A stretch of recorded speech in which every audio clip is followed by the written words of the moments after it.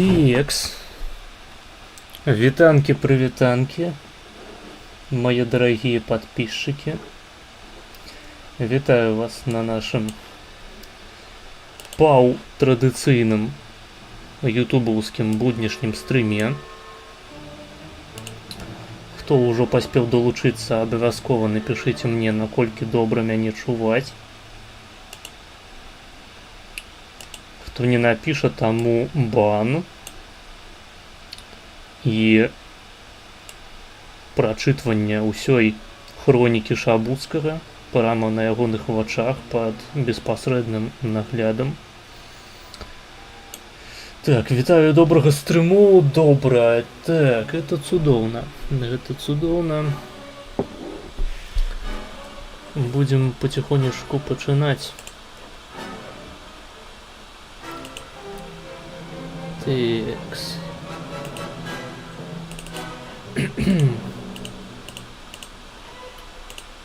Вебка працуе. Пиздец, что на голове. Нейкі Шабуцкі залез на голову, блять, реально тупо.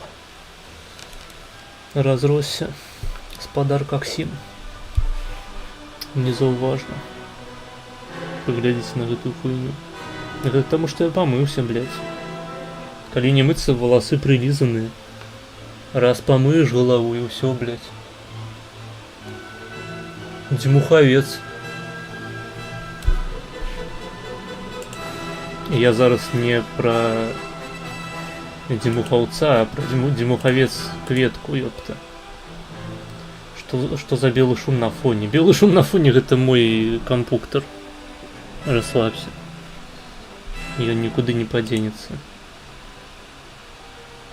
Не могу, конечно, повыключать какую-нибудь хуйню, типа Дискорду там. Блять. Ну а так больше особливо. Ну, Teams могу выключить. Да и все. Жах. Да який, блядь, жах? Ну серьезно. Все стримы такие. Ось я зараз навіть сам себе послухаю. Так. Вось. Бля. О. Секунду. Вось так. Так повинно быть лепей. Ну шум, блять, вы будете чуть у любым выпадку. Але... Ну... Так, напрыклад, мяне дакладна павінна быць добра чутна. Во, пишуць лепш. Просто калі я пачну крычаць, вам гэта не спадабаецца.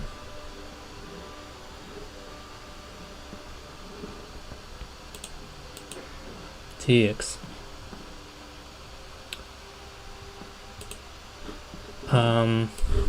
Спадарства.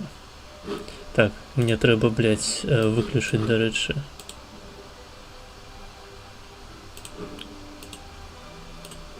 Выключыць. Зараз павінна мяне таксама быць добра чутна. Просто я выключыў прослухоўванне самога сябе. У нас сёння якія з вамі пляны? Гэта, па-першае, прагляд замоўленых вамі відэа. А по-другое, магчыма, удастся сабраць якую-небудзь канфу, папиздеть, пагутарыць. Могу з вами пагутарыць, паадказваць на ваши паведамленні ў чаце. Можете прапаноўваць тэмы для абмеркавання. Мабыць, я што-небудзь накіну. Вось, я чытаю ўсе паведамленні з чату. Я таксама ў першую чаргу зачытваю пытанні з донатамі. І праз донаты можна замовіць відосікі. Дарэчы, спасылку на спіс нашых відэа, на нашыя чэргі вы пабачыце зараз у чаце. І я яго нават замацую. Вось. Пераходзьце па спасылцы, там бачныя чэргі, у нас не тое, каб шмат відэа замоўленых. Ёсць адзін з першай чаргі. Зараз я яго пастаўлю.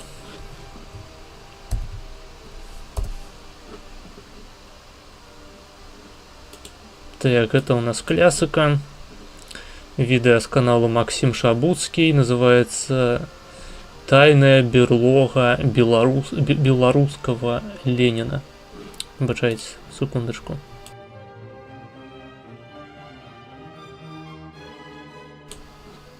Так. Тайная берлога белорусского Ленина. Так, музыку мы выключим. А уключим мы видео с господаром Шабухой. Так, пайшла годнота. Ну нарэшце, так. Я спецыяльна напісаў сёння клікбейтную назву стрыму са спадзяваннем, што ўся аматарская вось гэтая тусоўка шабускага збярэцца ў мяне на этэры. Ну і паглядзім, да чаго гэта ў выніку прывядзе. Текс. Ютуб. Вось Ютуб. На экране Шабуха. І мы зараз пачнем прагляд, толькі я спачатку налью сабе кока-колы. Не кока-колы, прашу прабачэння, налью сабе пепсі-колы.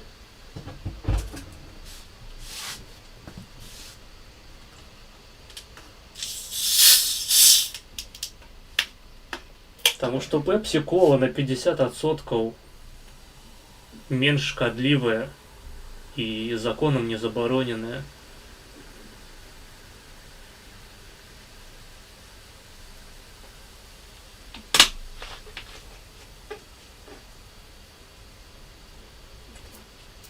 Текс.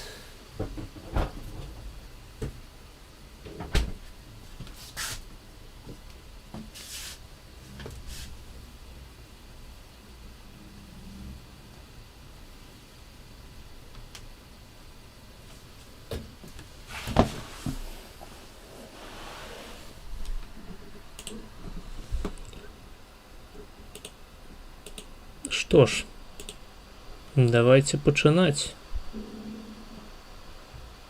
Я так гляжу, святло не вельмі добра стаіць. Зверху светіць. Давайте я яшчэ лямпу прынясу, поставлю на всякі выпадак. Вы там пишите, пакуль пишите, блядь, задавайте свои пытанні ахуительные, як заўсёды. Пишите свои меркаванні наконт апошніх падзеяў.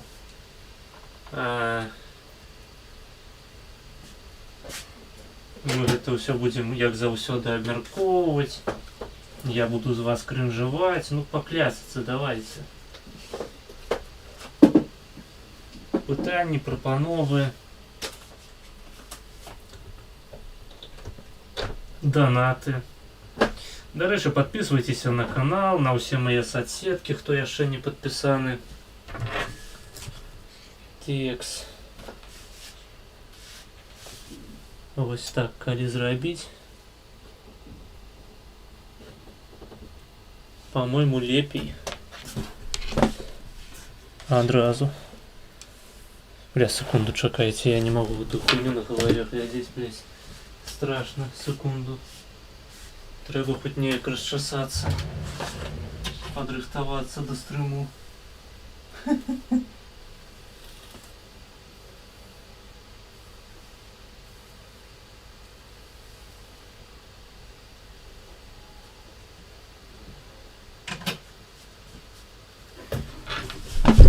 Іншая справа. Паглядзіце на гэтага маладога хлопца. Гэта спадкаемца Максима Шабуцкага, толькі з валасамі. Так, ну что ж, приступаем. Блять, секунду. Шановное господарство.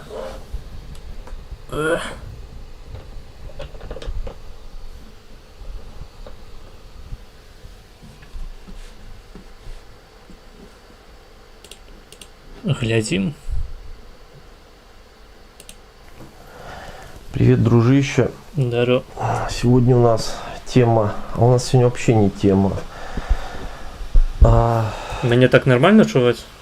Во-первых, прошу прощения, свет единственный прожектор светит прямо в лицо. Это вообще ужасно. Бля, И так в камеру смотреть не люблю, но у сегодня меня это так вообще само, беда. гляди. Дело в том, что свет пропадает. Блядь. Что-то в 3 часа ночи начал пропадать. Один и 3 раза. прожектор, бля. Вот сейчас вот смотрю, Хлопцы. появился, но уже так 2 раза он Что появился, я почалося? поэтому уже даже не включаю. Наверное, судьба. Вообще я думал такое видео снять. Дело в том, что ко мне на днях тут заезжал мой коллега из Москвы. Ну, я об этом расскажу. У нас люди, они с разных стран есть, и с России в том числе есть, и из Украины есть, и с Польши есть. Так что, ну, тут нету какие-то... Я з Польщі, до речі. Ви з Шабом нібито у одним покої для розних стінок, так і ёсць. Ну, ми посменно просто працуємо. Пакуль моя смена, я яго гляджу, блядь, мне гэтую хуйню трэба прыбіраць.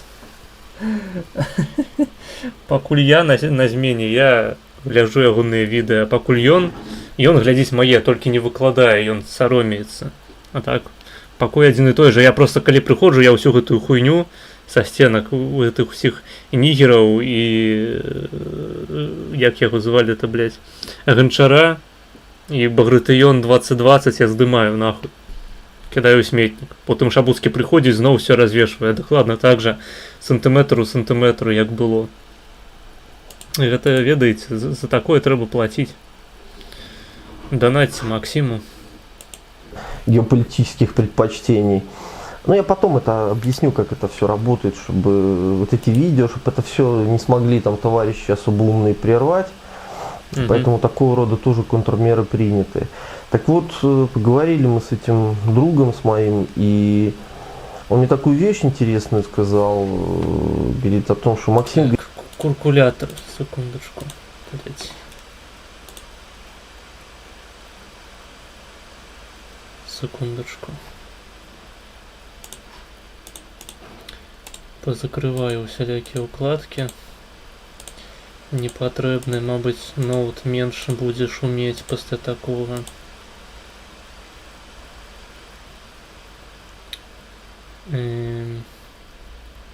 Так.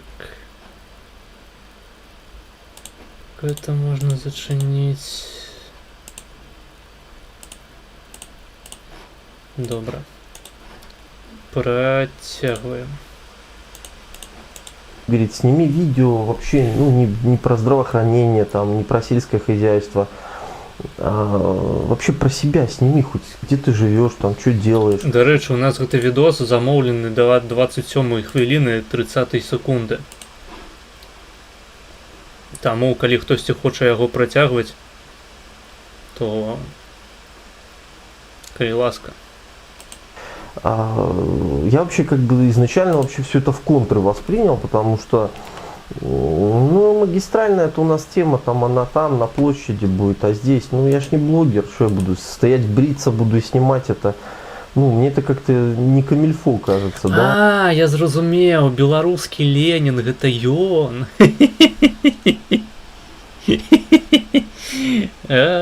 Окей. А потом... Я думал, вось гэты чалавек беларускі Ленін. Ну ладно. Он в такой интересной проекции задал вопрос, говорит, а вот ты представь, ну теоретически, да, что, теоретически, я об этом думаю иногда, о том, что оно как бы вот все получится, но для тебя вот это все фатально закончится, конкретно для тебя, потому что, ну, персонифицированно тебя-то будут отрабатывать. И, ну вон, да, вот у меня товарища портрет висит надо мной, да, как бы, а то, что делал Гончар, это такая, знаешь, либерально-демократическая такая вариация, да, того, что делаю я. Потому что... Безумовно. Ну почему? Потому что я уже говорил про это, наверное, неоднократно. В этом мире нет таких понятий, знаешь, как там хорошо или плохо, правильно или неправильно, справедливо или несправедливо. Есть точка зрения, личностная точка зрения человека, которая обусловлена там... В этом свете есть два понятия. Первое понятие это архипелях, а другое понятие это рудлях. Поміж ими ничего не існує, я так лечу. Рядом факторов, там, начиная от влияния социума, да, в котором он находится, там, от личностного кругозора, какого-то интеллектуального развития, да, склада характера, типа мышления и далее, далее. Здесь есть точка зрения, мы на одни и те же процессы смотрим абсолютно по-разному. И вот эти такие социальные вопросы сложные, да, там и смертная казнь, эвтаназия, однополые браки и прочее, прочее. Но нет людей, которые ко всему этому там одинаково подходят, да. Подходы дифференцируются по множеству там разных факторов, мнений. И вот в проекции там Багратиона этого, да, это для нас, дружище, с тобой там освободительная операция, возврат там в какое-то конституционное русло. Так, напишите для кого, вот в чате напишите плюс, для кого это операция вызволительная. А для какого-то определенного, возможно, какого-то колхозного тупого говна это Ось, а колхозное тупое говно, пишите минусы в чат. под другой проекции, да, это вот экстремизм, там О, какой-то белорусияна, здорово. терроризм, ну и, соответственно, инструментарий. Не хочешь на стрим белорусиян разом шабуцкага поглядеть? Не, блядь, Ярослав, ты не зразумел, тут альбо плюс, альбо мінус. Ты не можешь быть одночасово за вызвольную борьбу и тупым колхозником, тебе, як я там сказал. Я уже забыл.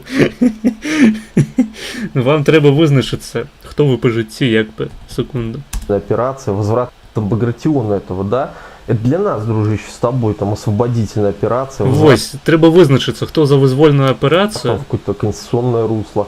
А для какого-то определенного, возможно, какого-то колхозного тупого говна это Визначеного колхозного тупого говна.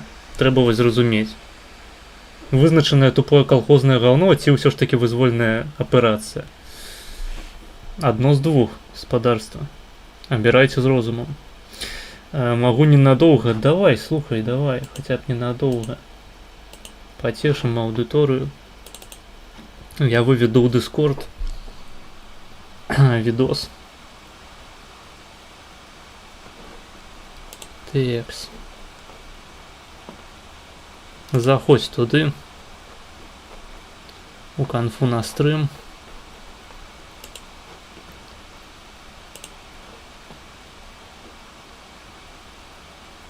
Так.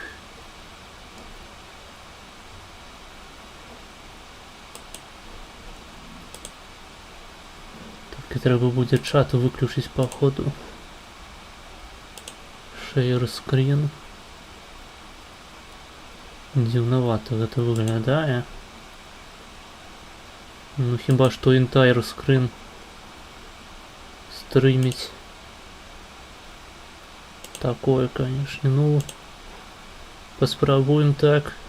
Блять, чому я не могу просто браузер туди захуй... А, хутчэй за ўсё простое, что я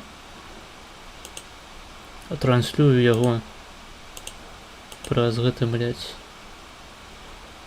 праз OBS. Угу. Окей. Ну, значит, будзе Ярослав глядзець на увесь экран. Здорово, Ярослав.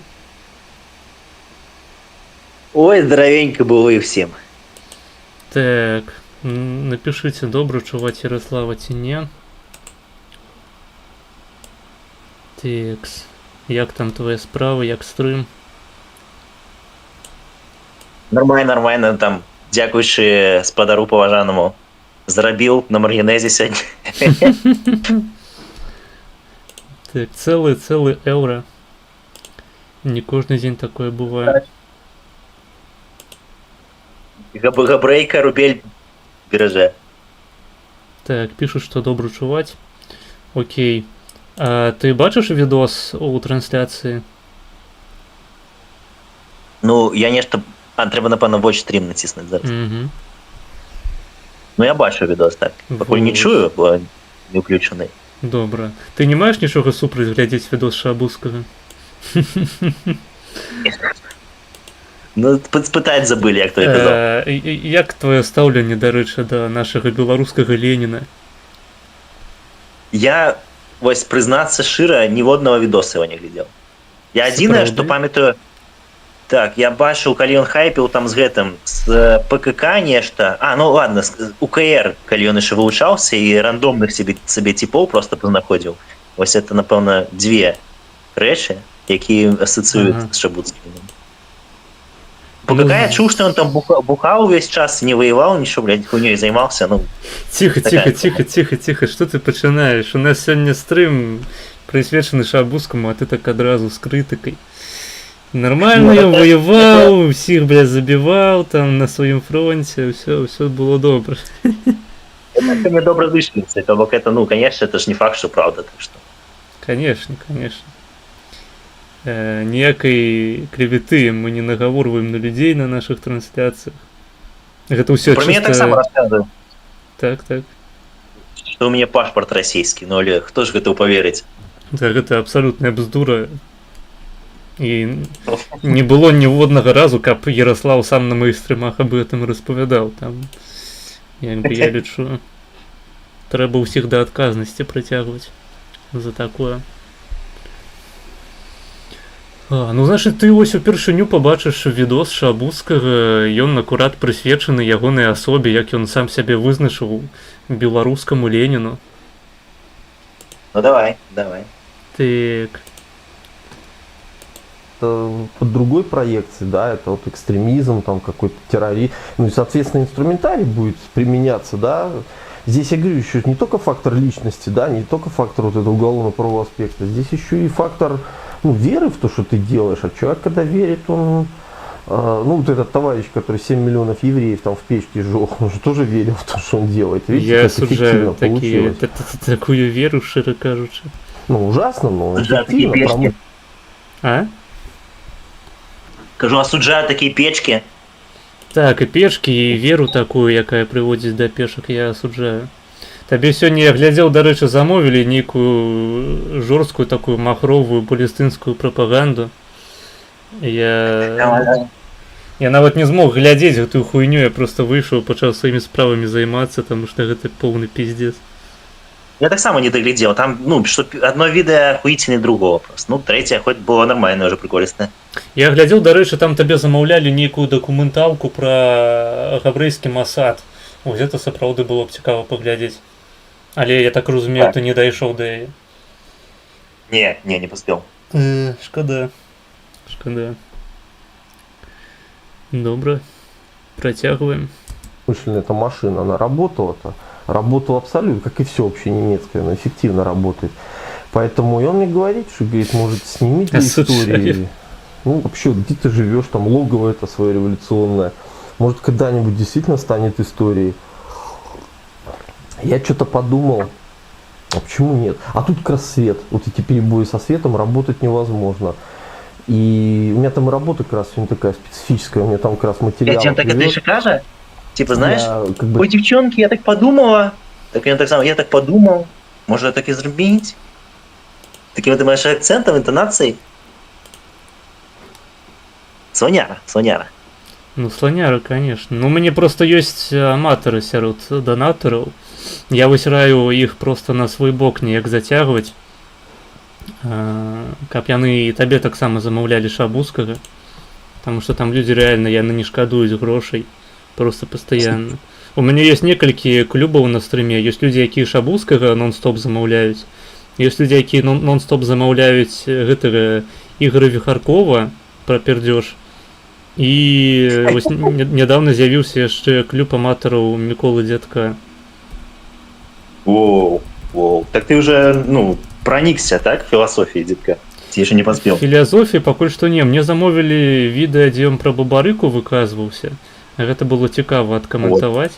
Але там, ну, больш пра рэальную палітыку нейкую, чым пра ідэалогію анархісцкую. А другое, што мне замовілі, гэта ягоны аповед пра турму, ад якога мне хацелася проста спаць. Это было гіпернудна. Мне шкада, что нема у тебя такого клубу аматараў аніме, які нон-стоп замаўлялі б тебе. А так вот Титана, Наруто. Блядь, Наруто просто, принамсі, ну, першую частку, там, до типа до Шипудена. Просто must watch, мне здаецца. Я не прымаю фільмы, серыялы на прагляд, пакуль што такой функцыі няма. Ну, заўсёды можна выкруціцца, можна нейкі агляд іншага типа замовіць. Ну, так, карацей, лайфхацкі закруціць. нейкія эдіты. Я дам бой усім анімешнікам на маім стрыме. Ніякага анімэ ў мяне не будзе. Это строга забаронена. Жах, што дзеецца. Так, дарэчы, калі там твоя размова павінна адбыцца з гэтым з Міронам Вітушкай, па-мойму, так? Так, ён сказаў, што ён будзе вольны праз 2 тыдні. То бок, я загадзя з ім звяжуся, і я спадзяюся, што вось праз 3 тыдні дзесьці будзе і размова. Ну, так, папярэдне. Вось, гледачы, запішыце сабе дзе-небудзь у календары, каб не забыцца паглядзець потым. Бо Ярослав будзе ладзіць размову з унукам таго самага Вітушкі, вызваліцеля барацьбіта. Таго чалавека, які змагаўся супраць спадчыны Леніна ў адрозненне ад Максіма Шабуцкага. Я магу сказаць, ну, такі даць інсайт невялічкі. Ён жа ў руху, і наш рухаўскі лідар, не той, што Зенон Пазняк, а іншы трохі. Ён сказаў, што, ну, быў сустракаўся з Міронам і з ягонай маці, і яны трохі, то бок, рэальна валодаюць інфармацыі пра тое, што сталася з іхнім свавутым продкам. Так што я думаю, што, ну, нешта мусіць быць цікавае. Я ўвогуле не разумею, як настолькі сур'ёзная істота, асоба у нашай гісторыі магла застацца абсалютна без увагі. Ані журналістаў, ані там, не ведаю, блогераў, інтэрв'юераў, проста ўсе вырашылі забыць пра гэтую справу, нягледзячы на тое, што сваякі Вітушкі, яны ўсё яшчэ жывыя і валодаюць, ну, сур'ёзнай інфой. Я там бачыў некаторыя інтэрв'ю з былымі удзельнікамі гэтай беларускай паўстанцкай арміі, БК, па-мойму, яна называлася, беларуская краёвая абарона, так? Так. Вось. Былі нялічныя такія інтэрв'ю, іх вельмі яшчэ трэба пашукаць, так, па розных усялякіх каналах. З Вітушкай, з Міроном я знайшоў толькі адно інтэрв'ю, я пакуль што яго не паглядзеў, мабыць, пагляджу, дарэчы, на днях, на Радыё Свабода, і то на расійскай мове чамусьці. Это мяне таксама... Ну, тыя, што я там пачытаць, паглядзець, яны больш такія пра 20-й год, там, ну, не пра гісторыю, а больш пра сучасныя падзеі.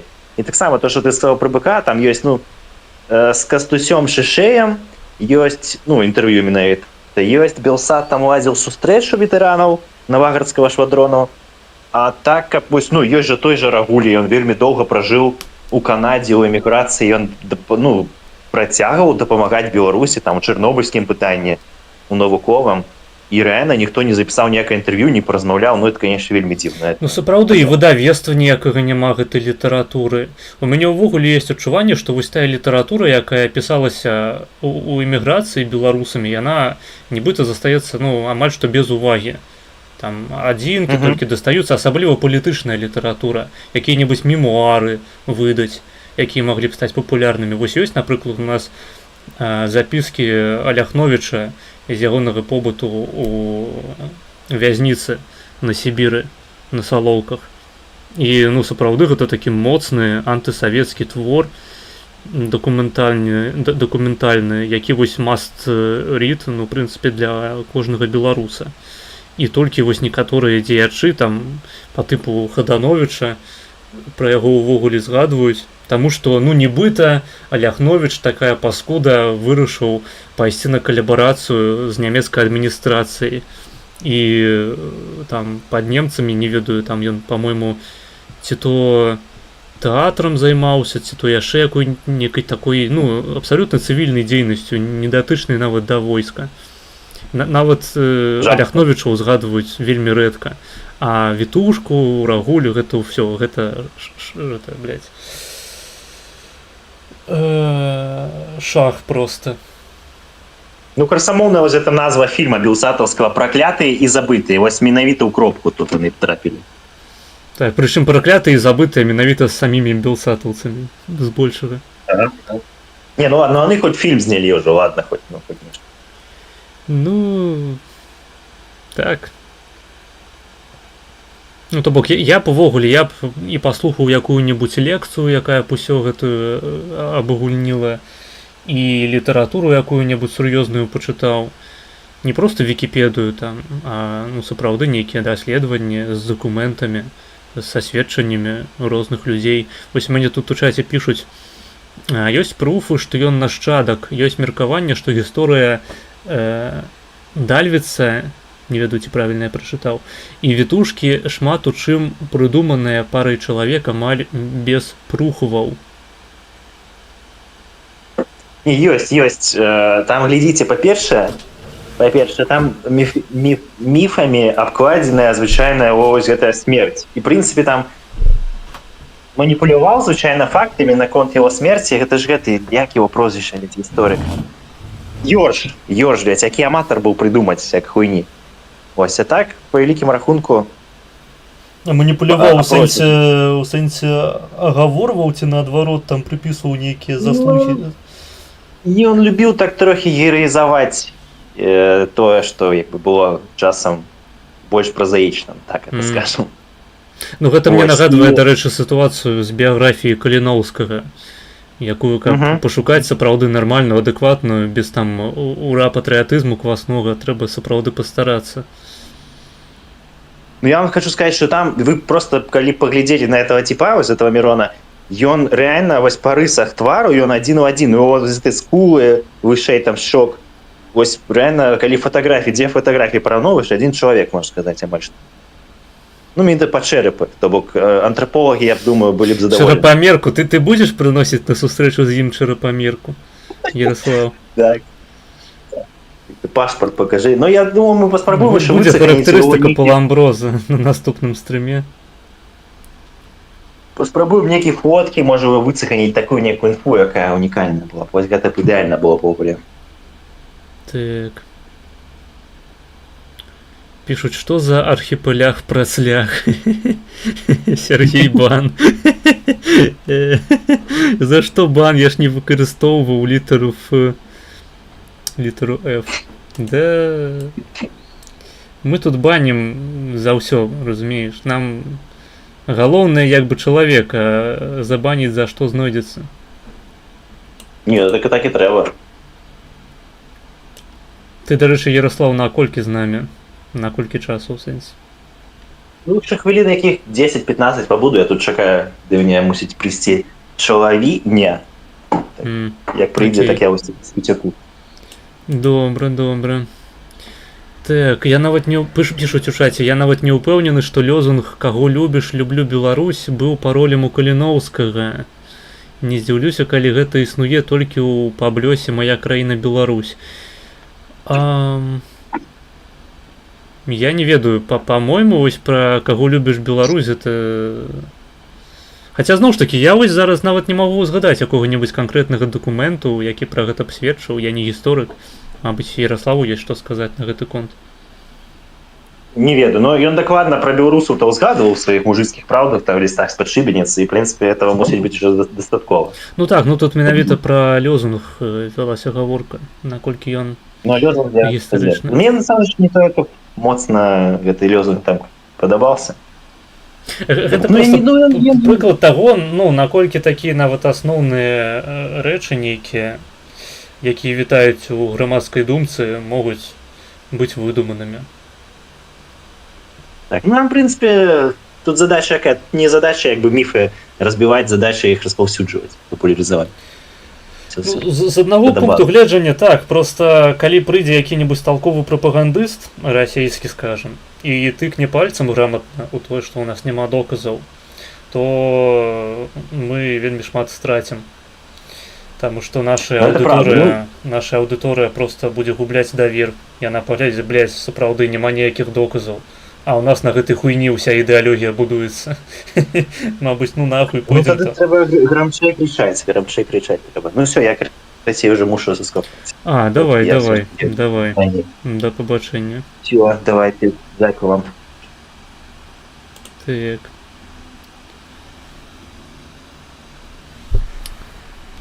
Так, давайте тады паспрабуем, мабыць, кагосьці яшчэ закінуць.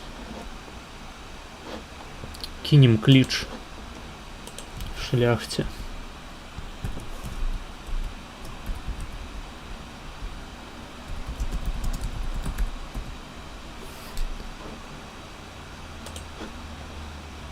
Так.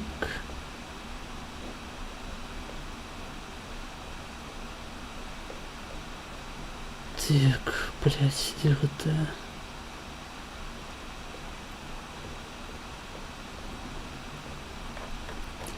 Кожны раз праблема знайсці хуйню. А, вось она, так.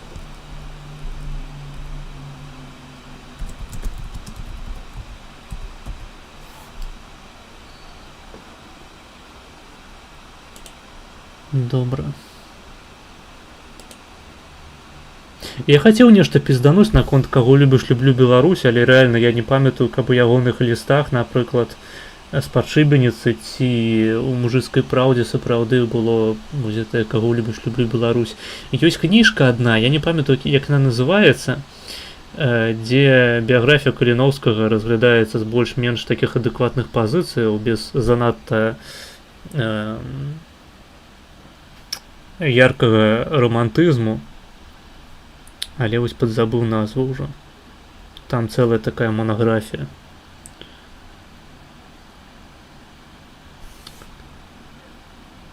Хаця зноў ж такі нават гэтую монаграфію я не магу ацаніць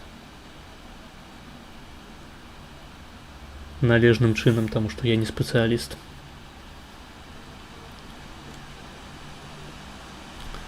У нашай гісторыі колькасць ахуительных гісторый проста зашкальвае. Ну, гэта ў прынцыпе характэрна, на жаль, для усялякага кшталту фолк-хістарі, калі маладыя людзі, альбо не вельмі маладыя нацыі спрабуюць будаваць свае нацыянальныя міты, і на першых парах гэта падаецца крынжовым. І гэта можна разбурыць проста на раз-два, проста як два пальцы абассаць. Які людзі прымаюць за гістарычныя хвакты. Ну, адна справа, што людзі прымаюць за гістарычныя хвакты, гэта-то похуй. Грамадства, яно, ў прынцыпе, не павінна збольшага аб такіх рэчах задумвацца. А калі ў нас эліта паўтарае гэтыя рэчы проста пачуўшы адзін раз іх у нейкай гістарычнай перадачы на Белсаце, тады ў нас ужо з'яўляюцца пэўныя праблемкі. Таму што гэта у нас атрымліваецца антыінтэлектуальны пасыл, антыінтэлектуальны элемент у дыскурсе. Гэта заўсёды хуёва, таму што увесь інтэлектуальны дыскурс павінен быць накіраваны не на тое, каб заахвоціць на свой бок людзей неадукаваных, большасць быдла, людзей, якія некампетэнтныя, людзей, якія штодзённа занятыя абсалютна іншымі справамі сваімі бытавымі. Таму што яны сёння будуць памятаць аб тым, што ты ім сказаў там пра Каліноўскага, пра Вітушку, пра Рагулю, заўтра забудуць. А інтэлектуалаў ты праігнараваў, таму якая-небудзь расійская прапаганда альбо абсолютно любая іншая, там, украінская, польская, будуць працаваць на іх нашмат лепей. Людзі паедуць вучыцца ў Польшчу, і ім там ўсё патлумачыць як трэба. Менавіта з польскага пункту гледжання. З пункту гледжання не толькі польскага, а польскага нацыяналізму. А масы яны проста будуць ісці кожны раз за новым Каліноўскім, як у песні Шалкевіча. Напрыклад, у эмігранцкай прэсе пісалі пра тое, як у беларускіх лясах ваююць дзясяткі тысяч антысавецкіх партызанаў, пра беларускае войска, ды гэтак далей. Ну, пра дзясяткі тысяч гэта сапраўды, хутчэй за ўсё, перабольшванне. Але нейкія партызаны былі, ну вось зноў ж такі, разумееш, хтосьці ў прэсе пачуе пра дзясяткі тысяч партызанаў, не паверыць, і не будзе верыць потым нават у тое, што былі хоць нейкія партызаны, якія змагаліся супраць бальшавікоў у савецкіх лясах. Такая хуйня, гэта палка аб двух канцах, гульня, ў якую можна гуляць удваіх. Просто у пэўны момант можна запиздзецца. Просто запиздзецца і згубіць давер аўдыторыі. Менавіта таму такога кшталту прапагандай павінны займацца людзі адукаваныя з гістарычнай добрай адукацыяй. І просто начытанасцю, ну, рэальныя спецыялісты. Я не з'яўляюся увогуле гуманітарыем, а не кажучы ўжо аб тым, каб спецыялізавацца на гісторыі, у тым ліку гісторыі Беларусі. Мне гэта трэба якога-небудзь гісторыка паклікаць на этэр, на стрым, які менавіта такія факты он мог бы падкрэсліць, якія-небудзь папулярныя гістарычныя наратывы беларускія, якія ў аснове не тое, каб моцна падмацаваны, выбачаюся за таўталогію, не тое, каб яны мелі моцны фундамент у сваёй аснове. Так, пра дзесяткі тысяч проста прыдуманы пиздёж, аднак сама з'ява была, і яе трэба будзе вывучаць у архівах навуковым метадам. Ну і зноў ж такі, магчыма, дарэчы, гэтая стратэгія пиздзець, яна пакуль што працуе і будзе працаваць, таму што архівы КДБшныя зачынены. І палявыя даследаванні на тэрыторыі Беларусі немагчымыя. Яны проста, немагчымыя. Нават калі ты савок, і ты хочаш з саўковага свайго пункту гледжання даследаваць партызаншчыну антысавецкую, табе гэтага ніхто не дазволіць зрабіць, таму што з пункту гледжання саўкоў не тое, што партызанскі рух быў слабы, антыбальшавіцкі. Яго не было. Гэта былі ўсё гітлераўцы. Гэта не былі беларусы, гэта былі усялякія здраднікі, адзінкі, карацей, ну, такая дробязь гістарычная, якая нават не заслугоўвае на тое, каб хтосьці займаўся даследаваннем. А калі ты яшчэ у працэсе даследавання адкрыеш факты, напрыклад, савецкіх злачынстваў, паспрабуеш выявіць матывацыю гэтых людзей, якія змагаліся з саўкамі, то турма табе прама забяспечаная. Просто можна адразу, можна нават сваю працу там вось аддаеш на публікацыю, на рэдакцыю, і просто адразу прыходзіш у міліцыю, міліцэйскі гэта у СІЗО якое-небудзь, я не ведаю, як гэта ўсё выглядае, ніколі не бываў. І адразу рукі выставляеш, кажаш, давайте кайданкі на рукі. Я гатовы. Давайте ў камеру, да педафілаў, да маньякаў, да тэрарыстаў. Я размяў свой анус, гатовы да беларускай турмы. Я гатовы падставіць другую шчаку, там усё так хуё-маё, карацей, рэальна патрэбныя нейкія гісторыкі і Езус, каб гэтую справу даследаваць. І тое, не факт, што яго не затрымаюць на самай пачатковай стадыі працы. Так, ці мне хтосьці адказаў. Так, ну магчыма, лібертарыянец далучыцца, калі інтэрнэт запрацуе норм. Окей. Давайте глядзець відос далей. Это вообще не моя тематика, но я все равно тоже стараюсь вникать. И тут вот говорю, еще стечение факторов, тут как раз еще и свет, поэтому я тебе кое-что покажу действительно, ну, как я живу, и в каких условиях тут белорусский Троцкий творит историю, возможно, историю. Так, блядь, секундочку. Что за Троцкий, нахуй? Только что был Ленин. Троцкий это у нас контра. Левый ухил. Расстрелять кулямётам, які стреляе ледорубами с-под Рашабузского. Можно могилу себе копать, хер его знает. Узнаем, скоро узнаем уже, ответ на этот вопрос получим. Единственный только вопрос, понимаешь, я тебе не смогу все показать, потому что у меня тут есть такие вещи, фотографии висят людей, которых, их как бы вообще совсем не... До речі, ставте подобайки на трансляцію. Гэта дапамагае у распаўсюдзе. Никак не хочется, да? Я думаю, что даже Вакульчик сообразит по фотографии человека найти. Поэтому я тебе покажу то, что я смогу там, да. Я тебе вот рабочее место, наверное, свое покажу. Я сейчас глянул, там вроде ничего такого у меня и нету. Ничего нету. Поубирал все лишнее, ничего нет. Теперь уже и нету. И, комнату я тебе вот эту... У меня вообще 2 комнаты, как бы, они такие, одна проходная. Я тебе, ту вторую покажу. Она... Нас чакае рум-тур спадара Шабуцкага. Она тоже интересная, поверь, там будет интересного. А здесь, я говорю, висят вот эти фотографии, я думал снять, но потом я их что-то на суперклей повесил, не знаю зачем, снимать с обоими уже надо будет. И, там схемы у меня тоже висят, которые, не хочется мне некоторые вещи показывать, ты же понимаешь, специфика, да, наверное, чем я занимаюсь. Но то, что могу, покажу сейчас. Так, OnlyFans гэта сапраўды такая справа, што трэба пастаянна хавацца, заклейваць вокны гэтымі выразкамі газет, як у фільме Weapons.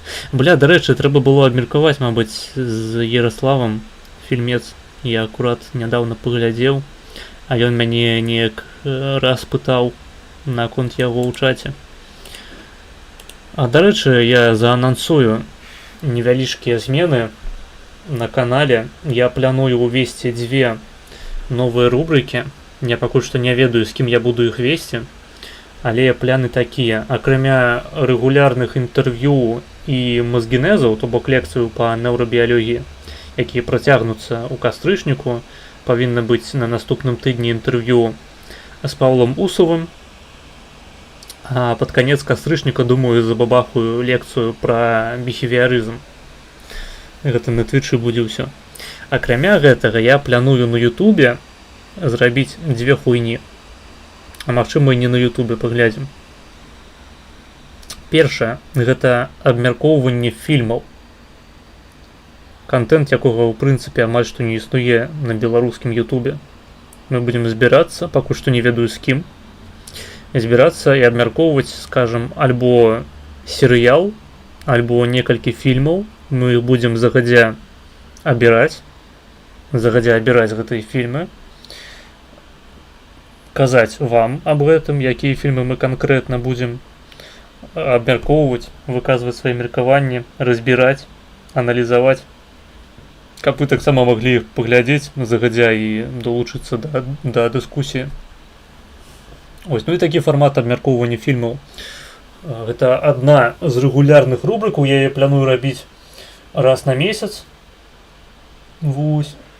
Хутчэй за ўсё на ютубчыку. Будзем збірацца і размаўляць пра кіно. Я думаю, гэта топавая ідэя. Прынамсі, я б такі кантэнт асабіста глядзеў з вялікім задавальненнем.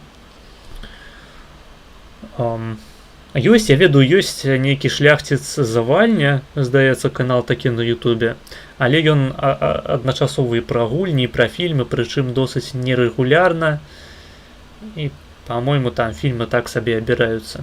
Я хочу зрабіць прыкладна так, што мы глядзім 3 фільмы.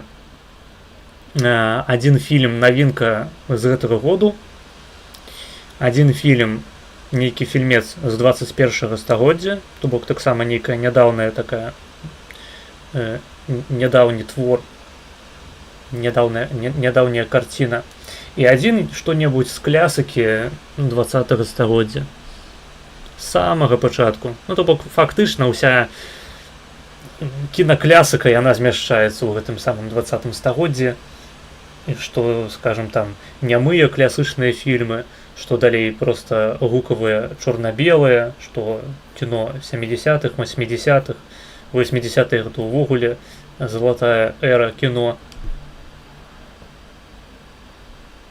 90-е ўжо ў меншай ступені.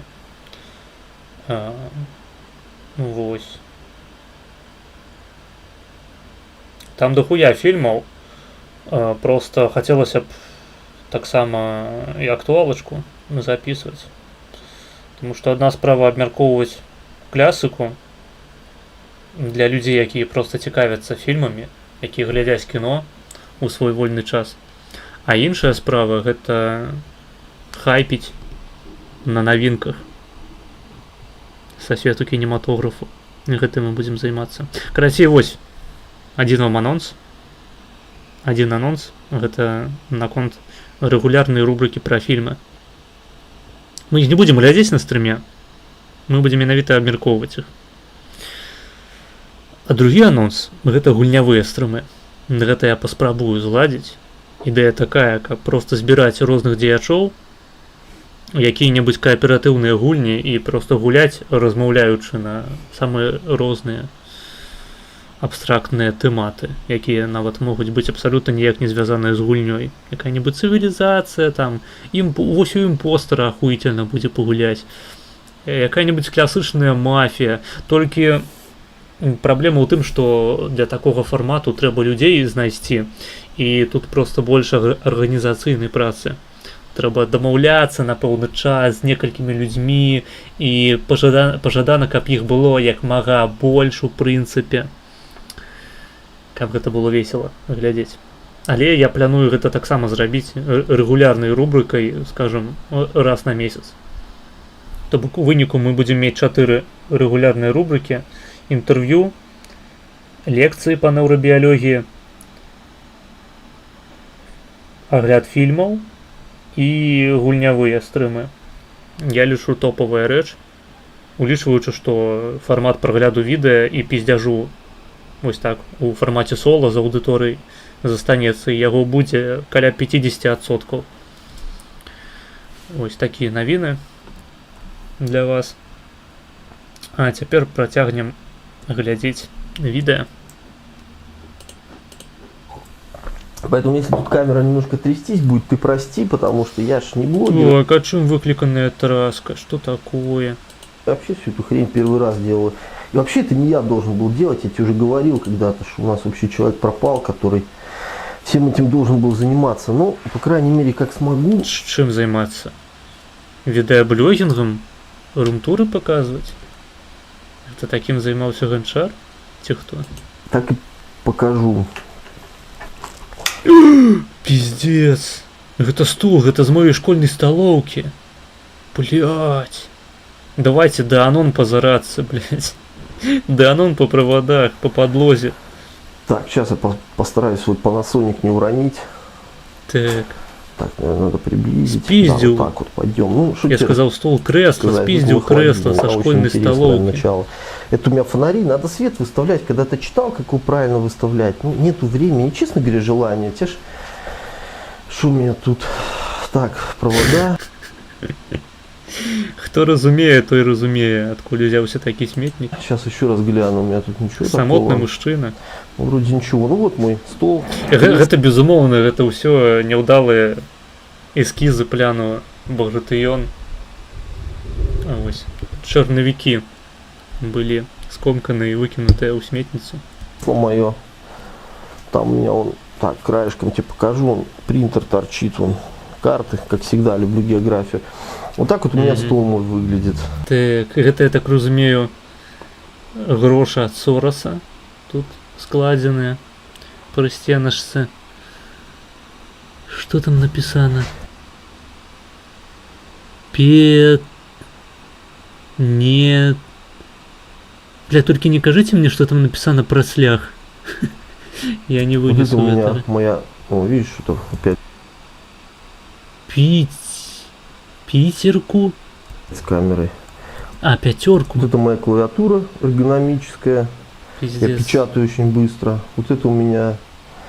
Ну, это нарезка кордонов. Ён, походу, як красная плесень, вырашыў зрабіць сабе клавиатуру з лопаты. Мои нужны они мне.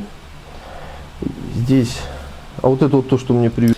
Основы тактической подготовки внутренних войск МВД Республики Беларусь. Товарищ как раз, если уберу, покажу. Вот наши основы. Бля, я думал, ён наадварот выкіне гэтую основы тактычнай подготовки и покажет телефончик просто. Товарищ подогнал. Тактической подготовки внутренних войск МВД Республики Беларусь. План конспект. Ну и пошло оно тут поэтапно. Тема первая. Специальное пресечение массовых беспорядков в населенном пункте. Рота батальона. Здесь, кстати, то же самое. Вот наш Сапраўды мастрит просто. шторм. Вот этот. Надо убрать, сейчас уберу. Блять. Так. Не мешал. Вот там этот шторм наш, да, который водометы наши всякие. Наступным разом там просто будзе ягоны таварыш ляжаць бухі, блять, абрыганы. Ён такі, бля, зараз я прыбяру, пачакайце, хлопцы. Я просто не заўважыў адразу, што я яго здымаю. Просто они же думают, что они там готовятся. Тут другие вон технические характеристики. Шляпта на месца, шляпта спіць, походу, я хуй ведаю, ніхто не хоча прыходзіць на стрым. Вось. Дарэчы, трэба мне, блять, чат вывести асобна. Секунду, пачакайце. Чатик.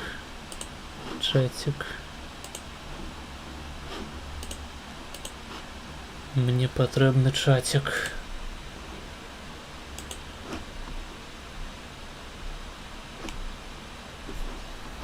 Блять, где чатик? Сука. Чым проблема там, блять? Вось. Так. В асобным акне.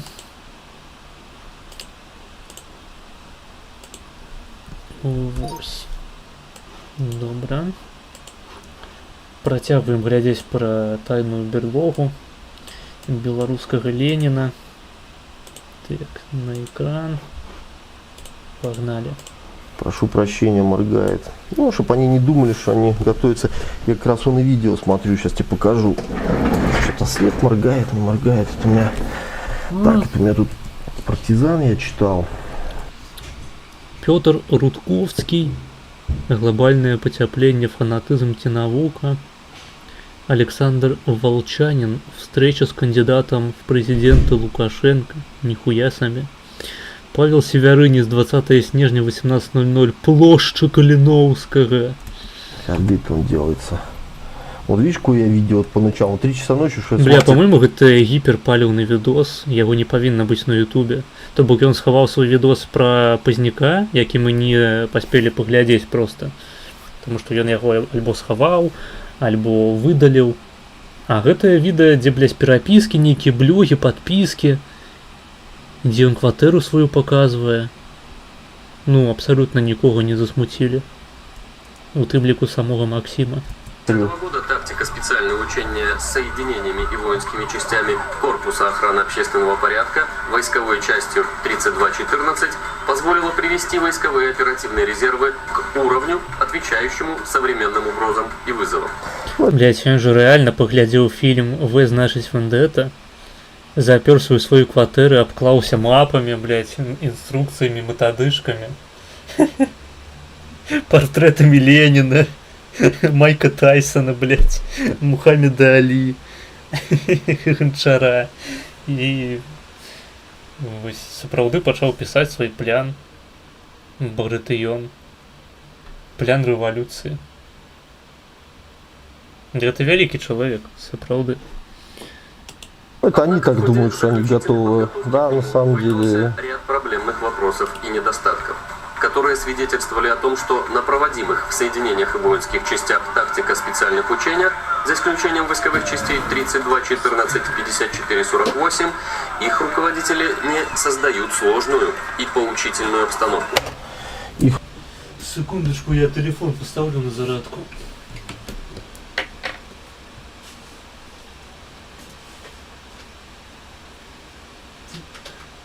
Пауэрбанк пусты, блять, як заўсёды. Дзе гэтая хуйня? Где гэтая хуйня, блять? Суки, блять, ёбаный твой рот, ёбаный рот, блять. Блять, ну реально, ну, а, блять, она у меня в руке. Пиздец.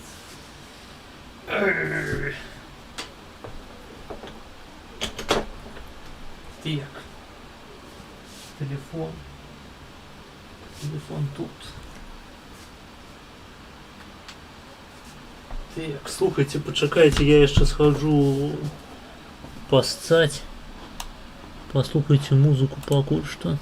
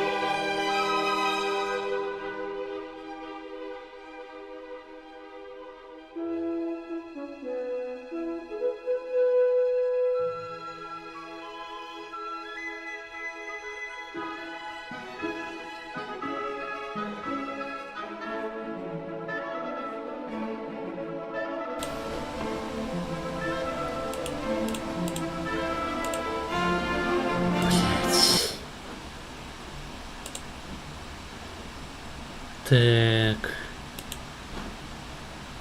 Жоўты кут не заходзіў, не, пакуль не было яго.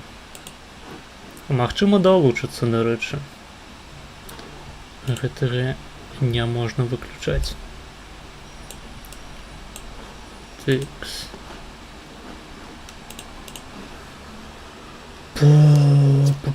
Працягваем.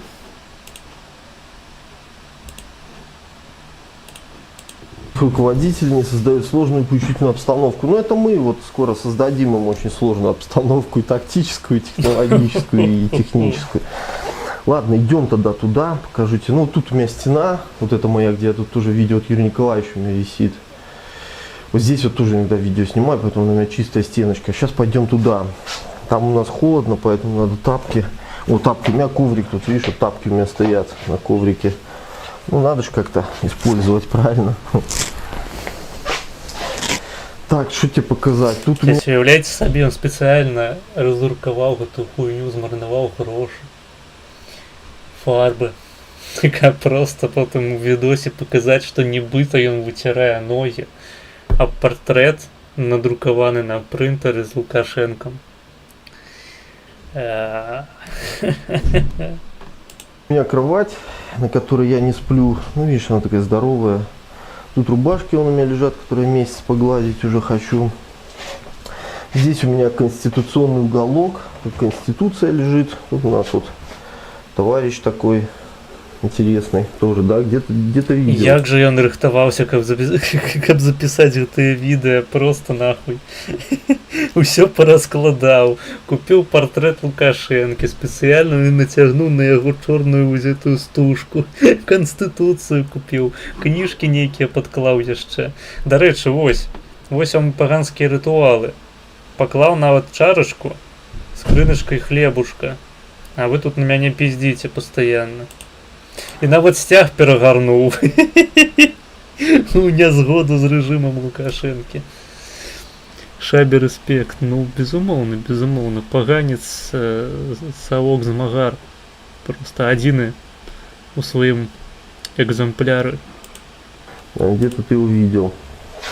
Флаг перевернутый. Ну, вообще не перевернутый. Ну, черт знает, как он на самом деле правильно должен быть. А это я ему тут Конституцию засчитываю, бывает иногда. Ну, он-то ее не знает, не читал, поэтому у меня бывают такие, знаешь, психологические... Хлопцы, ва ўсіх ёсць такі кут дома. Так, у нас ёсць такі кут, толькі ён адрозніваецца тым, што ён жоўты.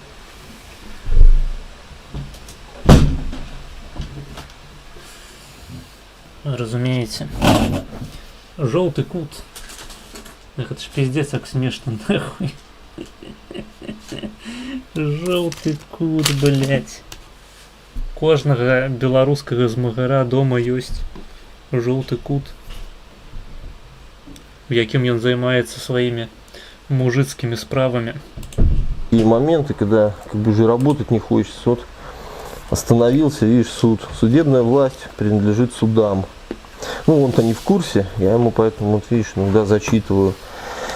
Что это экономическая история, все равно, видишь, не могу, хоть и Багратион этот время отнимает, но все равно, вот видишь, работа. Блять, мабуть, назва стріму була не просто клікбейтная, до речі, там треба ж поміняти, блять. Білорусіяну нема на стрімі.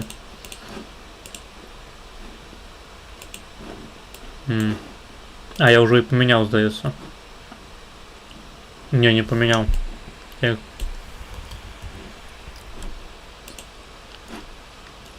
Мабуть, это не кликбейт. Мабуть, подарство.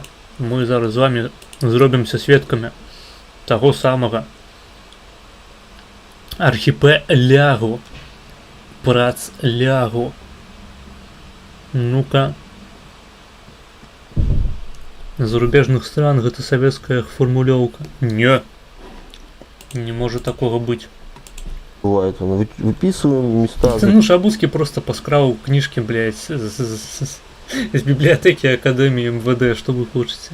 Подчеркиваю, странички выписываю, потом обрабатываю. Классная книжка, одна из базовых таких, да, зарубежных именно стран. Что мне еще тут тебе показать? Камфнер «Свобода на продажу». Классная книга, только вот единственная, видишь, она из библиотеки украдена. Як я и сказал, что тут ЦСДПБ, короче, ЦПВЛС, блядь, это Максима Шабуцкого. В нашей библиотеке, там на Маяковского у нас там была библиотека, я стащил, потому что, ну, мне она нужнее, а я им, мне совесть мучила, я им потом принес там около 20 книг своих, с военно-исторической библиотеки отдал. Тут книга очень классная, почему? Потому что, ну, я подержу картинку немножко, наверное, объясню почему, потому что здесь очень интересный автор, он пытается найти вот эту вот такую золотую середину между авторитарным режимом, который эффективен экономически, да, и демократией, которая, ну, как бы экономически не очень коррелирует, да. И поэтому вот он пытается найти тут на примере Сингапура, ну, ряда стран, Китай, тут Россия, как вот эта модель, где она вот эта золотая. Мне она больше потребна, так. Я даже что забыл, якого режиссера гэтая фраза была. Чи то Карпентера, чи то Кроненберга. Что он спиздил камеру, я уже нават не памятаю где, аккурат с той нагоды, что, ну, бля, не, она мне больше потребная, я хочу шедевры здымать, а там яна просто лежала, пылилася, и люди нейкую хуйню здымали. По-моему, это, блядь, ну, альбо Карпентер, альбо Кроненберг. Один из этих людей. Я их яшчэ блытаю постоянно, у них, блядь, прозвішчы просто нахуй некие іншапланетянские. Шабуцкі звык чалавек, архіпелягу, працлягу няма у друкаваным фармаце. Ну, мабыць, у Шабуцкага ёсць. Адкуль ты ведаеш? Ты у яго дома бываў, ці што? Середина, потому что экономический прорыв на условиях парламентской республики он невозможен априори, не было. Ну, дальше, блядь, пиздец, як жорстко палится гэты видос 20-го года, 5 ліпеня. Ну, реально, по тому, что ён ужо нам показал, можно знайсці гэтую хату и яго разъебать. Можно было, прынамсі. Что наводзіць мяне на думку, что, магчыма, наш беларускі рэвалюцыянер не той, как моцна і хаваўся ад сваіх сяброў сілавых структураў. Не, што не. У сэнсе, што не быў дому, ці што ў яго няма папяровага варыянту. Не, я не магу быць упэўнены, ведаеш, я працлягаўскі агностык. Я лічу, што няма ані доказаў, што існуе арыгінал у папяровым варыянце, а не таго, што яго не існуе. Ён ужо даўно з'ебаў з гэтай хаты, калі выкладаў відэа. Ну, ўсё роўна. Ты не ведаеш нічога пра Шабух. Ладно, слухайце, я сапраўды не буду пиздеть я не ахоўваў дыплому і, блядь, доктарскай працы па кантэнце Максіма Шабуцкага я сапраўды умываю руки тут. Буду просто лепей маўчаць на працягу ўсяго відэа, таму што, ну, сапраўды спецыялісты ў чаце мяне просто наебнуць, засунуць мне свае яйкі ў рот і выклікаюць страску. Такім чынам. Я сапраўды вырашыў, што няма сэнсу. Я ніхуя не ведаю. Шабуха, маца, што далей? Далей гэта ўсе людзі збяруцца разам і прыйдуць мяне забіваць, разумееш? Хрысціяне, яны такія. Баявая рэлігія, ну, прынамсі, калісьці была. Очень такой в истории человечества. И мы, кстати, такими не станем никогда. А авторитарная политика, да, вот это вот там, ну, тот же Сингапур, он в конечном счете, он все равно ведет. Ну, поглядите, Сингапур. Максим Шабуцкі хоча пабудаваць краіну памыйку, як тут мне писали на папярэднім стриме. Да, к диктатуре. То есть он пытается... Интересная книга, ну, как бы... А это, ну, что, Ой, это блядь, Бжезинский, хотя Игорь мне не Макар? зашла, честно сказать, не очень. Ну, как бы... Чарльз Гати збіг. Что збіг? Стратегии. А, Бжезинский, бля, по-моему, Бжезинский это автор польский, якога Дугин постоянно узгадывае ў своих лекциях. Геополитика, ну вось, аккурат. По-моему, гэта автор концепции аб тым, что державы паўстаючы фармуюцца заўсёды за кошт замежнай эліты. То бок эліта заўсёды павінна быць замежная, каб дзяржава ў прынцыпе паўстала, таму што сваякі хуёва кіруюць сваякамі. То бок людзі ў прынцыпе хуёва кіруюць сваімі сваякамі, яны не могуць імі паганяць як скатом. А замежная эліта можа, таму што яна не адчувае эмпатыі, выкліканай сваяшнымі усялякімі сувязямі. Менавіта што... Бля, мяне збыло паведамленне ў чаце. Грузинский американец, это важно. Так, охуительный американец, просто 10 из 10. Але, блядь, ну, по-моему, я правильно скажу, что ён аўтар тэорыі такой. Калі памыляюся, можете мяне поправить у чате. Тэорыя аб тым, што эліта павінна быць замежная, каб эфектыўна кіраваць народам, не пітаючы усялякіх нездаровых эмпатычных эмоцыяў у дачыненні яго. Я Янка Пиздункевич, я амерыканец, самы сапраўдны. Ну, слухай, чаму б і не? А это, ну что, это Бжезинский, хотя мне не зашла, честно сказать, не очень мне зашла. Ну, вообще так вот ему подчитываю Конституцию, бывает, вот тут сажусь, да, вот такой у меня уголок конституционный. Ён быўт. Быўт? Гэта злы брат-близняк Ябалта, ці што? Ладно, дальше кровать. Вот наш флаг висит у меня тут, естественно. Кіраўніком замежнай палітыкі США. Ну і? Естественно. Дугін яго узгадваў як польскага аўтара, блядь, геапалітыкі. Вот что я хочу сказать. По-моему, ён, калі я не памыляюся. У меня тут дальше. Дальше у меня... Я не буду зараз гугліць, лезьце ў Вікіпедыю, гэта вось вы зрабіце, калі ласка, свой рэсерч і удакладніце ў чаце, калі я памыляюся. Шилка, майки, вот носки, молодец, снял, конечно, ты не мог не снять носки. Закатки, мамка, спасибо передает, подкармливает революционное дитя. Знал, поначалу, чем я занимаюсь. Ну і ён прыводзіць пастаянна ў прыклад таго, што, напрыклад, Русь паўстала як синтез скандынаўскай эліты, якая менавіта і несла такую назву Русь, і вось мясцовага гэтага славянскага насельніцтва, такого, ну, усходнееўрапейскага, што Францыя паўставала як союз узітых французскіх плямёнаў з элітай нямецкай, таму што франкі гэта немцы. Што расійская імперыя была праз досыць вялікі перыяд кіраваная менавіта што нямецкай дынастыяй Романовых.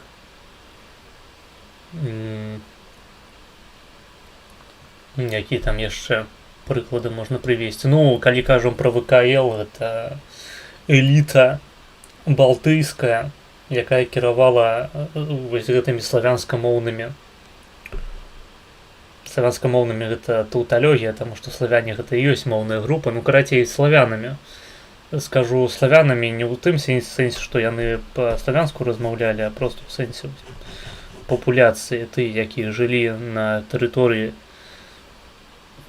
сучаснай Беларусі. Яны былі падпарадкаваныя балтыйскім усялякім заможным ваярам. Вось.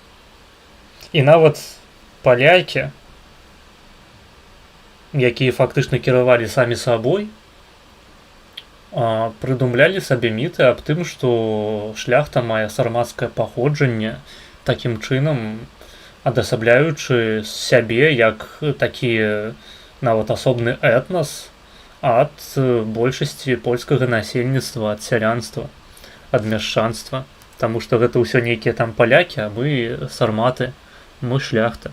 Мы проста літаральна іншы народ, у якога іншыя звычаі, іншая мова, нават калі яна польская, яна па-іншаму гучыць і выглядае на пісьме. Мы асобныя, і таму мы будзем вамі кіраваць па-жорсткаму. І наколькі я памятаю, гэта тэорыя менавіта што Бжезінскага. Але ён больш практык, чым тэарэтык. У цябе ўжо вучоба пачалася. У мяне, ну, фармальна пачалася сёння 1 кастрычніка, але заняткаў сёння не было. У мяне заўтра толькі адна лекцыя будзе. Вось. У прынцыпе, ў гэтым семестры не тое, каб шмат заняткаў. Я пастараюся засяродзіць сваю увагу на тым, каб пісаць дыпломную працу. Тэкс.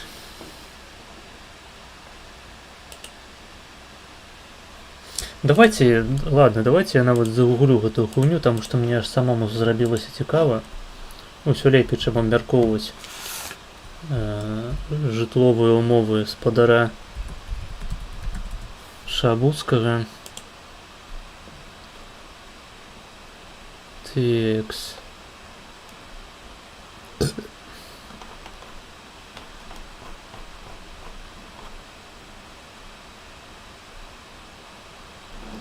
На расійскай вікіпедыі ніхуя няма. Дарэчы, ён настолькі амерыканец, што ў яго нават вось гэтая транслітарацыя ягонага імя захавалася польская. Б-р-з-э-з-і-н-с-к-і. Бжезінскі. А не, гэта па-польску напісана. Па-ангельску. Давайте адчынім ангельскую вікіпедыю. Тая ж самая хуйня. Збігнев Бжезінскі. Бжезінскі. Бжезін. Тут толькі гэты, блядь, гэта косачка над літарай Н прыбраная. Ну тут больш інфы. Насамрэч на ангельскамоўнай вікіпедыі.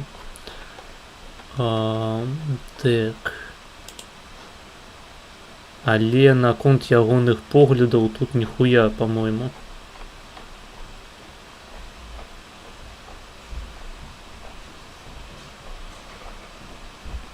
Не, карацей, ладно, я не буду ў гэтым разбірацца падчас стрыму. Каму цікава, можаце альбо пачытаць пра Бжезінскага, альбо знайсці лекцыі Дугіна, ён пра гэта там узгадвае неаднаразова. Давайте глядзець відос. Так, засяродзь сваю увагу на праглядзе відэа Максіма Шабуцкага лепей. Ну, плаці мне грошы, і мы будзем глядзець усё, што ты захочаш. Так, яна ва ўсіх захоўваецца На Теда Качинскага паглядзі. Ну, паглядзі на Маслоў, который Маслов. По-моему, там яна не тое, каб захавалася. Ну, калі ён не украінец. А я сумняюся, што ён украінец. Это у меня тут кроссовки. Кроссовки стоят специально балконные. Хожу на балкон, чищу снег. На балкон, на козырек. У меня козырек как раз крыша магазина. Чищу снег. Почему? Потом расскажу. Сейчас придем. Это кошатина у меня тут лежит. Але ён не поляк. Ну и? Ты написал, яна ва ўсіх захоўваецца. Усе... Гэта група, у якую ўваходзяць як палякі, так і расейцы. Кормлю дворовых котов, блядь. Ты не напісаў ва ўсіх палякаў. Весь Таму ідзі нахуй. Ось, дарэчы, зараз мы бачым перад сабой запасы ежы спадара Каксіма. Шаба гадаваў котак бяздомных. Не, гэта ён для беларускай рэвалюцыі ўсё рыхтаваў. Замест кансерваў наш вось беларускі сурвайваліст выглядает так. Забит. Думал, с Минска приеду. Куда тут? Тишина. В одном подвале 3 штуки, в соседнем живут. Нашел. Восена армия. Коты Ультара, блядь. Шабузского. У меня на этаже девочка-волонтер живет. Революционная кляса. Я знал, бездомные коты. Это что у меня? А это не пугайся. Вот это у меня каши. У меня тут склад, да? Каши не мои, сразу скажу. Отъехать или приехать, не вот так вот. Каши, это я птиц кормлю. Кормлю птиц. Вон у меня даже есть, видишь, покажу тебе. У меня своя табличка тут есть, как их кормить. Каких птиц? Голубей кормлю. Вось яшчэ одна рэвалюцыйная кляса. Голубую. Шаба звяртаецца да гледачоў на ты. Гэта лямпава. Так. Отходы. Это наш Дмитрий Ларин, разумеете. Собираюсь убрать все это дело уже, наверное, месяц. Нуарный видеоблогер. Вспомнил про птиц, потому что чувствую, хрен я к этому вернусь. Тем людям, которые... Я вот давно это хотел... Які живе в нейкай конуры и здымае Агли-блог. Донести, но видишь, тут как раз удачный момент. Тем белорусам, которые любят кормить, особенно уточек, да, вот я часто наблюдаю картину у нас в Минске, на Свислочи, там, на Немиге, в парке Горького. Ребят, скажу несколько моментов очень важных. Во-первых, летом их вообще кормить нельзя. Честно говоря, это вообще надо законодательно запретить. Они, на самом деле, они в пруду своем, они там все эти водоросли, там, витамины, микроэлементы, они все там получают, не надо их кормить вообще. А уж если кормите, то кормите правильно, потому что когда начинают кормить птиц хлебом, батоном, это на самом деле вы их убиваете. У них проблемы с Першая разумная думка за все відео Шабузскага, якую мы пачулі. У них проблемы с кишечником, этот батон он там бродить начинает, и птицы умирают. Но самое паскудное, что они не просто умирают, у них вздуваются желудки, они умирают очень медленно. Вы их просто на медленную смерть обрекаете.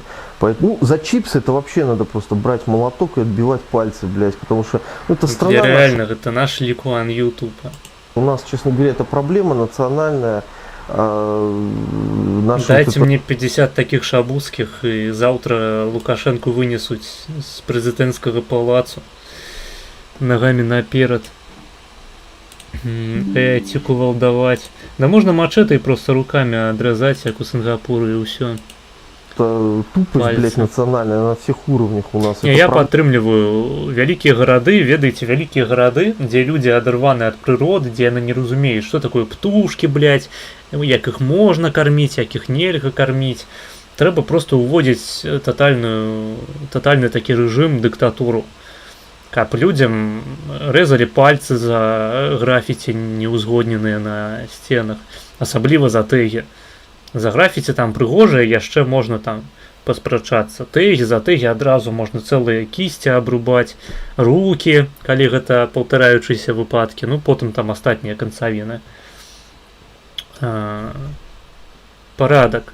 Конкретно, постоянно на кожнай вуліцы павінны быць менты, блядь, якія будуць сачыць за тым, каб не адбывалася бойкаў, каб людзі не пілі на свежым паветры, не біліся пасля гэтага, каб бамжы не ляжалі на кожным кроку, каб людзі не сцалі пад кожным хмызом. Просто ўсіх заганяць, блядь, альбо ў турму, ў СІЗО сядзець на 15 сотняў, альбо у псіхклініку якую-небудзь, альбо там, ну, калі сур'ёзныя нейкія парушэнні, маляванне графіці, бойкі п'яныя, там, не ведаю, псаванне чужой маёмасці, непрыстойны выгляд, кіраванне аўто ў нецвярозым стане, ну, уся гэтая хуйня, якую любяць займацца гарадскія жыхары, пры гэтым забіваючы разам з сабой некалькі дзесяткаў людзей дадаткова. За гэта ўсё павінны быць самыя суворыя наказанні. Павінна быць дыктатура камеры паўсюль, то бок нават можна уводзіць абмежаванне свабоды слова. Мітынгі, хуітынгі, гэта ўсё нахуй ідзе у вялікім горадзе. То бок хочаш свабоды, хочаш годнага жыцця, хочаш, каб цябе лічылі грамадзянінам, то выязджай просто у так званы кантрысайд, то бок у сельскую мясцовасць, у якія-небудзь маленькія мястэчкі, дзе табе будуць прадстаўленыя ўсе перавагі цывілізацыі, усе яе плюсы, тэхналогіі, там свабода слова, свабода сабранняў, у тым ліку рэлігійных, свабода асацыяцыі. А для вялікіх гарадоў пакінуць тупа правую дыктатуру, дзе ўсім будуць літаральна там прышэпкі рабіць шчыпамі, каб сачыць за кожным пердзяжом. Вось. Толькі тады гарады могуць выглядаць як нешта эстэтычна прыгожае. Таму так не магу не пагадзіцца з Шабуцкім. Тотальны контроль, просто экафашизм такі, правы экафашизм. Покормил неправильно жывёлу, все, блядь, альбо адрезаем табе пальцы, альбо ідзеш там сядзець на пару год, альбо плоціш штраф некалькі тысяч даляраў. Ну, гэта я падтрымліваю, гэта вось у гарадах толькі так. Таму што ў вёсцы, у сельскай мясцовасці людзі, ў прынцыпе, бліжэй да прыроды, бліжэй да ўзаемадзеяння з жывёламі, з раслінамі, з грыбамі, з любымі праявамі жыцця. Яны разумеюць, як паўстаюць прадукты, мясныя, раслінныя, якую працу трэба прыкласці, у тым ліку маральную працу, каб проста перакрочыць вось гэты парог эмпатыі да жывёлы, каб яе забіць. І наадварот, калі трэба падумаць пра жывёлу, падумаць пра яе здароўе, таму што ад яе здароўя залежыць твой маёнтак, твае бізнес, нейкія інтарэсы, таму што, блядь, ты будзеш хуярыць прыроду, ад якой ты залежыш. Ну, фактычна, гэта раўназначна таму, што ты б кусаў руку, якая цябе корміць. Вось гэта мысленне сельскага чалавека. Чалавека, ну, прынамсі, там, які жыве ў маленькім мястэчку. А гарадскія гэта поўныя ебанаты, іх трэба куканіць, жорстка проста прыструньваць. То бок альбо вялікіх гарадоў у прынцыпе не павінны існаваць, альбо яны павінны існаваць з жорсткай дыктатурай. То бок якая-небудзь Варшава, Менск, Кіеў, яны павінны быць як Сінгапур. Тупа, блядь, там павінна дзейнічаць іншае права. Яны павінны быць такімі ўнутранымі анклявамі, гарадамі-дзяржавамі. Унутры вось такой краіны, як Польшча, Беларусь, там Украіна. Яны павінны быць аточаныя нармальнымі свабоднымі тэрыторыямі, дзе людзі жывуць як нармальныя еўрапейцы альбо нармальныя амерыканцы, а гарады проста, ну, там трэба сцены паставіць. Гэта павінен быць такі вялікі канцлягер, толькі з высокім узроўнем жыцця. Ну, як Сінгапур. Ну, у Сінгапуры няма сценаў, то бок сцены яны для чаго? Яны для таго, каб нельга было прыехаць у горад. У першую чаргу выехаць можна. Выехаць, зрабіцца з вольным грамадзянінам, які ведае, што такое прырода, яе каштоўнасць, які ведае, што такое свабода слова, які ведае, што такое сям'я, што такое рэлігійныя каштоўнасці, які ўмее бачыць вартасць сябе, сваёй сям'і, іншых сем'яў і гарманічна жыць са сваёй сям'ёй, з іншымі сем'ямі і з прыродай. А ебанатаў усялякіх, якія хочуць ад усяго гэтага адмовіцца на карысць забяспечанага нейкага высокага ўзроўню жыцця, іх пакінуць у горадзе. Такім чынам, а ў горад нікога не пускаць больш. Все, гэта зачыненая тэрыторыя, там сцены, хуё маё. Паступова просто там усе вымруць, блядь, і людзі нарэшце пачнуць жыць як адэкватныя біялагічныя арганізмы. Это той самы анпрым, толькі з добрай зброяй. Адмаўленне, ведаеце, адмаўленне ад вялікіх гарадоў не азначае адмаўленне ад высокіх тэхналогіяў. Таму што вялікія гарады і высокія тэхналогіі гэта рэчы, якія з сабой не карэлююць беспасрэдна. Вялікія тэхналогіі высокія можна ствараць і на якіх-небудзь базах асобных, маленькіх мястэчках. Проста будаваць там лабы, заклікаць людзей да таго, каб яны жылі ў гэтых маленькіх мястэчках. Просто трэба, каштоўнасныя арыентыры трошкі па-іншаму паставіць. Так, у вас не будзе дастаўкі ежы ў 2 гадзіны ночы.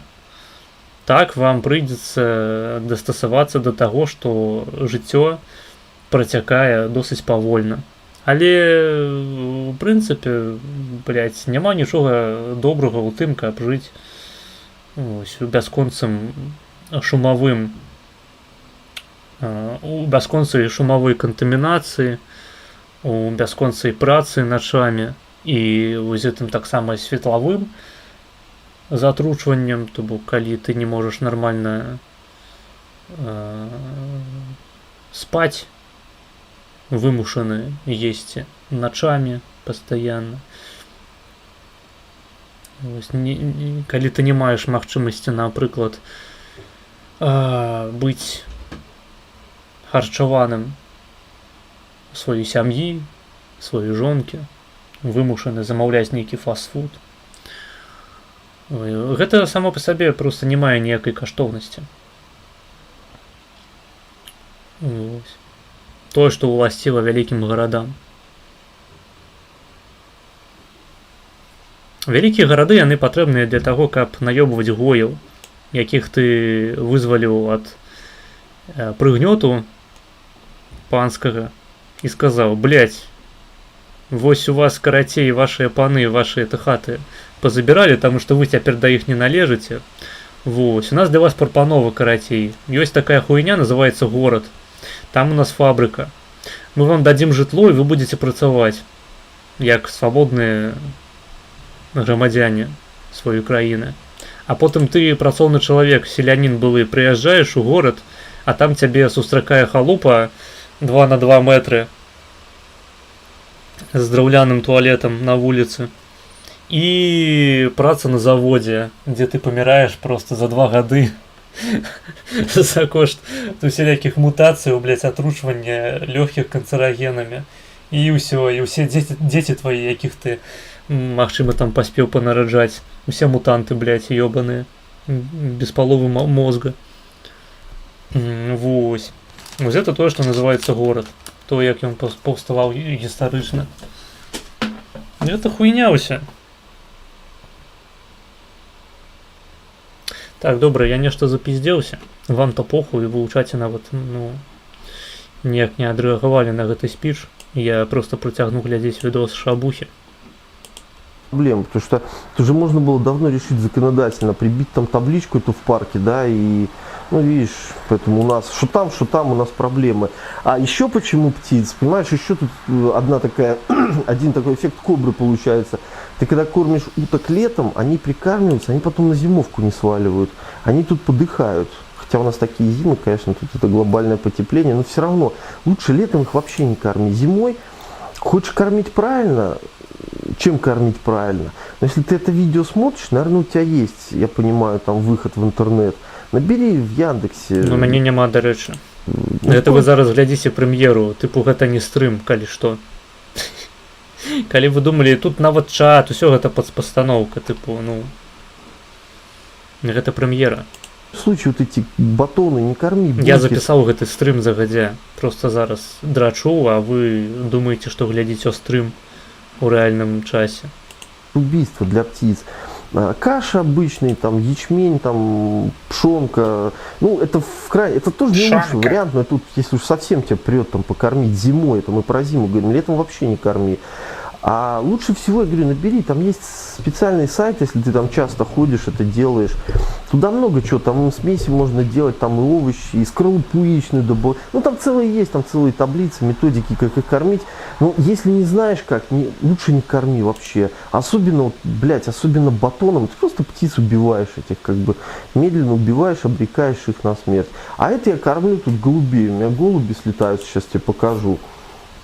Ну вот с окна тебе покажу. Вот это у меня тут кормежка такая.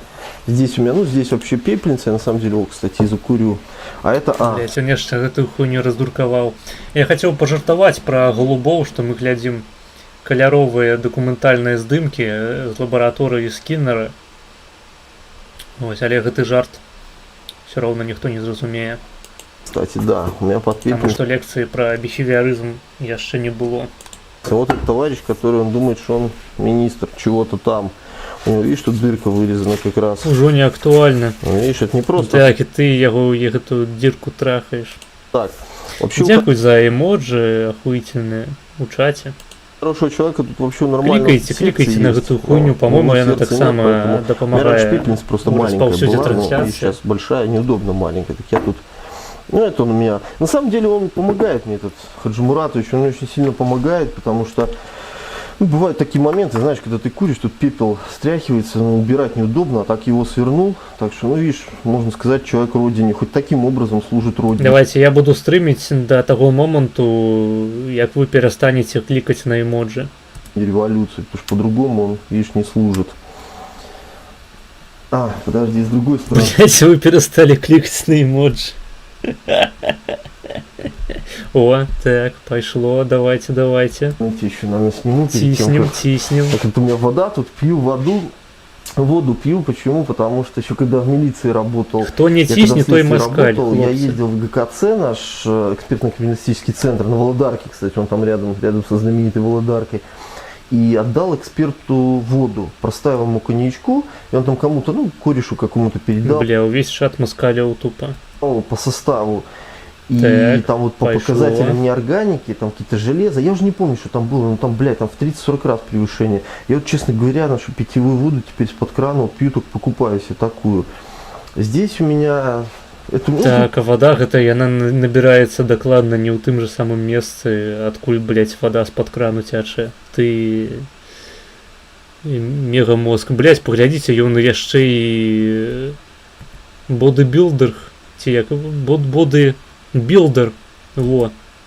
Тупо, нахуй, Шварценеггер. Протэін, вось бачу, вось я такі купляў, дарэчы, калісьці. Тут я не ведаю, яго кава стаіць, а тут... Как склад.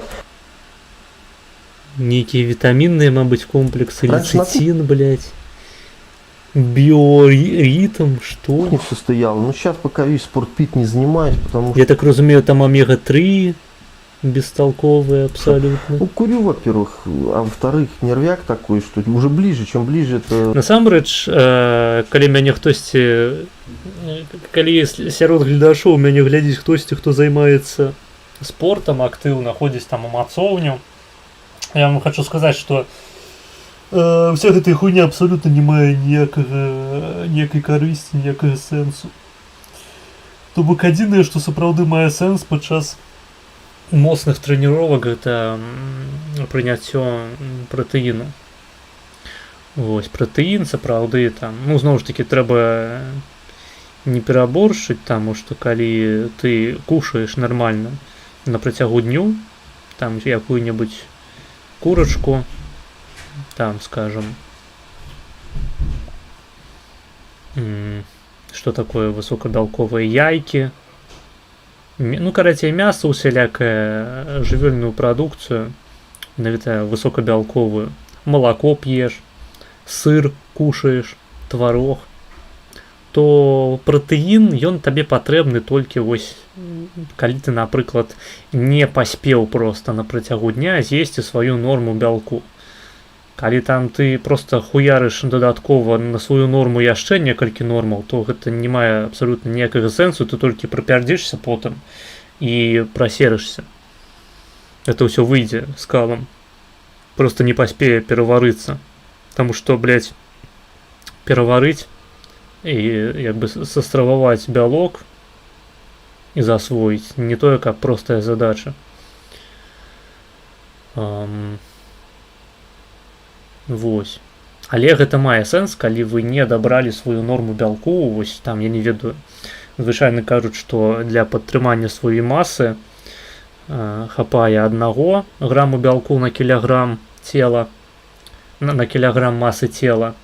А калі вы займаецеся, то гэта 1,5-2 грамы на кілаграм масы цела. Вось. Больш за гэта асабліва няма сэнсу прымаць. А вітамінныя комплексы, омега-3, крэатын, гэта ўсё просто хуйня, якая не мае значэння. Ніякага. То бок з такім жа імпэтам, з такім жа імпульсам лепей бы вы, ёпта, рыхтавалі сабе нармальны такі рацыён паўнавартасны, дзе былі б патрэбныя колькасці вугляводаў, тлушчу, бялкоў, чым займаліся бясконцым прыманнем вось гэтай хуйні, якая абсалютна ніякіх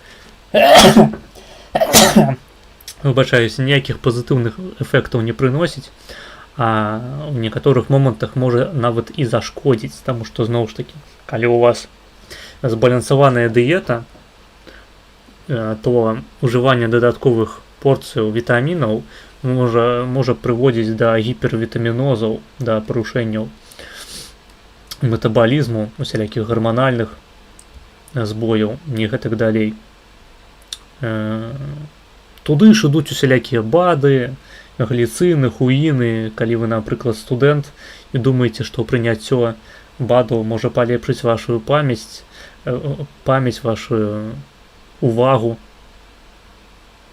Не, гэта так не працуе.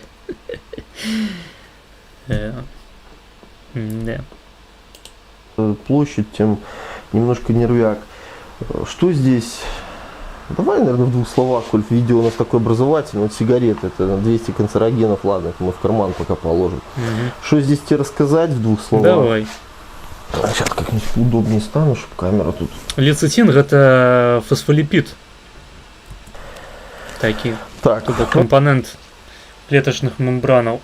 Не ведаю, нахуя яго прымаць асобна, калі амаль што ў кожнай ежы ён сустракаецца, асабліва жывёльнага паходжання. Ну, да ладно. Мы ўсё ж таки глядзім відос Шабуцкага. Ну, это кошачьи витамины тоже. Ну, в любом случае, у кого есть коты, советуем. Смотрите, кстати. Он стоит для котов. 4,60. Эта фигня стоит. А вообще одна витаминка в еду покрошил. Особенно тем психам, которые котов кормят сухим кормом. А для чего? Ну, издеваются, которые над животными, да. Вот им очень вообще советую добавлять эти витамины хотя бы периодически. Что здесь у нас? Это лецитин. Витамины некие. Не ведаю. Я не ветеринар, не спецыяліст па здароўю всялякіх жывёлаў хатніх. Не ведаю, наколькі мае сэнс у прынцыпе даваць ім вітаміны. Я б з асцярожнасцю паставіўся да такіх парадаў. Наверное, буду держать тогда картинку, так как ты рассказывать, да? В 2 словах расскажу. Ну, я бачу там яшчэ гінка, білоба, B1, B2, B6. Не ведаю, гэта ўся хуйня, яна ў мясе ёсць. То бок, ешьте мясо, и будет у вас все добро. Такой лецитин, это что такое? Ну, это такое вообще как бы эфирное такое соединение сложное. Оно у нас в продуктах вообще есть, чтобы ты понимал. То есть оно у нас в мясе. Так, это фосфолипид, які уваходить у склад клеточных мембранов. Есть. Также это этер по своей такой химичной классификации. В яйцах есть, но его очень мало. И на самом деле человеку... Вот это мало? Вот, то, что я тебе сейчас Мало? скажу, это не относится к спортивному питанию, это я советую людям, которые занимаются вообще умственной деятельностью. Особенно как я, охуенно. который сейчас уже вот по 15-16 часов в день этим занимаюсь. Мы бачым вынікі гэтай інтэлектуальнай працы зараз на экране. Что такое лецитин? Простыми словами, это бензин для вашей нервной системы. Кого, И блядь? это цемент для вашего мозга, вот если так сказать. Так бензин ці цэмент, гэта метафарычна абсалютна розная рэч. Секундочку. Як я ўжо сказаў, лецитин гэта кампанент мембранаў. Гэта не крыніца энергіі, скажам. Ну, у норме. То бок, мабыць, там частка з гэтых фосфаліпідаў можа раскладацца на кампаненты, ўсё ж такі гэта... Зараз. Усё ж такі гэта этэры тлустых кіслот. А тлустыя кіслоты, яны такія там досыць вялікія ланцугі вуглеродныя, якія, разбіваючы там на кавалачкі двухвуглеродныя, можна здабыць пэўную колькасць энергіі. Наш арганізм можна здабыць пэўную досыць высокую колькасць энергіі. У прынцыпе, найбольш такі метабалічны шлях, які дае найбольш энергіі нашаму арганізму, гэта бета-акісленне тлустых кіслот. Вось. І гэтыя самыя тлустыя кіслоты, яны ўваходзяць у склад фосфаліпіду. Ну, фосфаліпіды гэта фактычна такія малекулы, якія складаюцца з галоўкі і двух ножак. Вось гэтая галоўка, гэта менавіта, што там рэшта фосфарнай кіслаты, да якой прымацаваны нейкі там, напрыклад, халін. Вось лецитин гэта, па-мойму, фосфатыдылахалін. То бок там яшчэ малекула халіна дамацаваная. Гэта частка малекулы ацетылхаліну. Дарэчы, давайте я праверу зараз, каб не напиздзець. Па-мойму, гэта лецитин, фосфатидилохолин, по-моему.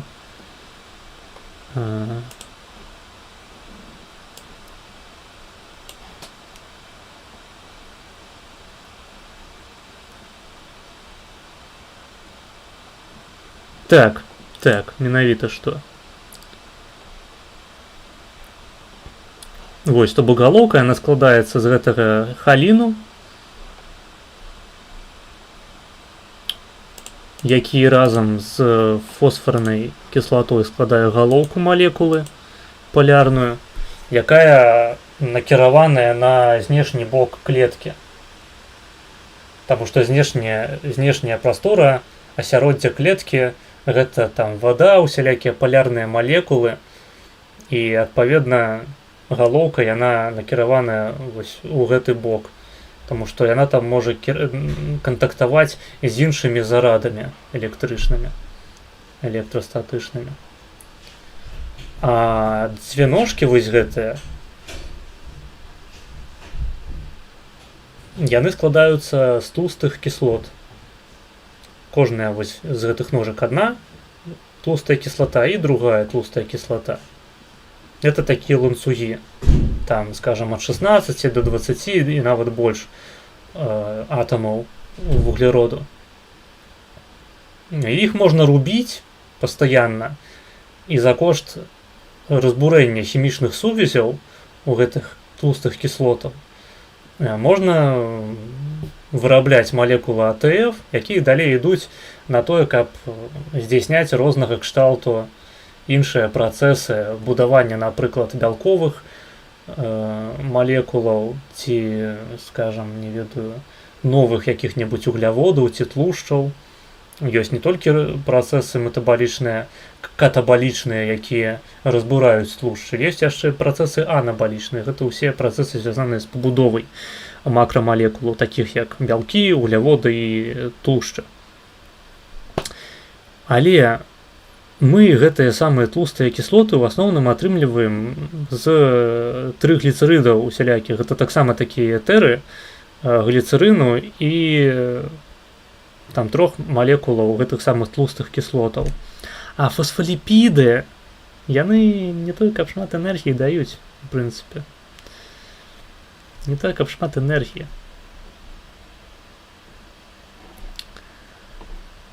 Іх менш, па-першае. То бок, мабыць, яны нейкую там даюць энергію, але нашмат прасцей для арганізму, скажем, вось гэтыя кіслоты проста ўбудаваць у новы фасфаліпід.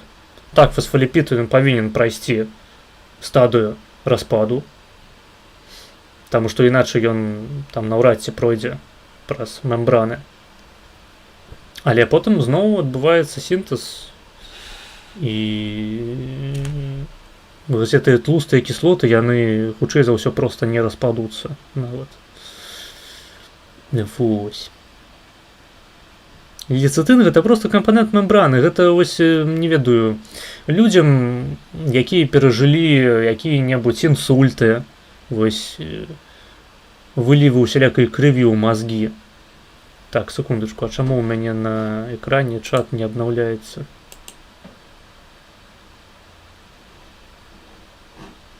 Што за хуйня?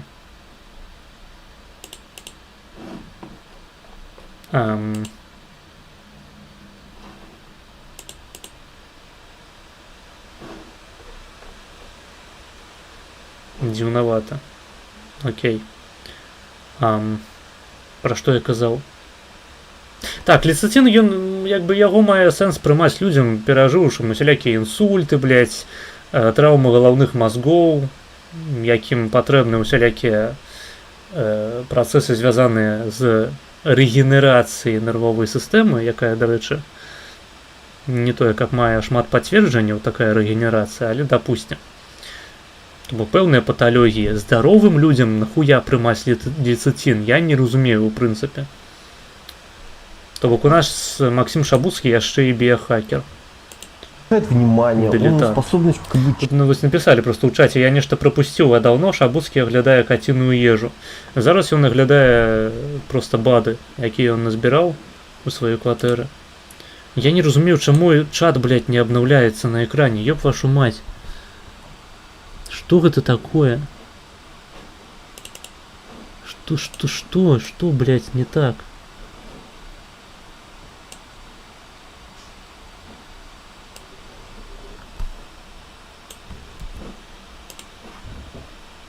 Секунду, блядь.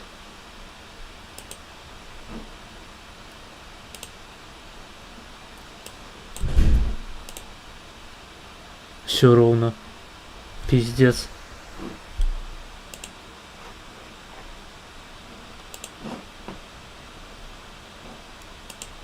Кринж.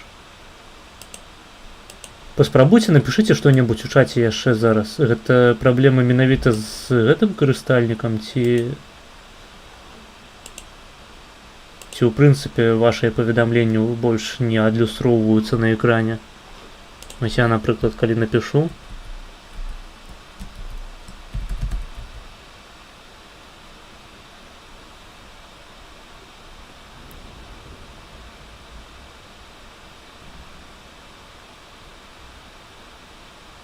блять, реально нихуя не бачно.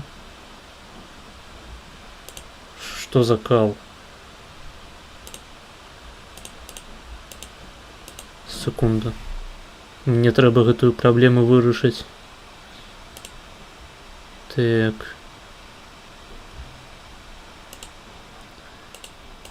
Кидайте там пакуль эмоджи, все такое, блять.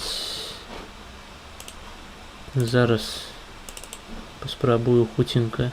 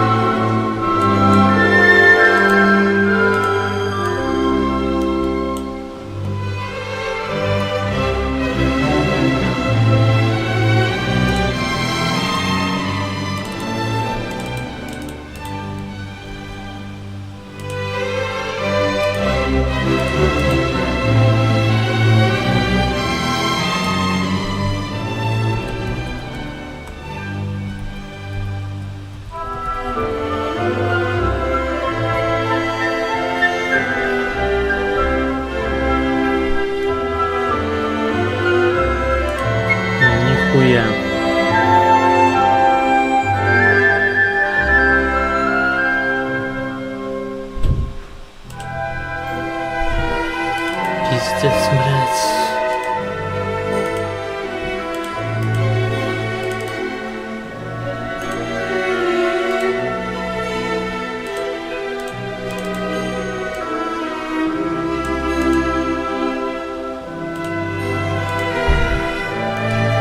Ну круто, блядь, что сказать.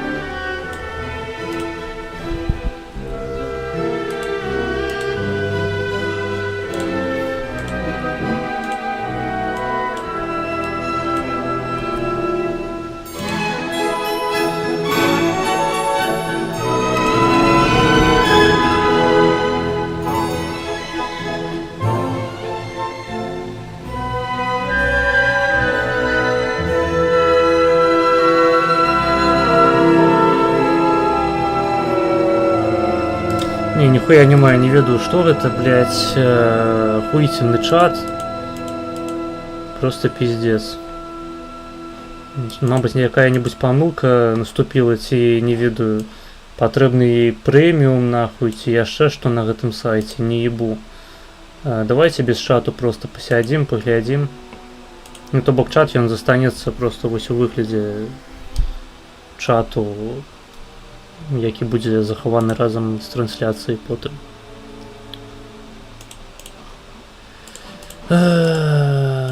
Працягваем тады прагляд Шабускага.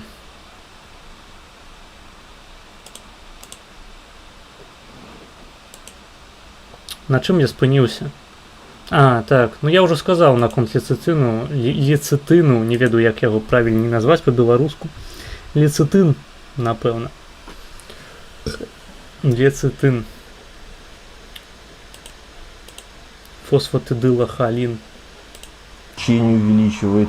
А вообще он практикуется там, когда вот болезни вот эти Альцгеймера, Паркинсона. Ну менавіта што, ён практыкуецца пры хваробах, а нармальным людзям няма ніякага сэнсу прымаць дадатковыя фосфаліпіды. Ну, для печени, особенно товарищам, для педиков, которые любят там закинуться водочкой, да, алкогольную интоксикацию, он очень помогает вот в этих вопросах. Он уровень сахара. Ну, в принципе, любые липиды будут дапамагаць у гэтай ситуации. І ёсць адчуванне, што лепей за ўсё будуць пасаваць менавіта што не палярныя ліпіды, якія-небудзь трыгліцэрыды звычайныя, раслінныя альбо жывёльныя, у якіх алкаголь просто раствараецца. Хаця гэта добрае пытанне, наколькі добра алкаголь раствараецца менавіта што ў трыгліцэрыдах у параўнанні з фосфаліпідамі. Мабыць, фосфаліпіды лепей пасуюць у гэтай сітуацыі. Усё ж такі алкаголь, малекула этанолу, яна палярная. Яна палярная, і магчыма, што яна лепей бы растваралася ў палярных жа гэтых, сука, блядь, фосфаліпідах. Не ведаю. Ну, зноў ж такі, гэтая сітуацыя ненармальная. Вядома, калі вы бухаеце, то вам патрэбныя пастаянна ўсялякія дадаткі, іншая хуйня, каб проста не здохнуць. А калі вы нічым такім не пакутуеце, не займаецеся, то і прымаць лецитин не мае сэнсу. Нормализует, он там, ну, говорят даже, что он потенцию как бы повышает. Ну, честно говоря, конкретно в моем случае... Ну, в моем случае ее повысило. Разных вообще вариантов. Видишь, тут есть такой, есть такой. Ты трахнул той портрет, блядь, с Караевым. У Дирышсу вырезано. Можно по-разному, подешевле, подороже. Ну, опять-таки, в моем случае говорить про потенцию, ну, блядь, если бы у меня была тут своя Крупская, тогда, наверное, да, так. Ну и, честно говоря, не знаю, не ощущаю. У меня все печально, очень скучно и печально с этим. Поэтому вообще лецитин очень советую, как БАД, ну, добавка очень неплохая она. И по отзывам, не только по отзывам, не по этим вот интернет-отзывам, да. Цябе павінна быць не крупская, а той хуй, з якім Ленін у шалашы спаў. Я забыў, як яго прозвішча было. Когда он там, человек скушал витаминку и пишет, что вот я почувствовал, да нихера ты так не почувствуешь, он не так работает. Это как, ну, хондропротекторы, да, например, есть у меня. Это, ну, тут отсроченный эффект, они работают не сразу. Ну так, як з антидепрэсантамі, трэба просто пачакаць, там, паверыць. Нягледзячы на тое, што біяхімічныя змены наступаюць адразу. Почувствовать.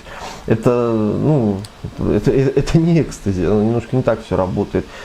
Еще что тебе гинка белоба, я тебе лучше по-другому расскажу. Вот. Есть такой студент формула, ну она называется, видишь, студент формула, а у студентов практикуется. По составу сразу в двух словах, там, ну, я в принципе и так помню. Там по составу 2 женьшеня есть. Ну, женьшень сам по себе, он работоспособность увеличивает, нервную систему тоже улучшает работу, и на память он хорошо влияет, на умственную деятельность, на активность мозга, ну и так далее, и так далее. Вот эти все такие вещи важные. Адзінае добрае, што ўся гэтая хуйня можа вам даць, гэта эфект плацэба. Ад таго, што вы проста ўпарадкавалі свой дзень, так, каб прымаць гэтую ўсю хуйню своечасова. І праз гэта палепшылі свой эмацыйны стан. Але з пункту гледжання фізіялогіі гэта проста так не працуе. Яно не працуе так, як павінна працаваць. Еще что-то там еще есть. Овес. Ну, овес это скорее вообще для сна, больше для спокойствия. Калі наши лекі і наши БАДы працуюць не праз свае кампаненты магічныя, а про звычайны эффект плацэба, то яны не працуюць таким чынам. То есть, давай уберу, коли я тебе уже про студент формулу рассказываю. Давай. Еще тут есть один такой элемент, вообще, который, из-за чего это все дело очень важно. Это вот этот элемент. Называется гинка белоба. Здесь элемент. Прямо вось у перыядычнай сістэме элементаў ён прыведзены таксама. Гинка белоба. Вот этот дубльгерц, потому что у меня как бы линейка витаминов спортивных, он оптимен.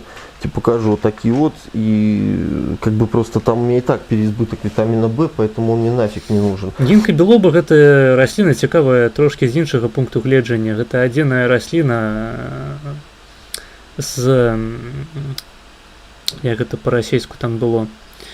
У заалогіі мы выкарыстоўваем тэрмін тып,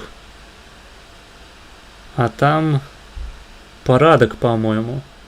Але сэнс адзін і той жа. Парадак галасемянных, голасемянных, як гэта больш правільна сказаць, не ебу.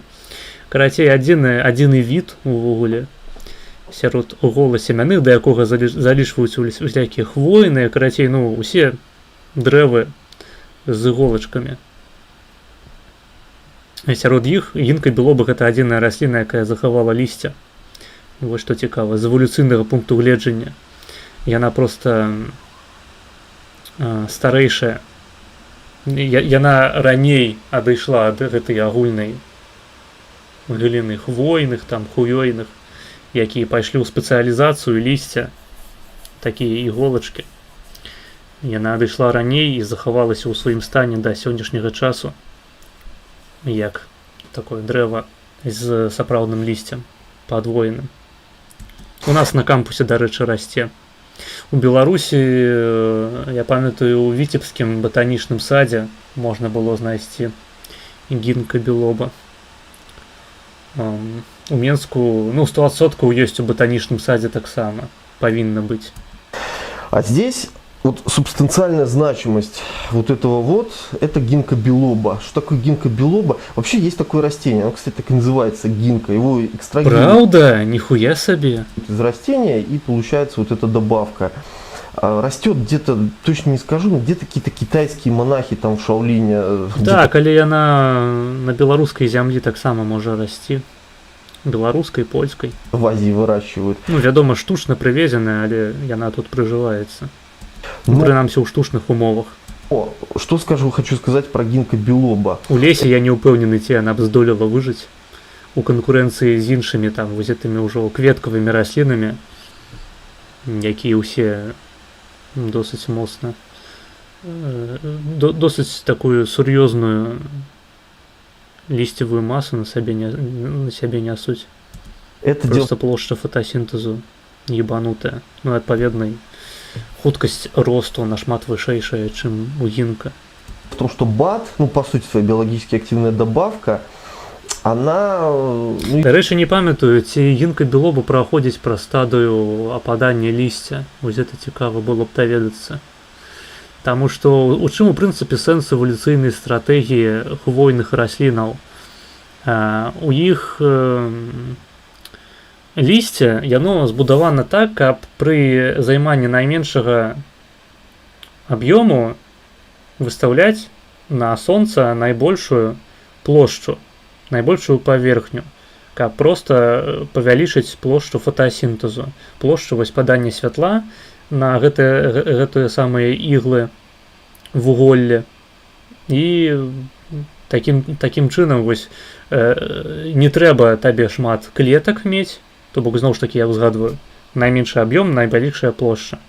Найменшы аб'ём, каб зімой не трэба было марнаваць занадта шмат рэсурсаў для таго, каб працягваць фотасінтэзаваць.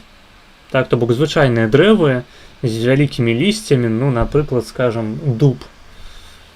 Дуб, ён вымушаны скідваць лісце ўзімку, таму што яму проста не хопіць усялякіх карысных рэчываў для таго, каб карміць гэтае лісце. Так, гэтае лісце фотасінтэзуе, але на фотасінтэз, на то, каб карміць клеткі лісця, таксама трэба марнаваць досыць шмат карысных рэчываў. А зімой гэта не карысна. Карысна гэта толькі тады, калі колькасць гэтых самых клетак будзе зменшаная настолькі, каб не перашкаджаць жыццю дрэва. Менавіта ў гэтую стратэгію пайшлі хвойныя. Таму яны не вымушаныя скідваць гэтае вуголле, ўсё яно захоўваецца на зіму. І зімой яны могуць фотасінтэзаваць без вялікіх стратаў на тое, каб захоўваць свой апарат фотасінтэзу.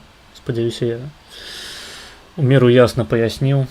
А пра гінка я не памятаю, то бок у іх лісце ўсё ж такі засталося. Ці яно ападае? Па-мойму, ўсё ж такі ападае. Па-мойму, гінка яшчэ не пайшло ў гэтую стратэгію змяншэння аб'ёму фотасінтэзуючай тканкі. Хлородермы так званый. Ее субстанциальная функция, она, как бы тебе сказать, ну, она корректирует целый ряд когнитивных нарушений. Но самая главная фишка в том, что это вообще эффект, он клинически подтвержденный. То есть это не просто БАТ, это не просто мнение субъективное. Эта штука, она качество сна, она действительно улучшает, она укрепляет нервную систему.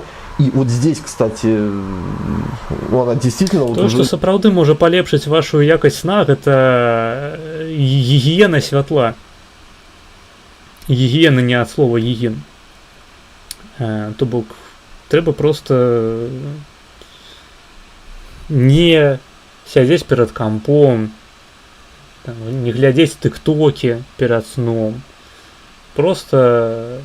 Вось вы хочаце, напрыклад, легчы спаць о 12 гадзіне ўночы. І ўсё, што вам трэба зрабіць для якаснага сну, гэта апошнія, ну, скажам, гадзінкі-дзве, паступова змяншаць колькасць святла ў вашым пакоі. То бок, ну, выключыць адразу, скажам, верхняе вось гэтае святло. Пакінуць начнік. Вось. Гэта ўжо вялікае такое... вялікае дастасаванне арганізму да таго, што мы вось зараз будзем спаць. Скажам, прыманне такога умерана халоднага душу, вось, таму што калі прыняць гарачы душ перад сном, то гэта можа ўзбудзіць некаторыя сістэмы арганізму, якім трэба быць спакайнейшымі падчас сну.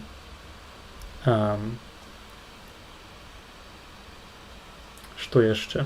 Ну, ў прынцыпе, гэта ўсё. Колькасць сіняга святла, што важна, скараціць. То бок, калі вы нават сядзіце перад кампом, уключыце сабе фільтр такі спецыяльны для чытання, які зробіць ваш экран трошкі больш такім жоўтым.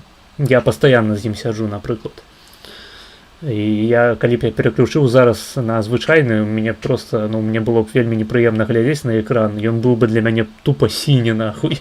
То бок той факт, што ён зараз у мяне жаўтаваты такі трошкі, без сіняга колеру, я не заўважаю фактычна. Вось. Я ўжо дастасаваўся.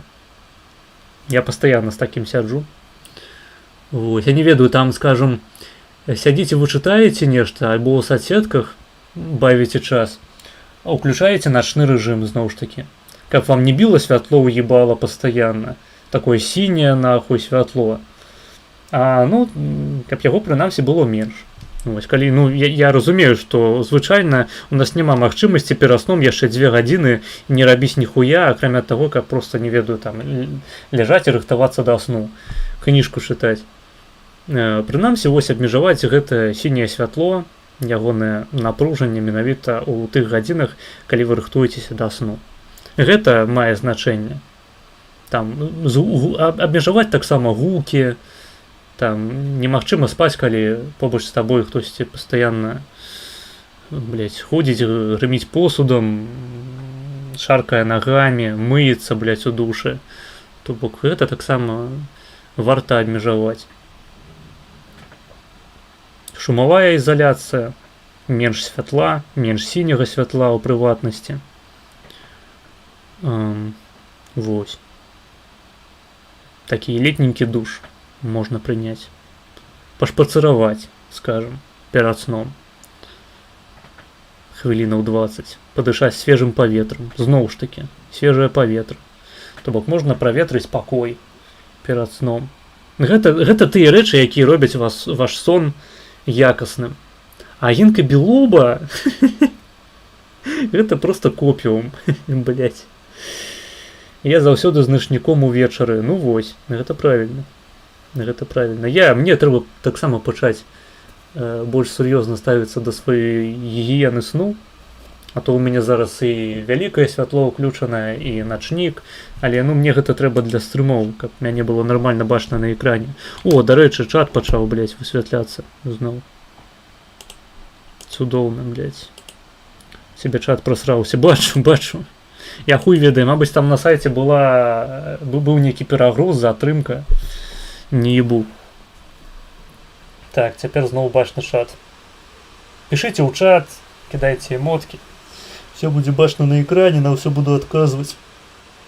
То бок, калі вы ігнаруеце усе тыя фактары, якія я пералічыў, і проста піеце гінка білоба, то ваш сон будзе, блядь, выглядаць як канферэнцыя Святланы Ціхановскай. Такі ж самы крынж і трэш. Там сустрэча Сергея і Святланы са сваімі аматарамі. Спрэчка там паміж імі пра CNN. Такія будуць вашыя сны. Либидо повышать. Мелатанін, дарэчы, можна яшчэ піць. Таксама там гадзінку перад сном. Калі ў вас мэта пераставіць свае такія гадзіннікі ўнутраныя. Ну, не пераставіць іх, пераставіць цалкам немагчыма. Гэта тая хуйня, пра якую я буду распавядаць у тым ліку ў рамках курсу лекцыяў па хронабіялогіі, але можна яго трошкі адаптаваць. Ось. За кошт таго самага мелатаніну.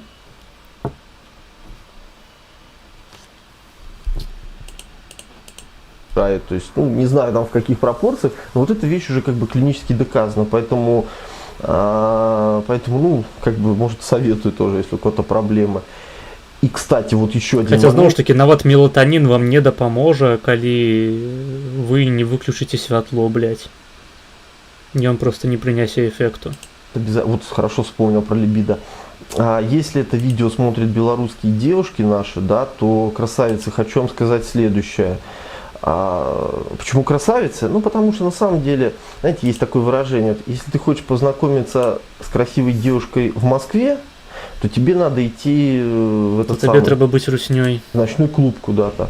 Если ты хочешь познакомиться с красивой девушкой там где-нибудь в Германии, то тебе Так, бля, мне тут на стрим бьются люди, а я не зауважу. Так. Блять.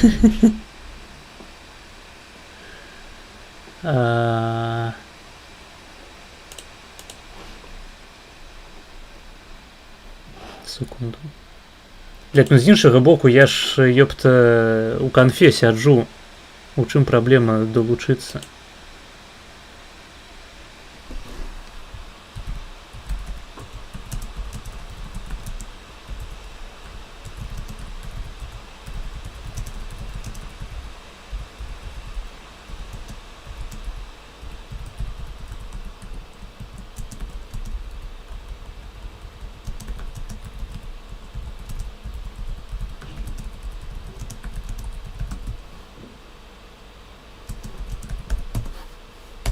Магчыма, зараз далучым жоўтага вугла.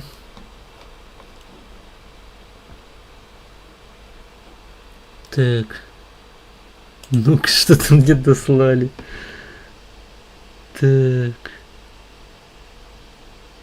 Что это такое? А кто это дослал, Ярослав? Можешь удокладнить? Раскол ЛГБТ супольнасць выступила супраць нацыя. Гэта прям хорошо. Ну, блядь, ну яна адмовілася ісці на мой стрим. Гэта я про Насту базар зараз, калі што. Зайдите там у чат у Телеграме. Поглядите, что беларусія надаслал. Кому цікаво.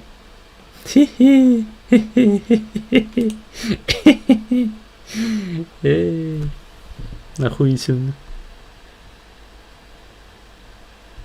Ты же яе запрашал, да? Мне же не приснилось гэта прывітанне. Здоров, здоров. О. Текс. Так, я яе запрашаў ужо. Яна адмовілася. Да, наша правая валькірая чамусьці не захацела.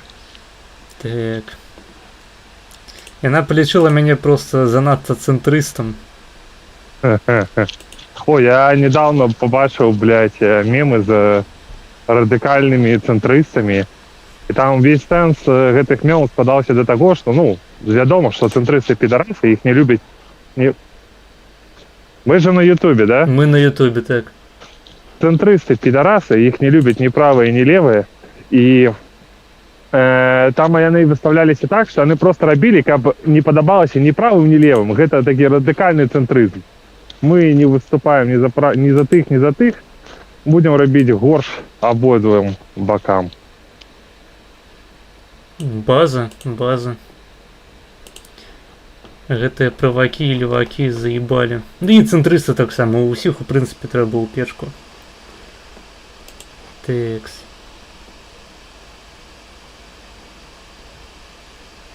Так, тут Ярослав працягвае пісаць у чат. Так. Что это такое, блядь?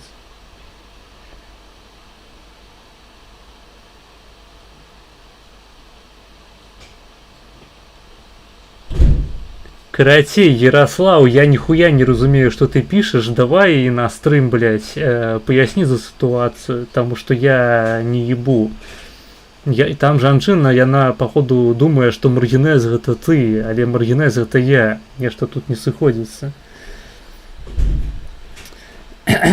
Так, пишут, сука, мы не дослухали, дзе знайсці прыгажуню ў Германии. Зараз дослухаем.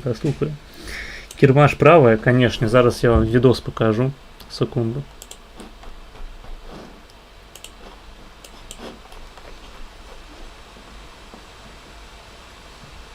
Секундочку.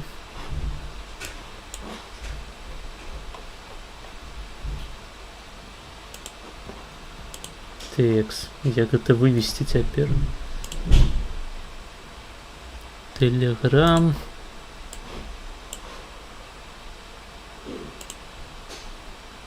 Бесплатный контент зараз будзе. Текс. Медиавьювер. И где оно? Так.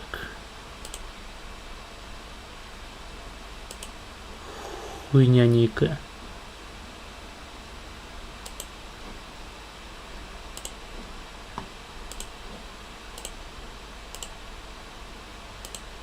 О, нормально. Ебать. На весь экран тупо. Секундочку. Ну вы могли зразумець ужо. У чым заключаецца жарт. Вось такое відэа. Не маю увогуле паняцця, хто яго стварыў. Гэта аматарская супольнасць. Вось, гэта ўсё яна. Я не маю ніякага дачынення. Вось, такое відэа.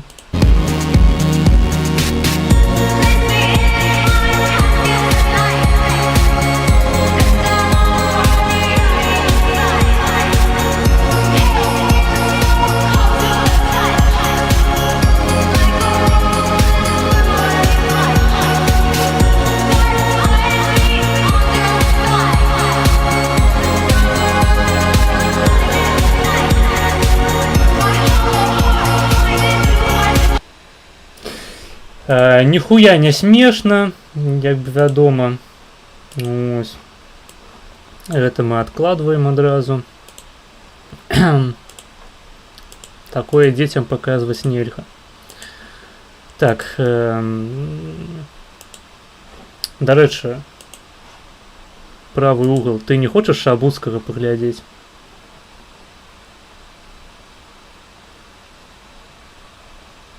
Алло? Я тебя не чую. Калі ты нешта пиздзеў да гэтага, то я таксама не чуў. Пішуць, мы гэта пакажам ёй, ты будзеш адказваць не... ты будзеш адказваць на ранцы з кірмаш. Так ёй паказалі па ходу. Зайдзі ў ТГ-чат, паглядзі. Вітаю жоўтага кута. Цябе вітаюць у маім чаце. Брытанне. Цябе не было чуваць да гэтага моманту. Так у мяне выключаны гэты мікрафон быў. Ты мяне запытаў пра Шабуцкага, я пачаў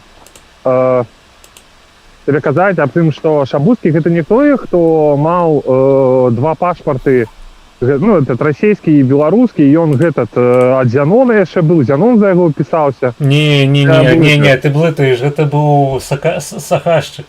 О, Сахашчык, да, значит, с Сахашчыком будет, ясно. Шабуцкі гэта іншы лысы хуй, разумееш?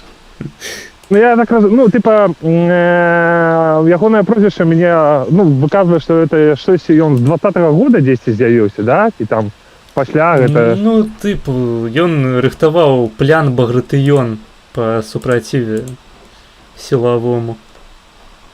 Гэта ён сябе акрэсліў як беларускага Леніна, разумееш? Да, гэта да жніўня. Ён відэа на ютубе запісваў нешта такое, згадваю крыху. Ну, нейкі крыміновы. Правда? Да? Ну, так, трошечки. Я ж не сачу, ну, што ты мяне запытваеш? Ты, можа, ён там расказвае базу, блядь, што і там Бабарыка прорасійскі, Цапкала прорасійскі, Тихановскі самы прорасійскі. Адкуль я ведаю? Ён зараз распавядаў базу пра бады. Ну, хутчэй антыбазу, канешне, ну... База ў сэнсе, што ад іх няма ніякага сэнсу, типа? Наадварот. Ахуенная база. Пра лецытыр, пра гінкабілобу. Что? Не ругайся. Тебе не ідзе. Я ведаю, што вось вітаміны гэта дарма іх ужываць, але заўжды, калі я чую, мне такое, ну типа, а вітамін D у наших шыротах? Ну можна же, нормальная же тэма, асабліва зімою. Ці не, ці ўсё роўна. Бо я спрабаваў гэта гугліць, і там типа пісалася, што да, можна, а пісалася не трэба. Залежна ад таго, што запытваеш. Сэнс у тым, што любыя вітаміны, лекі варта прымаць толькі тады, калі ў цябе ёсць сімптомы іх недахопу. То бок калі ў цябе ёсць рэальны сімптом недахопу вітаміну D, то ты і прымаеш гэты вітамін D. А пакуль іх няма, то ты можаш забіць хуй і не прымаць усялякую хуйню в свой арганізм, які проста парушыць метабалізм. Магчыма, ты гэтыя дозы вітаміну D атрымліваеш з ежы. А дадаткова прымаючы вітамін D у таблетках, просто ствараеш Я тебе авітаміноз. запэўніваю, я не Гіпервітаміноз.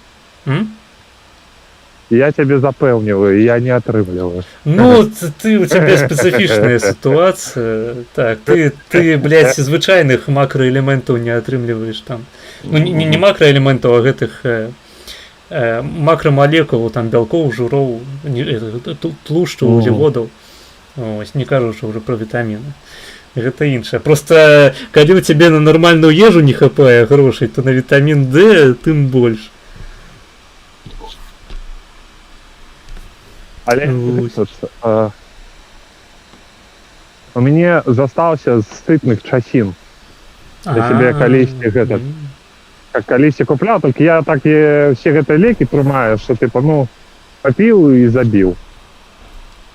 Але мне здаецца, типа, ну, сімптомы, навошта чакаць з'яўлення гэтых сімптомаў? Там, калі ты можаш прымаць себе паціху, пакрыху, і он будзе там дапамагаць косткам, хуёсткам, вось гэтаму всяму. Не, і все роўна гэта ўсё херня, і гэта так не працуе. Пачакай, яшчэ раз, у якім выпадку? Калі косці хворыя, ці што?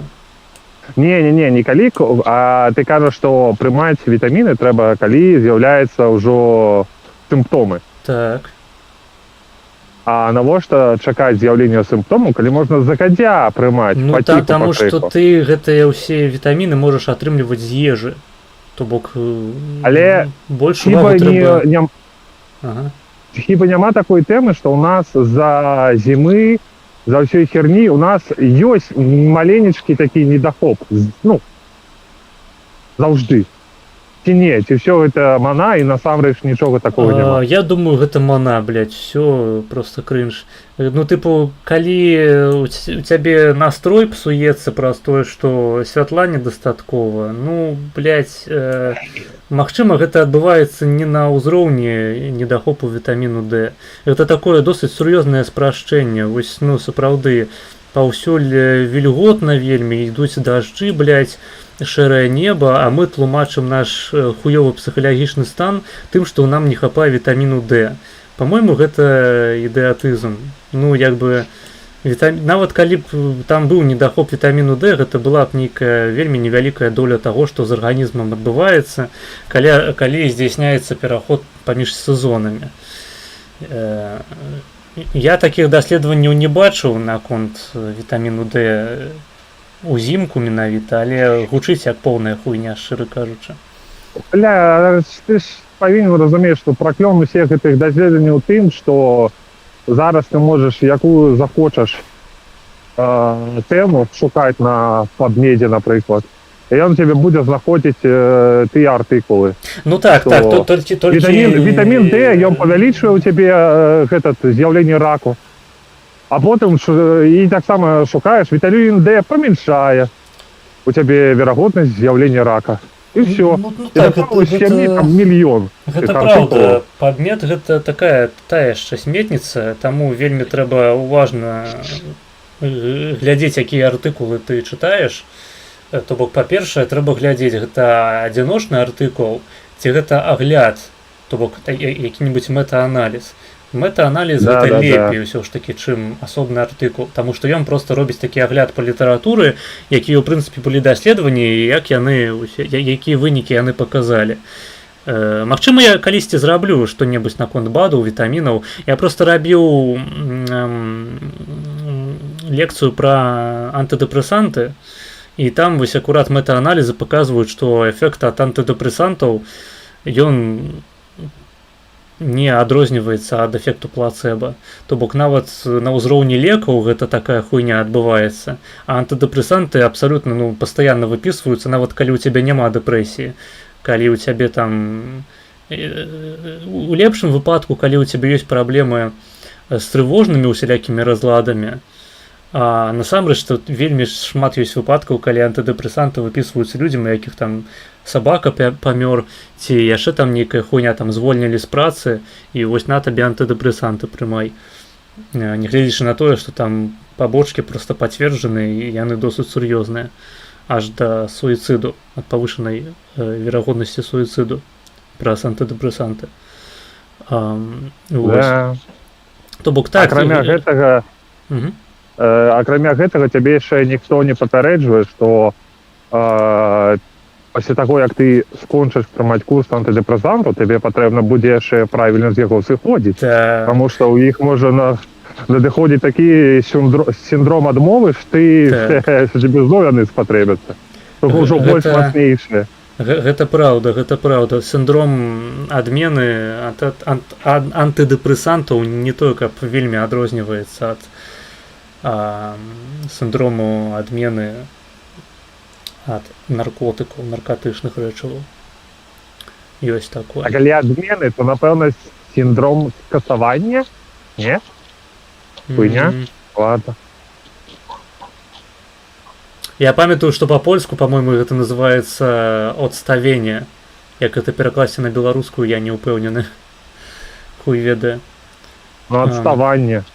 Не адставанне. Ну, просто гэта падобныя мовы. У адной краіне жылі. Так, ну даўно ўжо, даўненька не жылі мы ў адной краіне, на жаль. Беларусь трэба далучыць да Польшчы, гэта праўда. Не магу не пагадзіцца з лібертарыянцам у гэтай справе. Вось.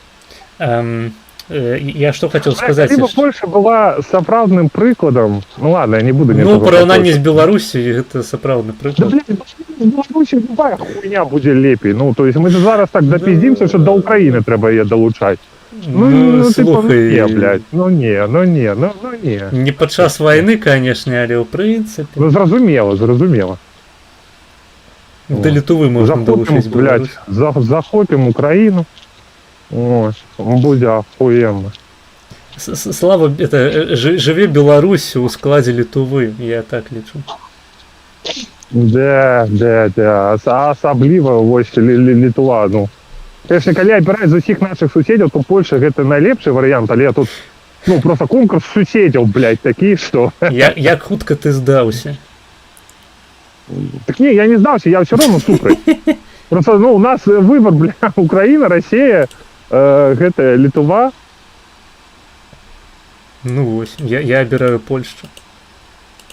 Латвія, ну, гэта ўсё роўно, што ў цябе шэраг всякай несмачнай ежы, якую немагчыма есці, там, вугаль, гарачыя камні, шкло, блядь, і ты такой, што ж я буду выбіраць есці? Ну, бля, лепей і ўвогуле нічога не абіраць. Ты не, по-моему, есці шпалеры, хаця б лепей, чым нічога не есці. Нават Польша. Калі бы Польша была вельмі таким, ну, сапраўдным прыкладам, просто я скажу, тут конкурс такі, што, ну, давай вось параўноўваем зараз з краінамі Захаднай Еўропы. Ну, што, нормальны конкурс? Ну, по-моему, Польша перамагае большасць заходніх краін. А ты разумееш, што гэтае перамаганне, гэта сапраўды так і з гэтым, я пагадуся, але гэтае перамаганне не з-за таго, што Польша праводзіць вельмі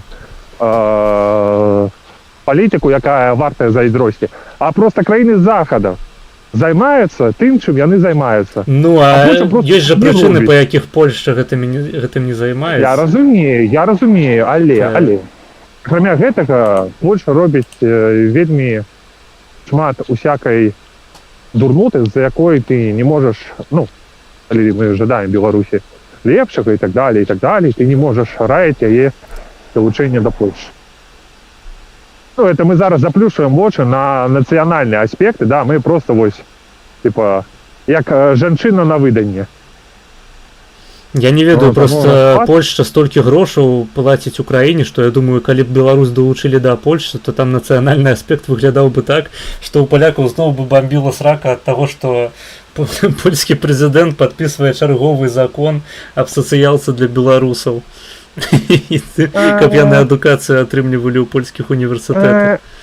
То бок лявацтва яно так працуе звычайна і хрысціянства. Разумееш, справа ў тым, што ўсё ж таки трэба разумець, што палякі, ну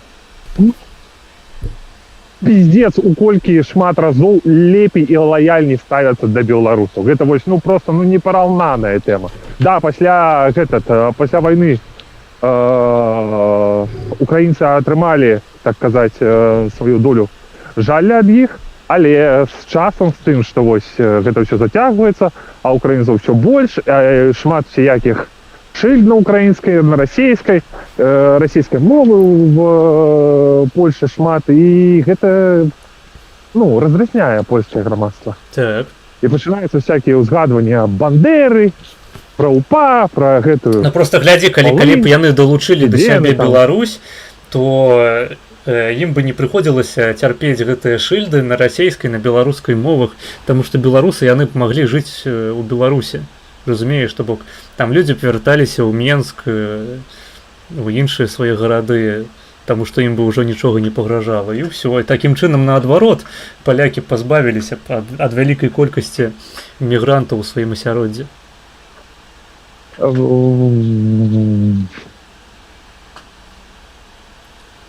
Ну не. Разумееш, шэраг людзей проста ламанецца ў Польшу, таму што, ну, гэта Еўропа, гэта захад, трэба туды з'ездзіць, паглядзець, а можа там штосьці лепей будзе. Не ведаю, па-мойму, усе, хто хацеў і мог, ужо ламануліся. Да, не. Ты ж разумееш, што да халеры людзей, якія, о, што, трэба ісці візу рабіць. Та ну не, я не буду. А тут можна і без візы, без круіза адразу паехаць. Таму хаця бы дзеля цікавосці паехаць. Ну, можна з Украіны паглядзець сітуацыю, то бок раней столькі украінцаў у Польшчы не было. Яны ўсё ж такі аддавалі перавагу сваёй уласнай краіне. Яны там ездзілі працаваць, ну, і ўсё, там не было усялякіх гэтых уцекачоў. Велізарнай колькасці людзей, якія бягуць у тым ліку ад мабілізацыі. Я цябе не так зразумеў. Не, я маю на ўвазе, што вось ёсць у Беларусі прычына, па якой беларусы едуць у Польшчу масава. І ў украінцаў зараз з'явілася такая прычына. Але ў нармальных абставінах, ну, Беларусь, скажам, яна не ваюе з Расіяй зараз, то бок калі б далучылі Беларусь да Польшчы, то фактычна вось той элемент, праз які беларусы з'язджалі са сваёй краіны, ён бы знік. Я сказал, что не воюе. А супраць каго ім не ваяваць? В сэнсе. Я сказал... Ты не чуў гэты жарт, дзе внук кажа, деда, тут Чехія за Словакіі футбол гуляюць, і дед адпавядае, а супраць каго? Так, охуенно. Не, я аб тым, што у беларусаў зараз і украінцаў зараз ёсць прычына, па якой яны могуць ехаць у Польшчу масава. Вось. Раней яе не было, і адпаведна вельмі шмат беларусаў абірала застацца ў Беларусі, вельмі шмат украінцаў абірала застацца ва ўкраіне. Украінскае пытанне не было такім вострым да 22-го году. Гэта была тэма маргіналаў, ну рэальна. А зараз досыць майстрымная хуйня. Наконт беларусаў, а колькі гэтат было жыхароў у СССР у 91-м годзе? Бо мне здаецца, што там проста, калі мы паглядзім на вось гэтыя міграцыйныя вытокі, то мы пабачым, што украінцаў больш проста з'ехала з Украіны, чым з беларусаў. Ну, у нас просто розныя колькасці. У адносных колькасцях. Гэта яшчэ трэба даследаваць насамрэч. Я не думаю, што тут можна вось тупа так з кандачка вырашыць, што гэтыя вынікі былі б суадносныя. Вялікае яшчэ пытанне, наколькі гэта правамернае абагульненне. Добра, ты ж зараз за камп'ютарам можаш паглядзець колькасць жыхароў у 91-м? Ну, Ой, глядзі, тут калі б я нават гэта зрабіў, ты разумееш, што не любое змяншэнне колькасці насельніцтва можна патлумачыць тым, што людзі ў Польшчу з'ехалі. Бок, ну, Я ж натуральным не про Польшу, чынам. я просто про весь свет кажу. Ну, я ж не кажу далучыць Беларусь да ўсяго свету, я кажу да Польшчы далучыць. Не, гэта я ўжо ў разрэзе размовы аб тым, што украінцам больш падабаецца заставацца ў сваёй краіне беларусам, што ну, мне здаецца, што беларусам падабаецца заставацца ў сваёй краіне больш, потому что калі мы паглядзім 91-го года, калі адчыніліся межы і так далее, і так далее. Вось я Ну, давай поглядзім. Давай поглядзім. Тэкс. Беларусь. Не, Беларусі там было 9800, нейкая такая лічба. По-моему, там было больш за 10 мільёнаў. Так. Насельніцтва Беларусі.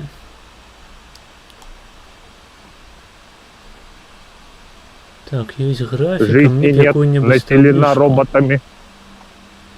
Так. 91 год. 10 миллионов 189 тысяч человек. Так. Можа, напевно, 9800, гэта ўжо 92 год, я лишь был згадываю, там одразу 300. 92 там яшчэ больш было, насамрэч. Приехали. 90-е насельніцтва рабілася больш. Вось аж на до 94-го, і пасля 94-го ідзе на спад. Ну ладно, і што по УССР? Зараз паглядзім. Текс. Блядь, желтый кут тебе вітаюць. Як же гэта охуенно.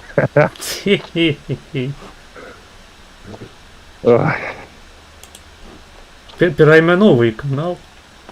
Да. Альбо стварай просто паралельно, як бы. Петушины уже был, блядь, желтый. Заебейся перайменовывать гэтыя каналы. Так, зараз знойдзем по Украине такую ж самую табличку. Паспрабуем прынамсі.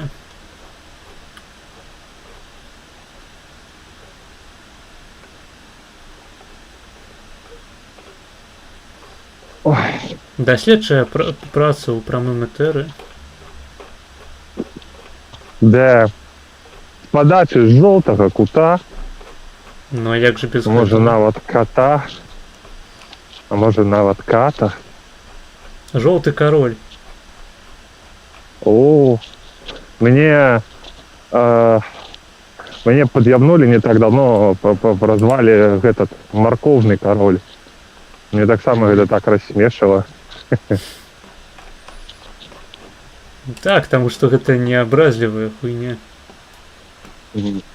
Да, для тых, хто не разумее, типа жарт у тым, што я харчаваўся доўгі час адной толькі морквай. Вось. З-за гэтага, што я ў гэтым жыцці разумею, я просто морквяны, морква. Маркоўны хутчэй. Альбо морквяны хуеда. Да. Я все ставлюся мэтай знайсці дзесьці подручнік по беларускай граматыке. Бо, ну ведаеш жа вось гэтую тэму, што типа словы, якія жаночага роду канчаюцца на ца, на к, то яны ў скланенні, в схіленні, яны этот к знікае, і гэта будзе ца. Типа меры к, а меры цы. І вось таких вось дробязяў у беларускай мове насамрэч, ну, не так мала. І калі ты хочаш быць не позерам, а нормально размаўляць беларускай мовай, то добра было бы гэта ўсё подцягнуць і ведаць, але дзе гэтыя нармальныя падручнікі? Я не ведаю про падручнік, ёсць такая кніжка ад вячоркі старэйшага. Ад вячоркі старэйшага менавіта там па Тарашкевіцы было. Актуалізацыя Тарашкевіцы такая, яна была напісана яшчэ у 2000-х недзе. Яе можна знайсці на беларускай палічцы. Белорусская полиция. О, сябр мой, ты ньюфах. Ну да. Беларуская палічка гэта сайт, на якім можна знайсці дохуя піратскай беларускай літаратуры. А я ведаю этот грыбник. Не грыбник, забыл. Белорусский трекер, так само этот. Вылетел из головы. По-моему, грибник. Не грибник. Ну, что-то с грибом связанное. Белорусский торрент-трекер. Я знайшоў гэтую хуйню, я яе кіну просто гэта ў Маргінез у Телезе. Да. Калі цікава, можаш Кінуў. паглядзець. Кину, конечно, цікаво. Кину на подлогу вам, собакам. Можете поесть. Не, ну поесть гэта ты не можаш пакуль што, але пачытаць... Не, ну мне не же зашкодзіць. задонатили этот. Мне же задонатили копейку за бан того вар'ята. Все. Харчуемся крыху. Рахуемся. Донатьте жоўтаму каралю, каб ён не здох ад голаду.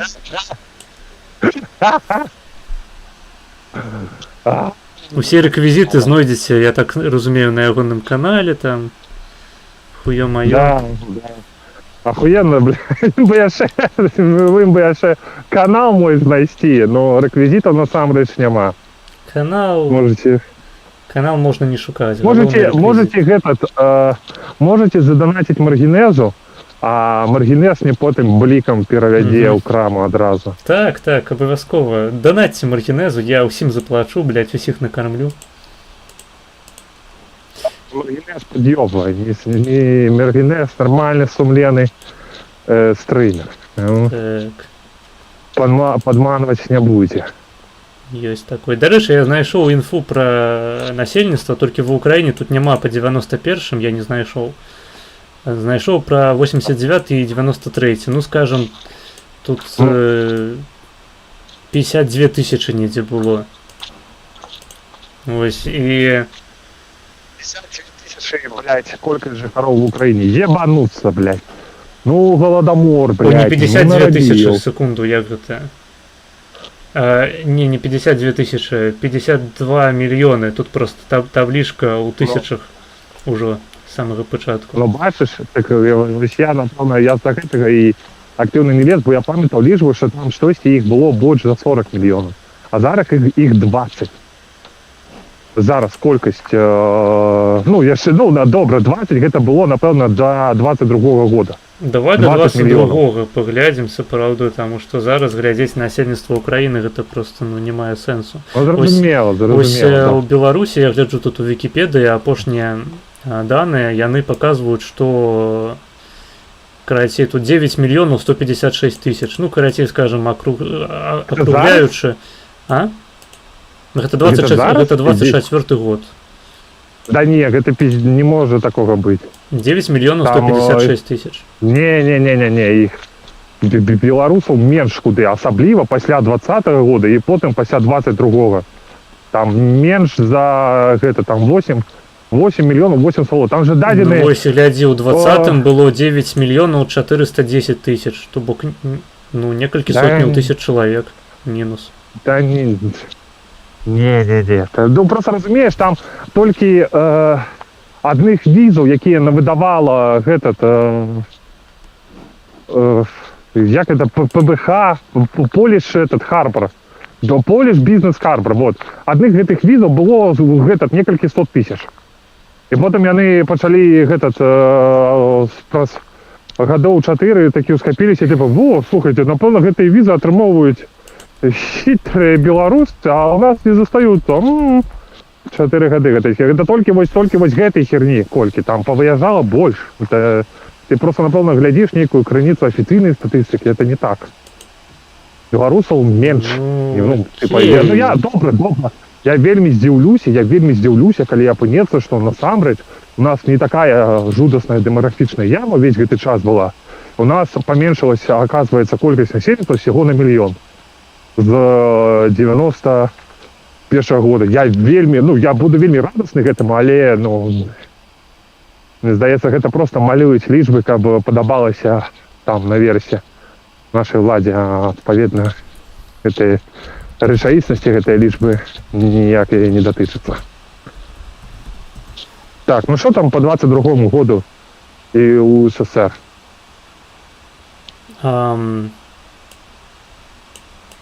Карацей, у нас страта 1 мільён, у іх каля 8. Вось, то бок у нас прыкладна 10% насельніцтва упало. Калі глядзець па афіцыйнай статыстыцы, я думаю, калі ты хочаш узяць, што ў Беларусі яшчэ менш людзей жыве, окей. Нет, пачакай, я наконт Украіны. Ды колькі ў іх абсалютная колькасць? У іх, вось глядзі, у 89-м годзе было 51,5 тысячы, а ў 21-м годзе іх было 44... не тысячы, блядь, сука, 51,5 мільёнаў. А у 21-м годзе іх там 44 з хуем. Да? Вось.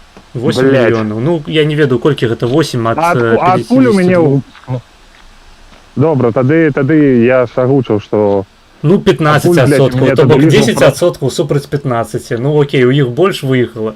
Наколькі гэта статыстычна вялікая розніца, я не ведаю. Не, справа ў тым, што мне падавалася, што у іх 20 мільёнаў зараз. 22 не, зараз мне похуй колькі іх, таму што вайна пачалася, гэта некарэктна. Я скажу, на 22 год, на 22 год. Вось я палічу на 21, таму што 22 там незразумела, на які момант будзе пасля, таму што вайна пачалася ў пачатку 22-го. Я паглядзеў за 21. То бок вось. Не, тады добра, плюс у іх яшчэ 14 год быў, і вся хуйня. То бок, У прынцыпе, можна лічыць, што украінцы і беларусы прыкладна аднолькава вырашаюць заставацца на сваёй зямлі. Але беларусы больш. Але беларусы лепей. Канешне. Беларусы спарадзілі такога вялікага дзеяча лібертарыянства, як жоўты кароль. Да, блядь, сабраліся беларусы ў куток. Як пачалі тут зрабілі яго жоўтым. Да.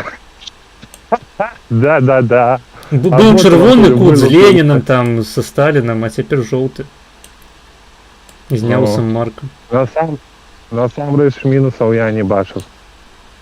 Калі б сапраўды наш чырвоны на жоўты замяніўся. Ад гэтага было бы толькі лепш. Адно здароўе. Так. Масаж прастаты — гэта сапраўды такая рэч карысная. Лепей за ўсе бады. Маргінез, верьте Маргінеза, ён, напэўна, мае досвед у гэтым. Можа нават з абедзвюх бакоў, таму, калі што, звяртайцеся. Так, пишуть, даваў Еўрастат статыстыку, што з 2020 па 2025 толькі ў еўразвязе атрымала першасныя віды на жыхарства 900 тысяч беларусаў. Блядь, я ж табе казаў. Так, окей. Тут яшчэ трэба разумець, што шэраг людзей з іх павяртаецца назад, хтосьці атрымоўвае гэтай візы, але гэта людзі, якія гэтыя візы атрымоўвалі 10 гадоў, чакалі, і так далее, і так далее. Але, як я гучу, там, не можа быць, блядь, такая лічба маленькая, потому што я бачыў лічбы больш, але мне зараз цікава, адкуль у мяне такая упэўненасць была наконт таго, што ва ўкраіне 20 мільёнаў. Чым я пераблытаў? Магчыма, ты просто чытаў, блядь, з ВТВ. Гэта хутчэй за ўсё адбылося такую хуйню. 21 год, я не ведаю, знайдзі статыстыку, па якой у 21 годзе, я просто, я нават не ўяўляю сабе, каб на такой тэрыторыі, як у Украіне, без паўнамаштабнай вайны рэальна жыло, блядь, 20 мільёнаў чалавек. Гэта ў Казахстане такая хуйня толькі магчыма. А як на такой тэрыторыі, бля, як Расія? Ну, Расія, без Жыве. паловы, гэта тупа бясконцая мерзлата, нахуй, у якой жыць немагчыма. Гэта яшчэ можна патлумачыць. Гэта як спытаць, чаму ў Канадзе, блядь, все всё. гарады знаходзяцца на мяжы з ЗША. Ну, блядь, там жыць просто далей на поўнач немагчыма. Добре, я зрозумів твой поінт. Тобто ти кажеш не про помір, ти кажеш про... Ну, про клімат, про геаграфічнае палажэнне. Да, так, добре, так. добре. Тады зрозуміло, тады пытанняў няма. Мне так падабаецца польскі клімат, калі я вам это ўжо аб гэтым распавядаў. Гэта вось лета хацелася бы, каб лета было круглы год, але за ўсё ў гэтым жыцці трэба плаціць. Кажа вам анархакапіталіст. І калі у нас цэлы год будзе цёплае надвор'е, блядь, у нас будзе всякая трапічная паўзучая мярзота, якая цябе скусіць, атруціць, загінеш у муках, гроб, могілкі, труна, могілкі. Да, уся гэтая херня, таму зіма патрэбна абавязкова. Трэба, блядь, каб прыходзілі халады, каб вся гэтая погань, блядь, не думала сюды савацца. Але Так, меркаванне Няўса Марка пра ўкраінскую міграцыю вы пачулі?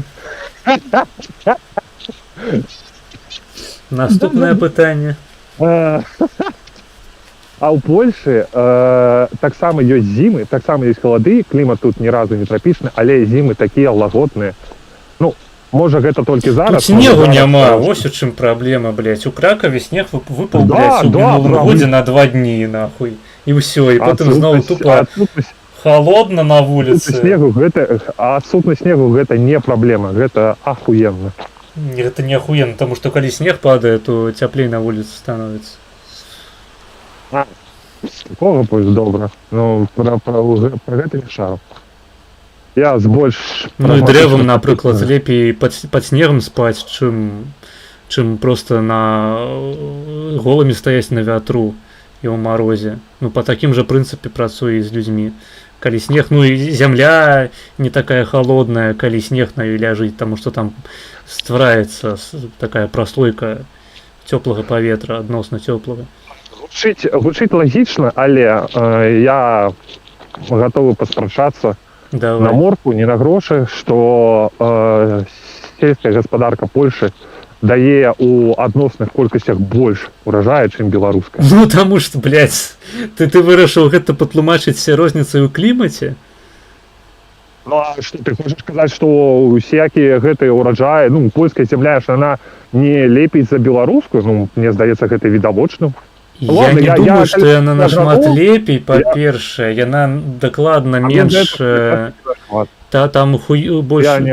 Там хуёва працуе ірыгацыя, таму што на Беларусі шмат рэк і азёраў, а ў Польшчы ніхуя, ну, акрамя там гэтых, як гэта хуйня называецца, акрамя мазураў, вось, асабіста в азёраў нідзе няма. Рэкі, там, ну, вялікая рака адна Вісла, ну, і некалькі там маленькіх Одра якая-небудзь, там больш-менш вялікая, і ўсё. Ну, якія яшчэ рэкі? Прычым гэта ўсё ўсход Польшчы, а на захадзе там жа ніхуя. Ну, выхад да мора, але мора-то, блядь, яно не дае ніякай ірыгацыі.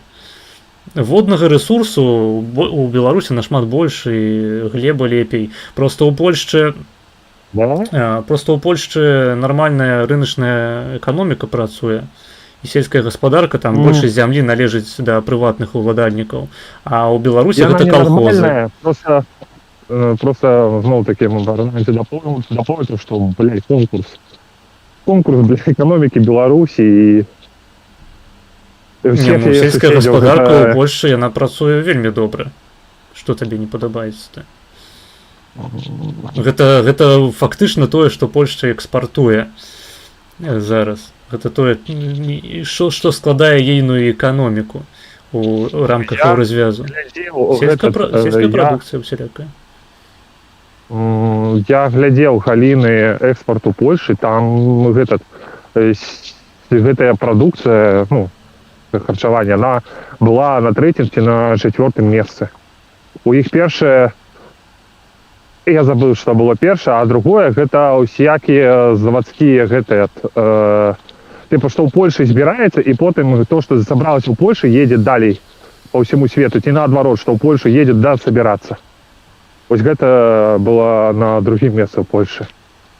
Ну, это лишь бы за 2018 год. Ну, мне здаецца, што заводы працягваюць типа будавацца, таму... Ну ладно, з іншага боку, калі аказваецца, што глеба ў Беларусі лепей, чым за польскую, ладно, добра.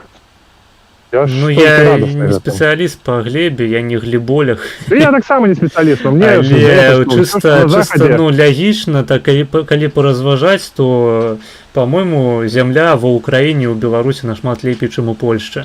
Просто поляки, яны добра яе гадуюць, добра апрацоўваюць. Ну, ў сэнсе, што добра апрацоўваюць праз тое, што яна ім належыць. Вось.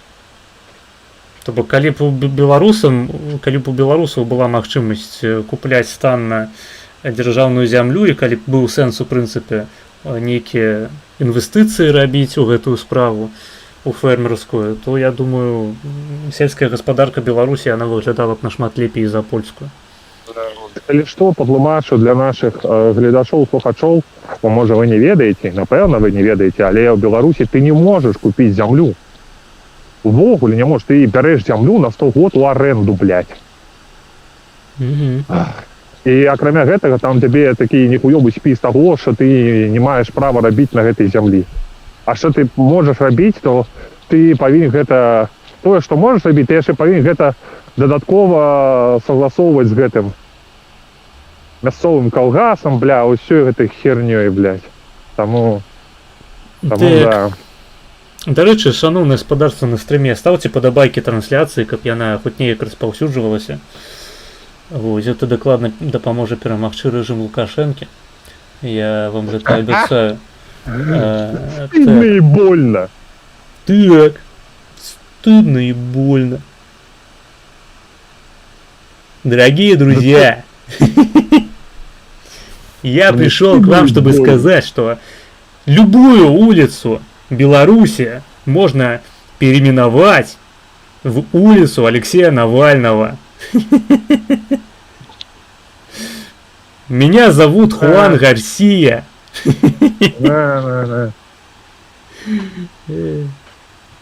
Я бью свою жену. Ну, это белорусские костюмы, славянские навод. Ой, меня снимает камера. Я дико извиняюсь. Мне стыдно и больно за то, что я только что сказал. Мне стыдно, а жонце больно. Так, у нас в семье разделение труда. Так, мне стыдно, а ей больно. Да. И чему у нас-то Кірмаш не хочет до тебе приходить на стримы? Не ебу абсолютно. Ходишь, блядь, одни только желтые короли да куты. Так, ну, на наступным тыдні павінен Усов прыйсці. У панядзелак. А у мяне, дарэчы, атрымалася зладзіць, ну, типа так, я не ведаю, як яно будзе насамрэч, бо з гэтай сувязю, хуюбісю і гэтым всім, але типа будуць дэбаты ў пятніцу такімі левакамі, але не марксістамі там. Адзін з іх типа марксіст мінулы, а зараз типа кінчанец, але я руку не трымаў. Вось. Але, ну, я не ведаю, мне просто одна вось такая штука, інтэрнэт просто выб'е і ўсё. Ніякіх табе дэбатаў, я таму не магу нармальна нічога ладзіць. Ні падкасты, ні інтэрв'ю. Разумею. Вот. Ходзіць толькі да маргінеза, і то толькі з-за таго, што ён ёсць на страме, і калі мне штосьці адбудзецца, то, ну, типа эфір, ён не будзе пустоту. Так, так. Я кажу, табе трэба рэальна рэквізіты вешаць там на сваім канале, і каб людзі пераходзілі, данацілі. Тыпу, ты можаш прыходзіць на мае стрымы і тупо пабірацца. Я нічога супраць не маю. Створым кампанію якую-небудзь, тыпу, накармі Няуса там. Ведаеш, Да. мясо для Няуса. Прикинь, якая охуительная кампанія была. Да. Потым яшчэ там под лозунгом вылічылі, што ў камуністаў няма мяса, а анкапы маюць свой адказ. Так. І потім типа- фото Няуса дистрофіка, так. Стварыць рэквізіты. Так, пишут, что Одра это заход. Ну я не той, каб шару польской географии. Одра заход. Ну, заход, по-моему, это таки паўднёвы заход. И то там не той, каб шмат. А хіба гэты Одар ён не праходзіць? Типа захад в сэнсе, што гэта не Польша, ці захад в сэнсе захад Польши. Заход Польши маецца на увазе. А, ну дык лагічна, блядь, ёсць жа гэты Франкфурт на Одары. Напэўна, гэта той самы Одар, правильно? Ну вось, ёсць Буг. Вось я зараз просто адкрыў гэтую мапу. Блять. Эту мапу папу? рэк. Ёсць Буг, А ёсць папу? Вісла. А папу рэк? Што? Ну, Лібертарыянскія жарты нейкія пайшлі зноў. да не ліберта... Ну, был мем такі, дзе хлопчык кота, типа, доколёбуе. Кіт, ты маму мав, і то йому мау. А тату мав, мау. Ага, это Бля. мем из 2015 года, окей, я зрозумів. До якого 2015-го? Ён завірусіўся пасля 20-го года, што ты мне расказваеш. Добре, тільки не бей мене. Да, да. Так, я ось Ой, гляджу я на можу мапу, сказати. тут Вісла, На папу. тут Вісла, Буг, Одра, она, блядь, на мяжі з Нямеччиною. У тебе мама одвисла, блядь, блин. Я вибачаюся, сводацтво.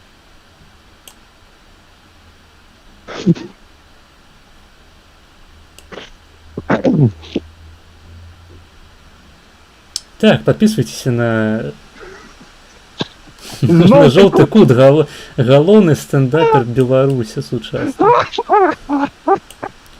Я не ведаю. Ну, зноў такі, маргінеза можна зразумець, бо это ж не ў мяне мапа падвісла, правильно? Таму тут сядзіць такі незадавальнёны. Так, Все, ладно. так, я хотел сказать, что вось тут Вісла, блядь, Буг, Одра, она прямо на мяжы з Нямеччынай, а большасць, ну, зямлі, яна ніяк да рэкаў не прылягае, на жаль. І потым мы глядзім на мапу Беларусі, дзе праз кожнае абласное такое вялікае место праходзіць нейкая вялікая рака. І нават праз маленькія мястэчкі праходзяць свае маленечкія рэчкі. А калі вы прыязджаеце, скажем, у які-небудзь Люблін польскі, то там одна хуйня, там, блядь, вось гэтая рэчка невялічкая зусім, ну гэта, блядь, ну, ирригация ніякая абсалютна. Крыніца прэснай вады адсутнічае фактычна, можна сказаць. Я нават не памятаю, як яна называлася. Там, каб яе пабачыць, вось звычайна як гэта выглядае ў Беларусі, хочаш пабачыць раку вялікую, ідзеш у цэнтр места і там яе бачыш, блядь, там мост яшчэ які-небудзь вялікі. Ну, вось як у Варшаве, там, у Кракаве, Вісла, вось гэта ўся хуйня. Там фактычна цэнтр гораду ён вакол ракі збудаваны. Ну, на працягу яе. Там Менск, той же, Віцебск, у Беларусі гэта усе вялікія гарады. А у Любліне, скажем, Люблін, я нагадваю, гэта сталіца Люблінскага ваяводства, гэта як у нас вобласць. Каб пабачыць гэтую невялічкую рачулку, трэба прыйсці там у парк, по-мойму, Людовы ён называецца. Вось, калі ты не прыйдзеш туды спецыяльна, гэта, ну, не тое, каб прямо цэнтр-цэнтр, то ты гэтую рэчку не пабачыш. У цэнтры ён такі сухі досыць з гэтага пункту гледжання. Таму так, я думаю, што гэта, канешне, я зараз не параўноўваю хімічны склад глебы у Польшчы і Беларусі, я не ведаю, як ён выглядае, ніколі не цікавіўся, але з пункту гледжання чыста ірыгацыі беларускія рэкі нашмат больш спрыяюць таму, каб весці сельскую гаспадарку. Дарэчы, можна параўнаць сельскую гаспадарку Польшчы у часы вось Польшчы менавіта камуністычнай і БССР. То бок прыкладна тыя ж самыя падыходы ў эканоміцы, але пры гэтым Беларусь на пачатку свайго незалежнага існавання выглядала нашмат больш прывабна, людзі жылі лепей, чым у Польшчы. І палякі ездзілі на закупы ў Менску, ну, у прынцыпе, ў Беларусь. І я думаю, у значнай ступені прастое менавіта, што іхняя сельская гаспадарка проста не дазваляла ім, вось гэтая савецкая сельская гаспадарка не дазваляла ім паспаборнічаць з прадукцыяй у Беларусі. Блин, цікаво, конечно, это все.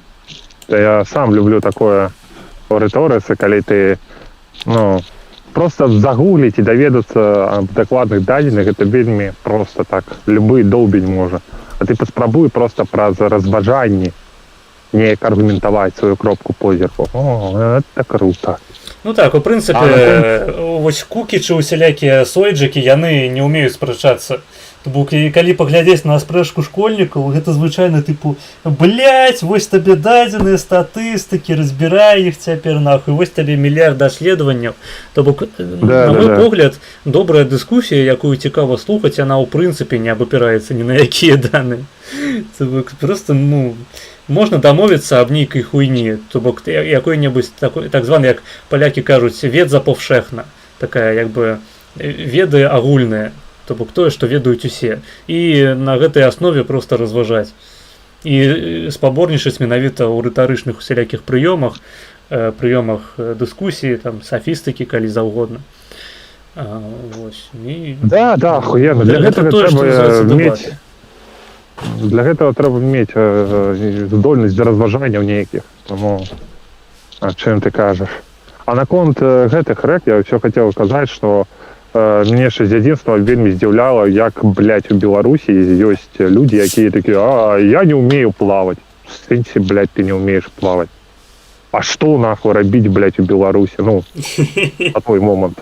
Типа, у тебе, калі ты не умеешь плавать, ты просто себе адразаеш ад гэтай, ну, не паловы, там, свайго, як гэта казаць, баўлення вольнага часу, але, ну, там, не ведаю, 30%, 35%, ну, як гэта, блядь, не пайсці на рэчку, ванючку нейкую, там, на возерах у ёзера, пайсці папляскацца, да басейну на гэтат, в канцы канцоў.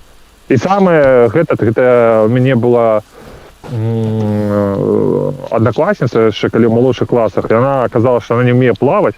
А потом я ее летом запросил пойти на ровер кататься, она говорит, я и на роверу кататься не умею. Я такой, бля, нахуй. Городские, потому что ты ж Менский, правильно? Ну да.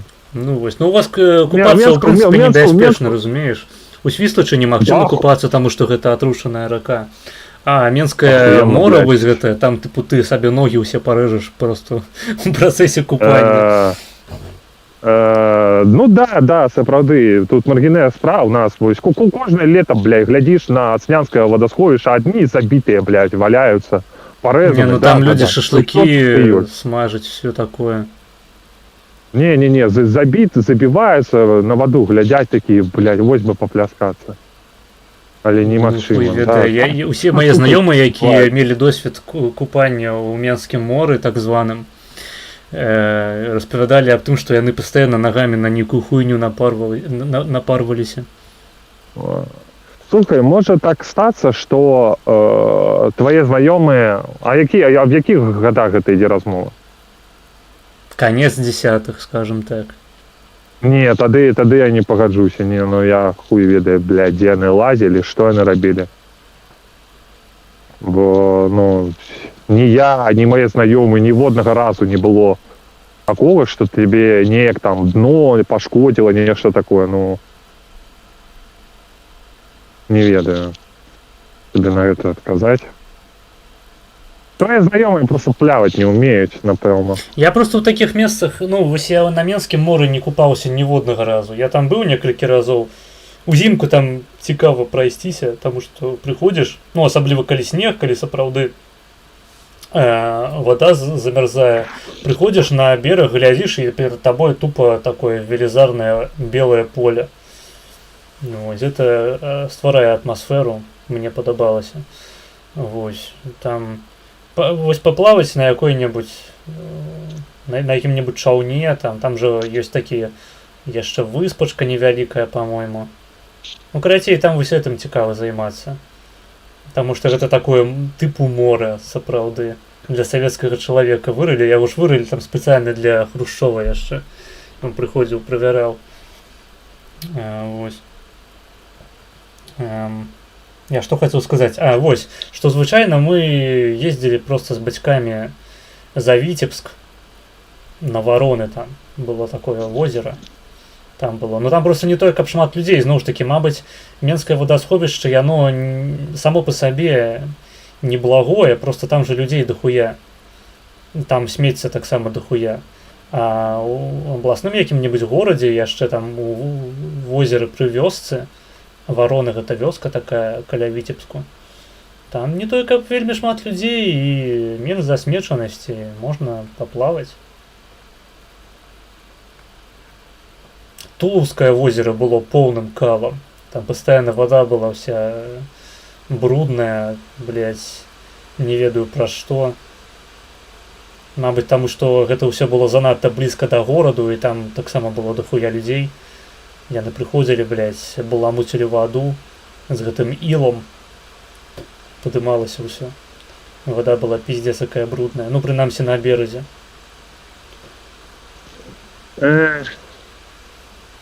Я, калі што, я не ведаю, калі вось Маргінэ скажа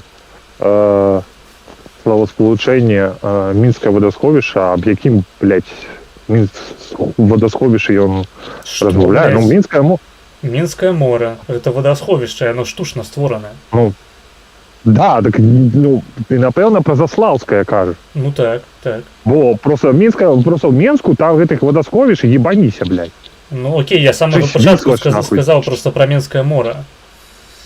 Цнянское гэта іншае, по-моему, так, сапраўды. Да, Цнянская іншая. Але Цнянка, яна, по-моему, увогуле ў межах гораду, то бок там, блядь, яшчэ больш засмечанасці. Цнянка, гэта ж, по-моему, блядь, гэта паўночны ўсход Менску, правильно?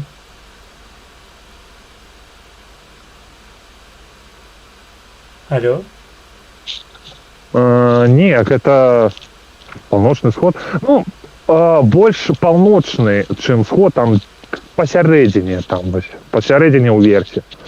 То есть гэта поўнач і крыху ўправа. Мне здаецца, я там не быў, але магчыма, я ведаю Цнянскую. Ну, напэўна, вось цябе не пашчасціла, што да, вось мы бо большасць часу мы хадзілі на Цнянку. Цнянка гэта поўнач, так. Я там не быў, дарэчы, гэта дзіўна. Ну тым больш. Але я ведаю, дзе гэта я бачыў. Там так, я ведаю, я глядзеў гэта Яндекс.Мапы, там добрыя такія краявіды адчыняюцца, таму што там, калі здымаць з паветранага шару, бачна вось гэтую выспушку ў цэнтры. Так усё прыгоженька там улаштавана. Але асабіста там я не быў ніколі. Я быў толькі вось каля Драздоў і каля Менскага мора. Але ў прынцыпе ў Менску я ніколі не купаўся ў прынцыпе. Вось, гэта заўсёды былі правінцыйныя ўсялякі. Ну так, ну як бы там менчукі купаюцца і робяцца мутантамі, блядь, левакамі. Таму я лічу, што трэба такіх пазбегаць месцаў. Ведаеце, старажытныя філёзафы лічылі, што увесь свет складаецца з вады. І я прытрымліваюся таго ж пункту гледжання. Таму трэба асцярожна з вадой. По-моему, так только один философ лічыў. Неважно. А да яго лічылі, што ўсё, што двигаецца, яно разумнае. І таму яны ўсе планеты лічылі, што яны ўсе здольныя розуму разважанняў самастойна. Таму што яны ж двигаюцца, правильно? Ну так. Потым апынулася, праўда, што людзі не здольныя да разважання, але гэта іншая справа. А навошта людзям разважаць? Ну, правда. Это такая демо-версія Black Pill, калі ты паглыбляешся ў палітыцы, у палітычныя абставіны, стасункі, ты павінен для сябе зразумець, што большасці людзям не патрэбна свабода, не патрэбна дэмакратыя. І гэта нармальна. Это не в сэнсе, што з людзьмі нешта не так, бо з людзьмі ўсё так. І не в сэнсе, што людзі тупыя, не, просто лібералы падманулі, ну не падманулі, добра, давай так, продалі сваю ідэю. Да, продалі сваю ідэю дэмакратыі і свабоды паспяхова. Але з-за таго, што яны продалі, это не вызначае таго, што она вартая яе прытрымлівацца. Большасці людзям патрэбна проста, каб на імі быў хтосьці галоўны, які мог даваць кампетэнтныя загады, кампетэнтныя парады. Што трэба рабіць? Всё. Это насамрэч так, это не беларусы, такое быдло, не палякі, не расейцы, гэта вся большасць чалавечага свету такая. Гэта трэба прыняць, калі хочаш рабіць нейкія перамены, ладзіць, ты павінен гэта разумець, што людзі маюць схільнасць вось да такіх рэчаў. Ну так. Ну, дарэчы, я згодны з тым, што казаць аб тым, што большасць людзей тупая, неправільна. Таму што, ну, я прытрымліваюся вызначэння дэфініцыі інтэлекту згодна з канцэпцыяй General Intelligence, якую мерыць тесты IQ. Вось, то бок я за тесты IQ. А тесты IQ, яны працуюць такім чынам, што ў нас большасць насельніцтва не тупая і неразумная, яна проста сярэдняя. Иначе у нас просто расклад ідзе по пізде. Тест IQ, он заўсёды пабудаваны так, што тупыя і разумныя людзі гэта экстэрналіі. Ну, таму што рэальна трэба быць мега тупым, каб, ну, там, атрымаць, скажем, менш за 80 пунктаў IQ. І рэальна трэба быць вельмі разумным, каб атрымаць больш за 120 пунктаў IQ. Вось. Большасць насельніцтва, яна проста некампетэнтная. Вось. Гэта больш такое карэктнае сцверджанне. Яно некампетэнтнае ў тым, каб кіраваць вось вялікімі нейкімі папуляцыямі, там, кангламератамі людзей, інстытутамі. Таму іх трэба трымаць проста далей ад кіравання дзяржавы, і не павінна быць ніякага агульнага выбарчага права. Уладай павінны займацца людзі кампетэнтныя, як і любой іншай прафесіяй. Любым іншым родам дзейнасці павінны займацца прафесіяналы. Ну, блядь, ну... А в чаце нешта пішуце і ўсім похуй. Пішуць, а можа большасці людзей патрэбны анпрым? Большасць людзей жыве зараз у гарадах і не мае ніякага ўяўлення аб тым, як працуе свет па-за жыццем у горадзе, таму іх анпрым проста заб'е нахуй. Ну, я сёння, дарэчы, распавядаў сваю канцэпцыю гарадоў. Я лічу, што ў гарадах трэба ствараць дыктатуру проста татальную, ну, як у Сінгапуры. Нахуя? Ну, таму што... Блядь, нахуя? Таму што іначай проста вялікія гэтыя кангламераты не здольныя існаваць. Яны заўсёды будуць сраць на вуліцах. Пра Сінгапур ты маеш на ўвазе, што там цябе, бля, публічна палкамі лупцуюць. Ну так, каб людзі не малявалі на сценах, вось гэта, не сралі на вуліцы. Реально, вось трэба такую правую дыктатуру. Ахуенная дыктатура. Нагадай, калі ласка, Сінгапур якім годзе з'явіўся? Ну так, прыкладна. Сінгапур як горад? Я не ебу. Ну да. По-моему, давно. Давай, вось другая палова 20-го стагоддзя. Да другой паловы 20-го стагоддзя у нас людзі ў гарадах жылі? Жылі, так. А гарады вялізныя былі ці маленькія? На 100 чалавек? Ну, яны былі менш, чым сучасныя мегаполісы. Зразумела. Разумееш, да чаго я падводжу, да? Што, по-моему, блядь, справа ў тым, што Лі Кван Ю вельмі, блядь, разумеў тое грамадства, якое яму дасталося, так казаць, ад гэтай. Ой, бля, хто выкінуў гэты Малайзія выкінула, так. Да, яму вельмі было зразумела, што за населіца яму дасталося. Ну, з ваўкамі жыць па вочы выть, гэта першае, гэта сапраўды так. Але гэта не значыць, што калі вось гэтае разуменне Лі Кван Ю на тое грамадства, якое было ў Сінгапуры, яно пераносіцца на весь астатні свет. Асабліва, калі мы кажам пра захадны свет. Таму што, як паказвае прыклад захаднага свету, да таго, як левакі пачалі атручваць усю гэту цывілізацыю, ну не было такого. Ну, По-моему, там і без левакоў пастараліся.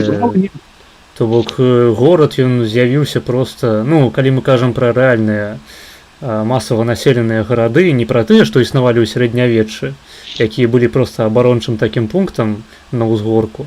Там шмат людзей не жыло, і там фактычна ў пэўным сэнсе існавала такая дыктатурка. Ось. Просто пра гэта не зусім карэктна размаўляць у кантэксце сучасных дзяржаваў. Сучасныя гарады, яны ж з'явіліся як эфект індустрыялізацыі, якая прывяла да урбанізацыі. То бок у гарады з'язджаліся проста усялякія працоўныя, якіх наёбвалі, што яны будуць жыць на нейкім жытле, атрымліваць свой заробак і не залежаць ад паноў усялякіх, якімі валодалі раней. Ну, як бы апынулася, што яны будуць жыць у каморках 2 на 2 метры, альбо ў казармах увогуле, і атрымліваць той же самы заробак, у прынцыпе, пры гэтым дышаць усялякімі канцэрагенамі і паміраць там праз 2 гады гэтай самай працы, таксама вельмі фізычна цяжкай. Вось, гэта як фармаваліся гарады, у прынцыпе. Я не ведаю, мабыць, у цябе іншы погляд на тое, як гэта адбывалася. Па-мойму, так. І гэта яшчэ да таго, як левакі пачалі сраць на вуліцах. Вуліцы былі засмечаныя яшчэ да левакоў, проста тупа усялякімі выхлопамі, газамі і іншымі, блядь, наступствамі індустрыялізацыі.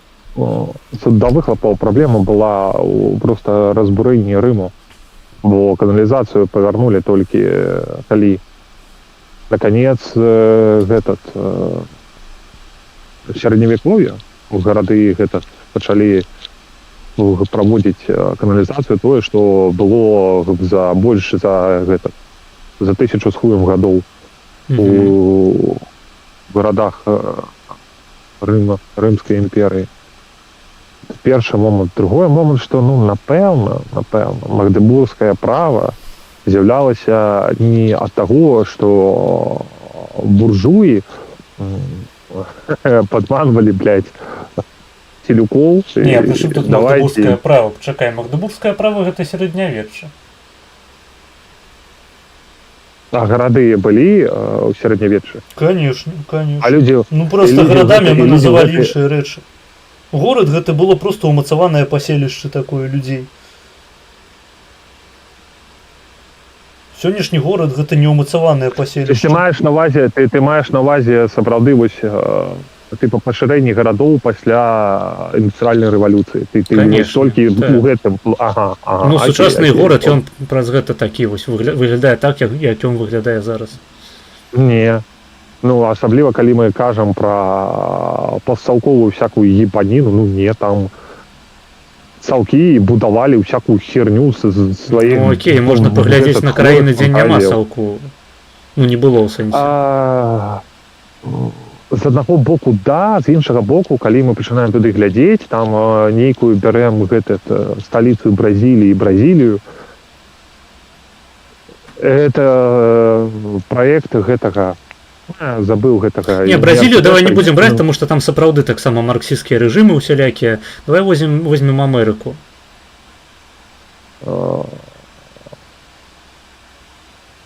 Ну, слухай, аднапавярховая Амерыца.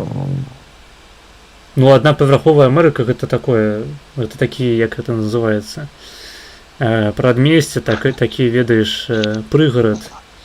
Гэта не тое, што складае горад. Сабурбія, так.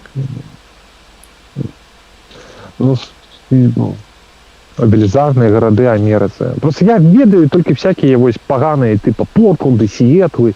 Ну, яны ўсе паганыя, разумееш, у чым праблема? Усе вялікія гарады ў Амерыцы, яны паганыя. Я разумею, просто Просто, напэўна, яны такімі паганымі сталі не ўвесь час яго існавання яны былі такімі паганымі. На мой погляд, увесь. Напэўна, вядома, можна там сярод сартоў калу абіраць найсмачнейшы, там з арэшкамі, не ведаю, з рэшкамі кукурузы, але ўсё гэта кал проста. Морквай, так, на любителя. То бок усё гэта кал, засмечаны, брудны. Не, з белымі гарадамі я ўвогуле хацеў адпавесці пра G-фактор, што праблема IQ тэстаў тым, што у нас все ж таки ёсць эфект Фліна, але эфект Фліна ён вызначаецца праз асяроддзе, але як мы ведаем, не праз асяроддзе нават. Ну, у сэнсе не праз выхаванне тлумачыцца. Эфект Фліна, я нагадаю просто гледачам, што эфект Фліна гэта паступовы ўзрост коэфіцыенту IQ там на працягу другой паловы 20-го стагоддзя і зараз. Ты ж пра гэты эфект Фліна, правільна? Да. Я і таксама там просто няма розніцы асяроддзе, не асяроддзе. Там праблема просто ў тым, што, па-першае, людзі пачалі нармальна кушаць масава.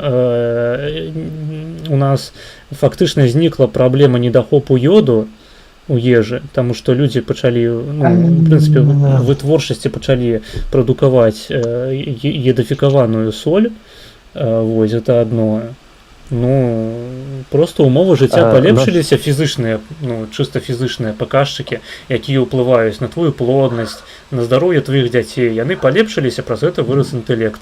Гэта ніяк не сведчыць, што у нас нейкае выхаванне змянілася, там, насамрэч, тое, аб чым кажа Маргінез, гэта толькі адзін з варыянтаў інтэрпрэтацыі, бо гэтаму эфекту ёсць інтэрпрэтацыя такая, напрыклад, што у нас павялічылася распаўсюджанасць адукацыі даступнай. Што ты робіш у школе? Ты праходзіш тэсты. І ёсць велізарная розніца, калі ты ўсё сваё дзіцячае жыццё хуярыў на нейкай гаспадарцы, там, на фабрыцы працаваў з бацькамі, а тут ты ў школе, там экзамены, контрольныя праходзіш, тут тебе яшчэ адзін тэсцік. Гэта першы момант. Другі момант. Калі мы параўноўваем, збіраем дадзеныя абарыгенаў, ёсць такі момант, што абарыгены проста не вельмі маюць да халеры матывацыі праходзіць нейкія тэсты. І гэта аб саміх абарыгенаў не робіць нейкімі тупымі. Таму што абарыгены ў сваім асяроддзі вельмі добра арыентуюцца, ведаюць, як паляваць, як выследжваць гэтую жывёлу, як яе гатаваць, што рабіць, калі там нешта не так, замарнуецца, якія часткі можна есці, якія нельга есці, як правільна есці. Вельмі такі велізарны пласт ведаў, якімі яны карыстаюцца. А калі да іх прыходзяць даследчыкі, такія белыя людзі цывілізацыі, вось вам паперкі, вось вам тэсты, праходзьце, блядь. Ты ад не хочаш, чалавеча. Тут такія моманты. І самае галоўнае, што та інтэрпрэтацыя Маргінеза, якую агучыў, з йодам, інтэрпрэтацыі, якія я казаў, і яшчэ там іх шэраг, можа распастацца так, што яны ўсе верныя. Це трэба разумець. А яшчэ праблема далей IQ-тэста, што IQ-тэст разлічаны на высвятленне сярэдняга выніку. Бо, напрыклад, уявіце сябе, што IQ-тэст, 100 балаў, да, сярэдняе вызначэнне. А можна тэарэтычна, не спецыяльна, а тэарэтычна знайсці чалавека, які будзе праходзіць гэты тэст на 0, на 5 балаў. То есть, калі ты просто будзеш выпадкова ставіць адказы у тэсце, тебе ўсё роўна нейкія там колькасць балаў больше за 0 ты атрымаеш. А калі чалавек вельмі адукаваны, калі ён вельмі разумны, IQ-тэст можа сапраўды бачыць розніцу паміж 120 IQ, паміж там, 140 IQ і 160. Па балах гэта зразумела, но як гэта казаць, у межах чалавечага жыцця можна высветліць гэтую розніцу, арыентуючыся на гэты тэст. А вот он на гэта не разлічаны. Так, ну ты накидаў зараз Алло. вельмі шмат рознай хуйні. Давай по парадку. Як бы пачынаючы з таго, што нібыта тэсты IQ яны неяк моцна звязаныя з кантэкстам, і якія-небудзь абарыгены у Афрыцы не могуць яго прайсці проста праз тое, што яны не звыклыя да напісання тэстаў. Ну, праблема проста ў тым, што тэсты IQ яны вызначаюць не твае нейкія кантэкстныя веды ў рамках еўрапейскай культуры, амерыканскай культуры. Яны вызначаюць твою здольнасць працаваць з алгарытмамі. І гэтую здольнасць працаваць з алгарытмамі яе можна адаптаваць пад самыя розныя ўмовы. Можна ствараць проста асобныя тэсты для афрыканцаў, якія ў іх будзе матывацыя праходзіць. Вось, можна заматываваць, гэта не праблема. Першы момант. Хаця насамрэч трэба было пачаць з другога, які зараз агучу. Другі момант, нам похуй павінна быць на IQ абарыгенаў, таму што мы бачым па саміх абарыгенах, што неяк у іх хуёва атрымліваецца будаваць іхнія грамадствы. І па ходу гэта не зусім вынікае з таго, што ў іх ёсць нейкая імперыяльная спадчына. Мы можам паглядзець на IQ розных этнічных груп, у тым жа ЗША, у якім, в прынцыпе, усе праходзяць праз сярэднюю адукацыю, праходзяць праз вышэйшую адукацыю, розныя людзі рознага паходжання. І вось мы ў гэтых людзей, якія прывыклі пісаць тэсты, правяраем іхні IQ. І апыняецца, што людзі з аднаго і таго ж культурнага кантэксту здаюць, ну то бок людзі рознага паходжання здаюць тэст IQ па-рознаму. То бок з рознымі вынікамі, якія статыстычна і клінічна адрозніваюцца адзін ад аднаго. І гэта немагчыма патлумачыць тым, што чарнаскурыя ці лацінусы не прывыклі здаваць тэсты. Яны, здавалі іх у школе неаднаразова. То бок, ну, гэтае сцверджанне, гэта па тыпу таго, што у чорных людзей больш там хуёвыя вынікі па матэматыцы, ну, значыць, матэматыка гэта расійскі прадмет, як там у Арыгоне калісьці сцвердзілі. Вось. Што ты казаў там яшчэ наконт? Што там яшчэ было? Што ты яшчэ казаў, акрамя гэтага? Што ты пералічыў? Ну, вось абарыгены. Пра абарыгенаў. Так. Бля, я сам забыл, бо я ўжо ў сваёй галаве пачаў будаваць табе адказ. Ну, трэба таму па чарзе. Наконт, блядь, што там яшчэ было-то такое? То бок, вось я яшчэ пра што хацеў сказаць. Наконт таго, што вялікае IQ, калі ў чалавека, калі ў людзей высокі IQ ўжо, не проста вышэй сярэдняга, а высокі, там, больш 120 і так далей, там сапраўды існуе праблема, што мы не вельмі здольныя адрозніваць паміж сабой, адэкватна ацэньваць інтэлект вельмі разумных людзей. Гэта праўда. Але гэта праблема, якая тычыцца вельмі невялікай колькасці, у прынцыпе, папуляцыі. Гэта проста не тое, каб вельмі вялікая праблема. Так, гэта праблема тэсту IQ, актуальная, яна яшчэ чакае свайго вырашэння, але для большасці папуляцыі, якую складаюць сярэднія людзі і тупыя, ну, тупыя таксама можна сказаць, што хуёвенька, але проста мы з тупымі людзьмі ведаем, што рабіць. Там, як бы, там пытанне ў нас асабліва не ўзнікае. Ось, там у кого менш 80 IQ, там просто, ну, яны не здольныя нават навучыцца ніякай дзейнасці. Мы, в сэнсе, мы з табой ведаем, ці мы як чалавецтва? Што ведаем? Што рабіць з тупымі людзьмі? Мы як чалавецтва. Ну, в сэнсе, у нас няма ніякіх праблем, ну, вось, ну, тупы чалавек, ну, тады зразумела, што ім трэба займацца неяк спецыяльна, што яго там, ну, у якую-небудзь клініку і працаваць з ім, спецыялістамі, зноў ж такі. Там свае праблемы могуць узнікнуць, як у прынцыпе гэтага чалавека можна убудаваць у грамадства, там, каб ён не проста ляжаў на канапе і глядзеў мульцікі цэлымі днямі, а штосьці, вось, анімэ, калі б ён глядзеў там цэлымі днямі. Каб ён нешта выконваў яшчэ, акрамя гэтага. Вось. А з разумнымі людзьмі нам хацелася б зразумець, самыя разумныя людзі вось як бы найлепей выкарыстаць іхні патэнцыял. І тут сапраўды IQ-тэст трошкі спатыкаецца на гэтым моманце, гэта праўда. Але зноў ж такі гэта досыць абмежаваная такая вобласць практычнага прымянення тэсту IQ. Па-другое, што я хацеў сказаць яшчэ, што тэст IQ на працягу жыцця ён фактычна не змяняецца ягоны вынік. То бок ты што ў дзяцінстве здаеш, ты што ў падлеткавым узросце ў школу прыходзіш, здаеш тэст IQ, што ты праз усю сярэднюю адукацыю вышэйшую пройдзеш, напішаш той же самы тэст IQ, у тебя будзе той же самы вынік. Ён не зменіцца. Таму што інтэлект гэта прыроджаная характарыстыка, і яна на працягу жыцця істотна не змяняецца. Там ёсць кароткі перыяд пластычнасці мазгоў у падлеткавым узросце, калі на некалькі пунктаў незначна IQ можа змяняцца. Потым, пасля 25 год, ты прыходзіш проста да свайго нармальнага стану, і твой IQ вынік ён не змяняецца. Колькі б ты кніжак не прачытаў, колькі б ты адукацыі не атрымаў, IQ-тэст будзе той же самы. Я вось глядзеў, напрыклад, нядаўна свае вынікі яшчэ са школы, там з 9 класы, з 10, у мяне было 116 IQ прыкладна. Я нядаўна праходзіў тэсты, яны прыкладна тое ж самае паказалі. Там 116, карацей, я трапляюся яшчэ ў гэтую катэгорыю вышэй сярэдняга. Не высокі, але вышэй сярэдняга. Тое ж самае, што было, так і засталося. І гэта статыстычна так ва ўсіх людзей. Таму што інтэлект, ён наследуецца нават лепей, чым рост чалавека. Рост чалавека менш тлумачыцца ягонымі бацькамі, скажам так, ягоным генетычным матэрыялам, чым інтэлект.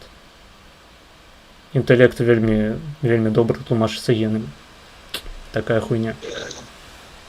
Але на чым ты стаіш, калі ты кажаш, што тэсты не змяняюцца, калі яны сапраўды змяняюцца? І справа ў тым, што гены на твой інтэлект пачынаюць упаваць больш з тваім узростам.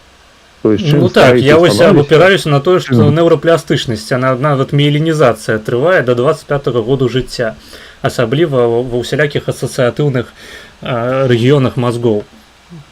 Так, а пазней ужо ўсё, ты становішся больш падобны інтэлектам на сваіх бацькоў пасля 25 год. Так. Але акрамя гэтага ёсць такі момант, што твая вось здольнасць да абстрактнага, там вось ёсць жа такое паняцце крыстальны інтэлект. Правильно? Гэта твае веды. Тое вось наколькі добра ты... гэта проста іншая дэфініцыя інтэлекту. Не. Крыстальны інтэлект гэта тое, як ты можаш карыстацца ведамі, якія ты дагэтуль спалучыў. То есть твае, так казаць, акадэмічныя веды. Але IQ, ён высвятляе твою здольнасць да абстрактнага мыслення. І вось з узростам твоё абстрактнае мысленне, оно пакрыху здольнасць да яго, оно ў цябе памяншаецца. Просто, я разумею, што адна справа, калі гэта кажу я, і з іншага боку чалавек, які сапраўды вучыцца на нейрабіёлага. Глядзі, калі б мы лічылі, што адукацыя, яна патворствуе таму, што IQ павышаецца, то у старых людзей павінен быў быць вышэйшы IQ, чым у маладых. Ты проста мне сказаў, што IQ змяняецца на працягу жыцця. Я даводжу, што не. Ён змяняецца толькі ў старых людзей, у якіх ужо дэмэнцыя там наступае, рэальныя неўрадэгенератыўныя працэсы. То бок у нас, як я ўжо сказаў, ёсць падлеткавы этап, там, скажем, 12-25 год, калі неўрапластычнасць дазваляе, не 12-25, просто до 25 год неўрапластычнасць дазваляе там скакнуць трошкі вышэй сваіх генетычна адмераных магчымасцяў па інтэлекце. Вось. Далей не. І гэта тлумачыцца неўрапластычнасцю. Адпаведна, пагаршэнне твайго стану інтэлекту у старасці тлумачыцца неўрадэгенератыўнымі працэсамі. То бок адваротнай сітуацыі, калі ў нас мазгі не тое, што не здольныя там ствараць масы сінапсаў, сувязяў паміж клеткамі, а наадварот іх губляюць паступова. Так, IQ можа праз гэта пагоршыцца. Наконт таго, што там стасаванне акадэмічных ведаў, проста IQ, ён не пра гэта. IQ... Я ведаю, я ж табе і зазначыў, што вось у нас ёсць крысталізаваны інтэлект, А ёсць абстрактны IQ высвечае абстрактны інтэлект. Ён высвячае не толькі каб абстрактны інтэлект. Інтэлект згодна з IQ, згодна з тэстамі IQ, як я тлумачу, па-моему, на папярэднім стрыме ўжо на Твічы, ён вызначае здольнасць да вырашэння задачаў у нестандартных умовах. То бок вырашэнне задачаў, з якімі ты раней ніколі не сутыкаўся. Гэта тое ж вызначэнне інтэлекту у рамках канцэпцыі IQ, у рамках канцэпцыі General Intelligence. То бок там можна памерыць сваю памяць, скажем, таму што памяць уходзіць у паняцце General Intelligence. Але ў General Intelligence не ўходзяць твае акадэмічныя веды. Можна быць... Можна не мець ніякай адукацыі, у прынцыпе, але пры гэтым мець высокі IQ. І наадварот. Наадварот, вельмі часта насамрэч спатыкаецца сітуацыя, калі чалавек мае некалькі вышэйшых адукацыяў, дзесяткі навуковых степеняў і поўны вось такі ідыёт. Ходзіць Стасян і раз'ёбвае яго без адукацыі, без падрыхтоўкі. Не, ну, як бы прыклад са Стасяном акурат гэта на маю карысць, таму што ў Стасяна нізкі IQ, а у маргінала высокі. Вось. Пра што я казаў? Дык вось. Калі мы кажам пра інтэлект як пра проста шэраг той хуйні, які чалавек памятае, то гэта проста нейкае іншае вызначэнне, і тады мы проста пра розныя рэчы размаўляем. Інтэлект гэта прыродная... Я не размаўляю, я тебе не аб гэтым кажу, я разумею гэта. Так, а аб чым? Блядь. А в тым, што IQ змяняецца. Ну, яно змяняецца не праз адукацыю, я зноў ж такі тлумачу.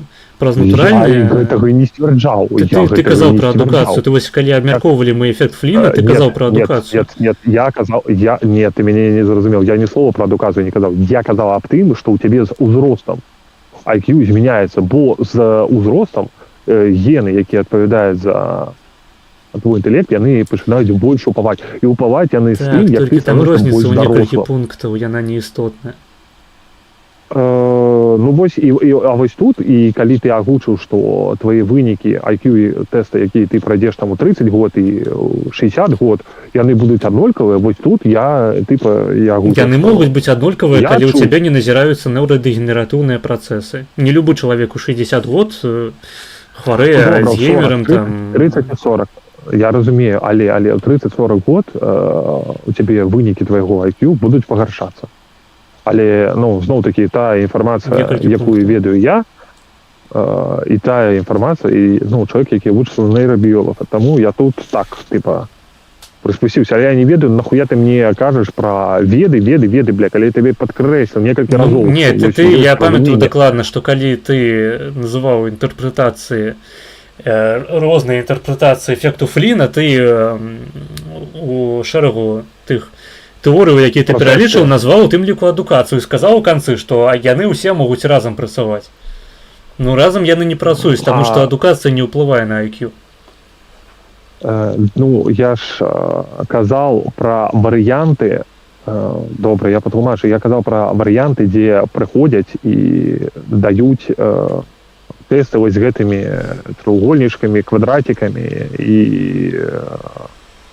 шукаць. Вось тебе аловак, гэта асадка, давай малюй. Ну. І калі чалавек ніколі ў жыцці не трымаў гэтага, то гэта ўпавае.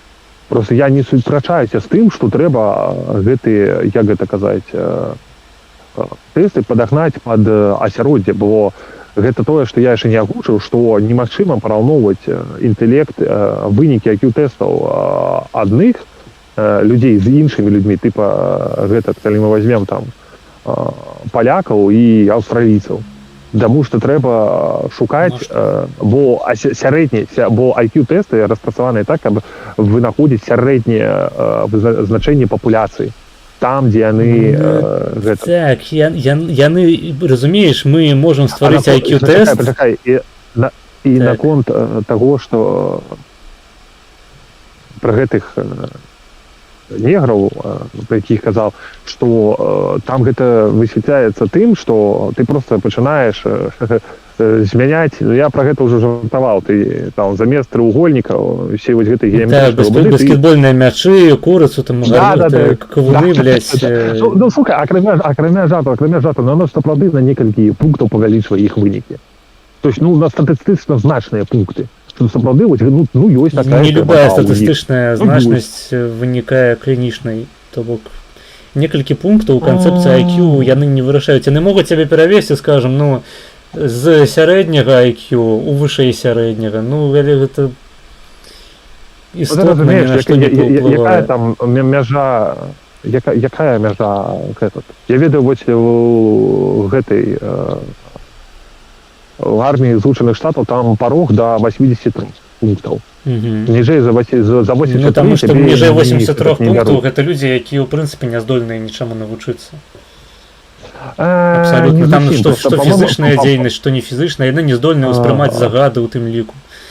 Ну, по-моему, там гэты парог, ён, по-моему, 79 ці нешта такое. Там просто праблема у арміі, што ты знаходзіся у не зусім бяспечных абставінах, ну, не ў сэнсе, што на цябе на перадавую кідаць, а што там склад з боепрыпасамі, агнестрэльная зброя і так далее, і так далее. І даверыць не вельмі разумнаму чалавеку гэта наводзіць больш шкоды. Там праблема нават не ў гэтым. Як я сказаў, ужо па-першае, іх немагчыма чамусьці навучыць, то бок, ну, літаральна нават вуліцу падмятаць нармальна. Гэта вялікая праблема, што ў нас велізарная колькасць насельніцтва валодае такім IQ, пры якім яны, ў прынцыпе, не здольныя ні на што. Гэта досыць такой вялікі выклік цывілізацыі сучаснай. То бок у нас велізарная колькасць людзей, каля там... А адкуль інфармацыя, што у нас велізарная колькасць людзей не здольныя... Ну, таму што у нас проста з дэфініцыі тэсту IQ у нас павінен быць нармальны расклад, вось такі купалавідны. І вось гэтая частка, якая валодае інтэлектам ніжэй 83, а іх, блядь, ну, досыць дохуя людзей насамрэч. Калі там 10, по-моему, адсоткаў, ну, я магу памыляцца ў канкрэтных лічбах, гэта людзі, ну, просто мы ведаем, мы бачым карэляты вось за IQ, вось той самы General Intelligence, які я паказваў, ён складаецца там з памяці, прасторнага мыслення, там, іншай хуйні. І мы яшчэ бачым карэляцыю там з адукацыяй, з заробкам, з усялякай хуйнёй. І ў тым ліку са здольнасцю вось навучацца новым нейкім чыннасцям. Там навучанне, па-мойму, таксама складае адну з кампанентаў. І General Intelligence, наколькі хутка ты здольны навучацца чамусьці. Вось людзі, якія валодаюць IQ ніжэй 83, умоўна, залежыць ад тэсту, яны не здольныя навучацца ў прынцыпе. З імі што не рабі, блядь, хуй табе што ўдасся. Не зусім. Там правільная фарміроўка гучыць так, што спроба навучыць іх чамусьці, яна будзе патрабаваць большых затрат, чым ты атрымаеш выхлапу ад таго, чаму яны навучацца.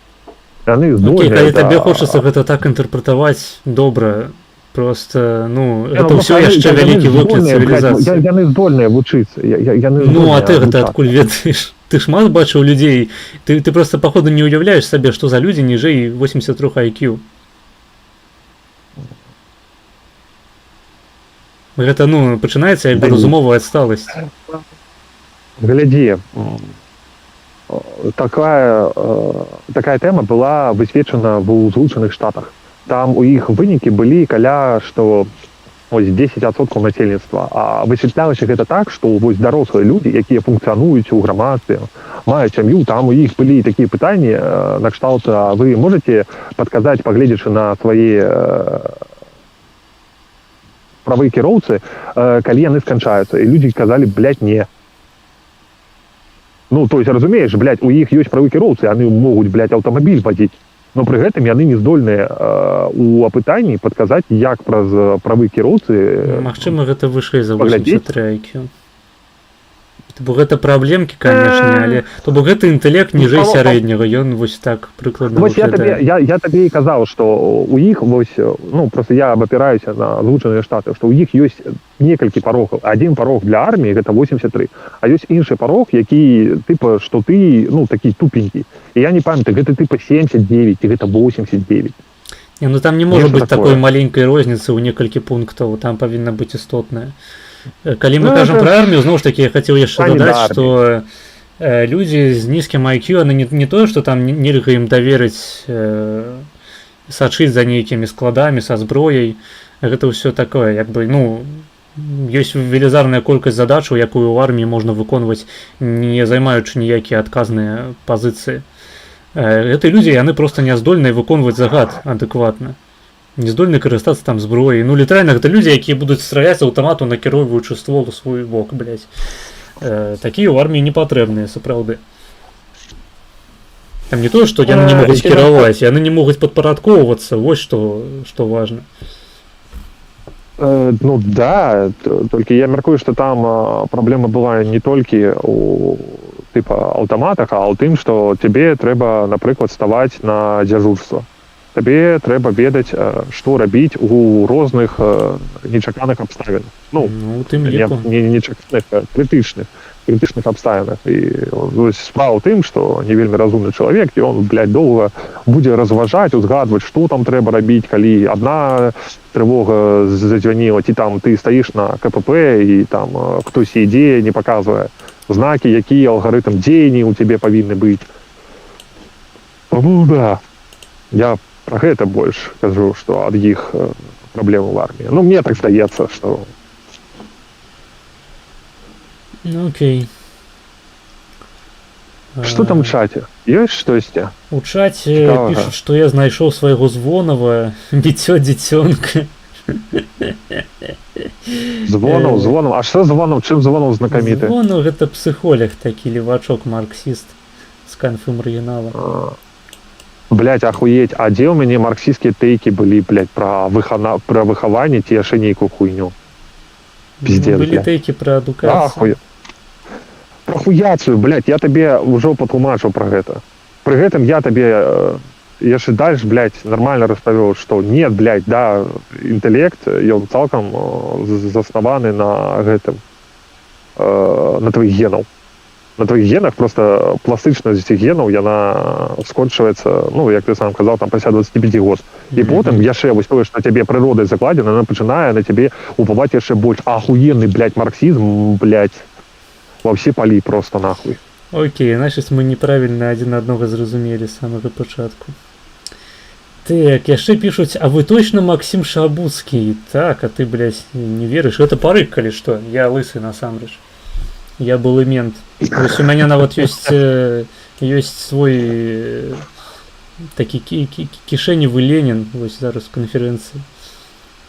Жоўты кут. Мы робім рэвалюцыю в Беларусі. Ага. Да. Так, пішуць, я прыйшоў сюды глядзець шабу, а не херню пра IQ. Да, ахуенно. Я магу яго вывесці на экран. Спадара Шабуцкага. Напэўна, маргінез у нейкім добрым становішчы, бо звычайна ён адпавядае на падобныя з'яўленні. Нешта накшталт, ты, бля, гроші заплаціў, каб нешта нахуй глядзець. Глядзіш і даюць задарма. Ну так, сапраўды, нешта я паблытаў, блядь. Ну, бачыце, трэба больш жорсткая дыктатура. На стрымах, ведаеце, на стрымах таксама павінна быць дыктатура жорсткая. А навошта? Хто табе не падабаецца, адразу ў бан, блядь. Я за такі падыход. Да, за Сінгапур, блядь. Мы ў гарадах павінны цкаваць людзей, бля. Чым больш на стрыме людзей, тым большая патрэбная дыктатура, прямо як у гарадах. Вось у нас у гасцёх Максим Шабуцкі.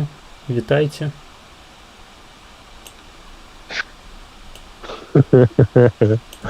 Пра чысціню гарадоў вядомая вось гэтая тэма пра Менск, чысты горад, та-та-та, ла-ла-ла. Як мяне люта басціла тэма, што калі ты выходзіш каля метро, стаяць сметніцы. Праходзіш крыху ўперад, там стаіць гэты аўтобусны, тралейбусны, хуейбусны прыпынак, стаяць сметніцы. За ім, за гэтымі сметніцамі ёсць такі тыпа газончык, там дарожцы, і там, сука, сметніцы.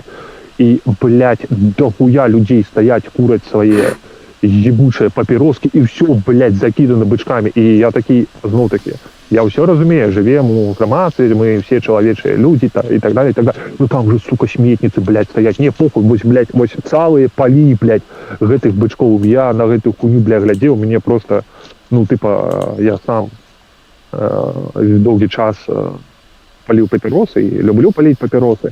Просто грошей на гэта, блядь, нема. Ну, типу, я ось, ну, просто ніякої толерантності, ніякого розуміння там в таких ось моментах я просто, блядь, не розумію. Ви стоять ебучі сметниці, і ти все равно. А коли нема сметниці, дик пачку, блядь, заховай себе свой бычок ебучий. Ну как, блядь, донеси? Не, бля, буду выкидывать нахуй. Я, ну, сука, не разумею гэтага і не разумею, як гэта все пануе з тым, што Луцк, Беларусь, Менск, чыстыя гарады. Я просто не быў нідзе, акрамя Менску і Польшы. І гэтат, просто жудасна, бля, уявіць, адкуль нахуй людзі прыязджаюць, там, типа, з Расіі, з Украіны, які кажуць, ой, Мінск, у вас, блядь, такі чысты горад. Я такой, блядь. А ты ж, типа, з хлебу, блядь, прыехаў? Що за хуйня? Алло, кажи что-нибудь. Я тут. Окей. Максим Шабузский выказал свое незадоволение с этой, бля, сметницами у Менску. Я просто тебе раю зайти на стрим, поглядеть, як это зараз выглядае. І весь это так, это просто треба побачить. Так, чаму ЖК не приходить у конфы поза стримами?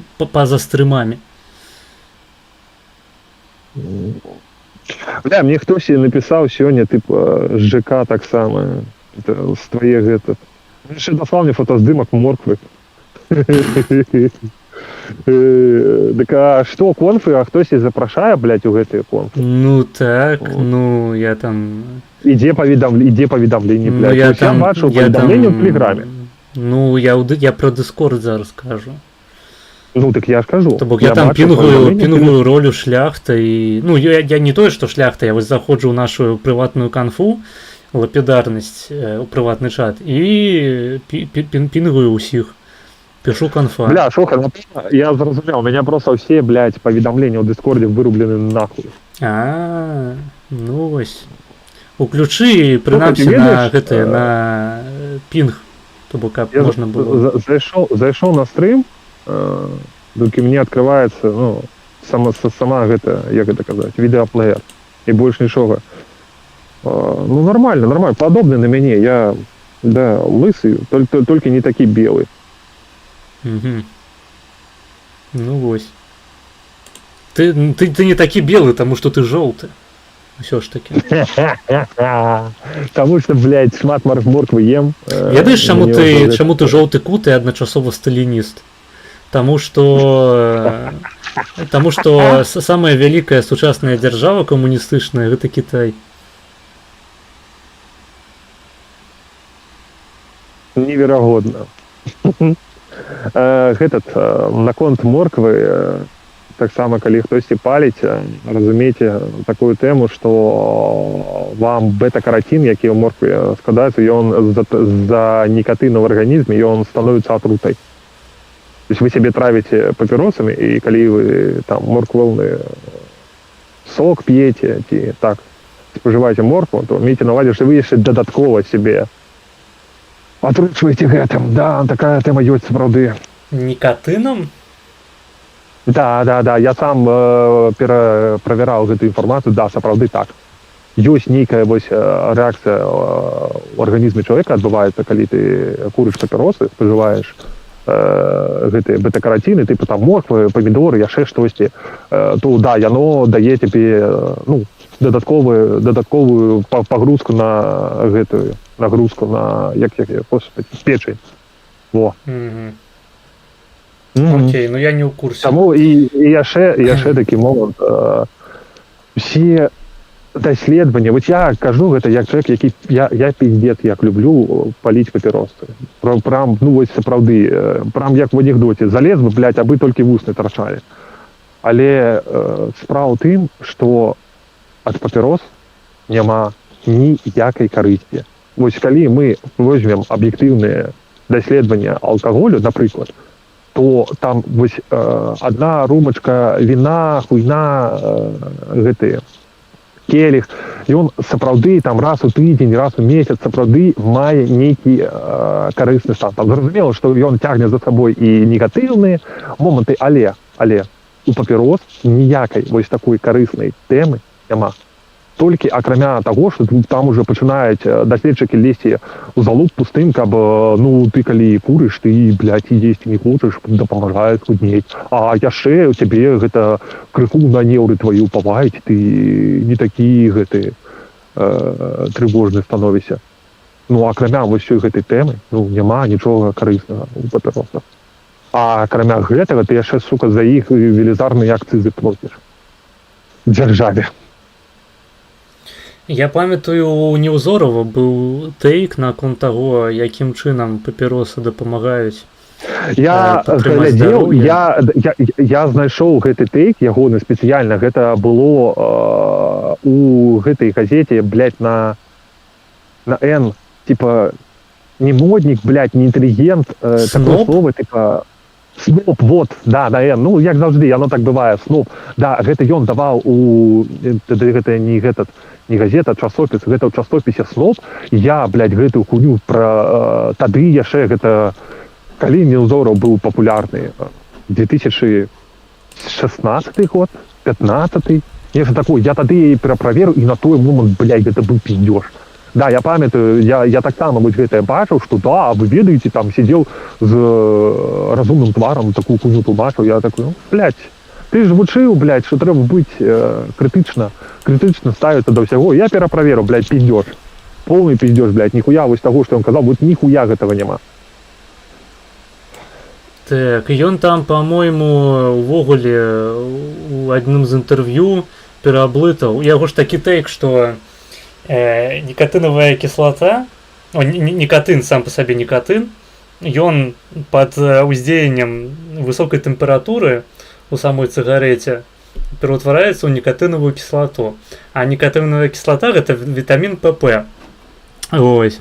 Толькі праблема ў тым, што ніхуя там не пераўтвараецца, і нават калі акісляецца никотин, то там хутчэй іншыя прадукты дзейнасці, то бок там никотиновая кислота сама просто так праз высокую тэмпературу не ствараецца ў цыгарэце. Так не адбываецца, там іншыя прадукты акіслення таксама шкадлівыя.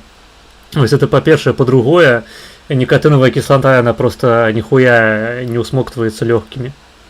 То бок нават калі б яна там стваралася, яна не прасочваецца праз лёгкія, адпаведна не ўваходзіць у кроў такім чынам. Вось, гэта я тады чэкаў таксама. Але ён у нейкім інтэрв'ю ўвогуле сказаў, што карацей никотиновая кислота гэта вітамін B6, па-мойму, ім пераблытаў, ці B12, то бок, ну, там поўная шыза, як бы ён нават не ведае назваў гэтых вітамінаў усіх.